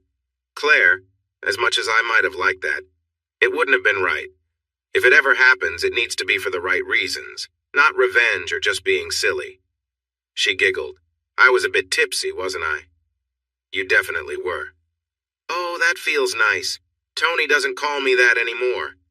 He's missing out because you really are special. As we finished eating, she asked, should I do the dishes? No, I can handle it. What should I do, Eddie? Talk to him, give him a chance. There might be a good explanation. She frowned. I hope so. Will you be okay, or do you want me to go with you? She burst out laughing, struggling to speak. You, with me? Oh yes, that would help. I chuckled. The offer stands. I just want to make sure you're okay. What will you tell him about last night? I'll say we were together all night, and you are the best partner I've ever had. I almost choked at her words. She giggled. Relax. I'll tell him the truth. I nodded and smiled. Good plan. The truth is always best. She kissed me softly at first, but then it deepened quickly. Her arms wrapped around my neck, and we shared a sweet moment pressed close together. When she pulled back, I felt a little unsteady. Oh, wow, Claire. Can we do that again? I can make it even better. You playful boy, she said as she picked up her bag and called for the dogs. I stood there trying to catch my breath, watching her walk away with a sway in her step. I cleaned up the dishes to tackle later and began laying tiles in the bathroom. I had never done this before, so I relied on what I learned from online videos. The white tiles went down easily, making the room feel bigger and brighter. I still needed one important item, a big old cast-iron clawfoot bathtub. Rose loved taking long baths, and I wanted to create a lovely space for her. The bathroom had a nice view out to a small courtyard, with a large window letting in natural light. I had already placed skylights in this room, so it felt open to the sky. All I needed now was the bathtub. I couldn't afford a new one, so I was hoping to find an old, used one, but those were hard to come by. That evening, Gordy came over with some of his homemade beer. We relaxed and enjoyed the beautiful sunset. I shared my search for a bathtub, and he laughed. With a twinkle in his eye, he said, Have you ever walked to the back of your property? With raised eyebrows, I asked, No, why not? What's up there? When you can, take a walk along the creek, he suggested. Come on, what will I find? You'll see for yourself. After he left, I decided to explore. The path to the back of the property slowly rose, with a small creek running beside it. Holding a beer, I followed the trail. About halfway up, I spotted a big old clawfoot bathtub lying on its side. While it was quite dirty and chipped, it was still sturdy. It was heavy, though, as I tried to move it through the weeds. I laughed on my way back, realizing Gordy had known all along. Now I needed to figure out how to get it cleaned up and restored. The next morning, I woke up to Gordy on his tractor. He tooted the horn from outside my caravan. Time to get up, you sleepyhead. I groaned a little and got out to meet him, pretending to snarl in protest. What on earth are you doing, you crazy person? If you want that bath, get yourself up there.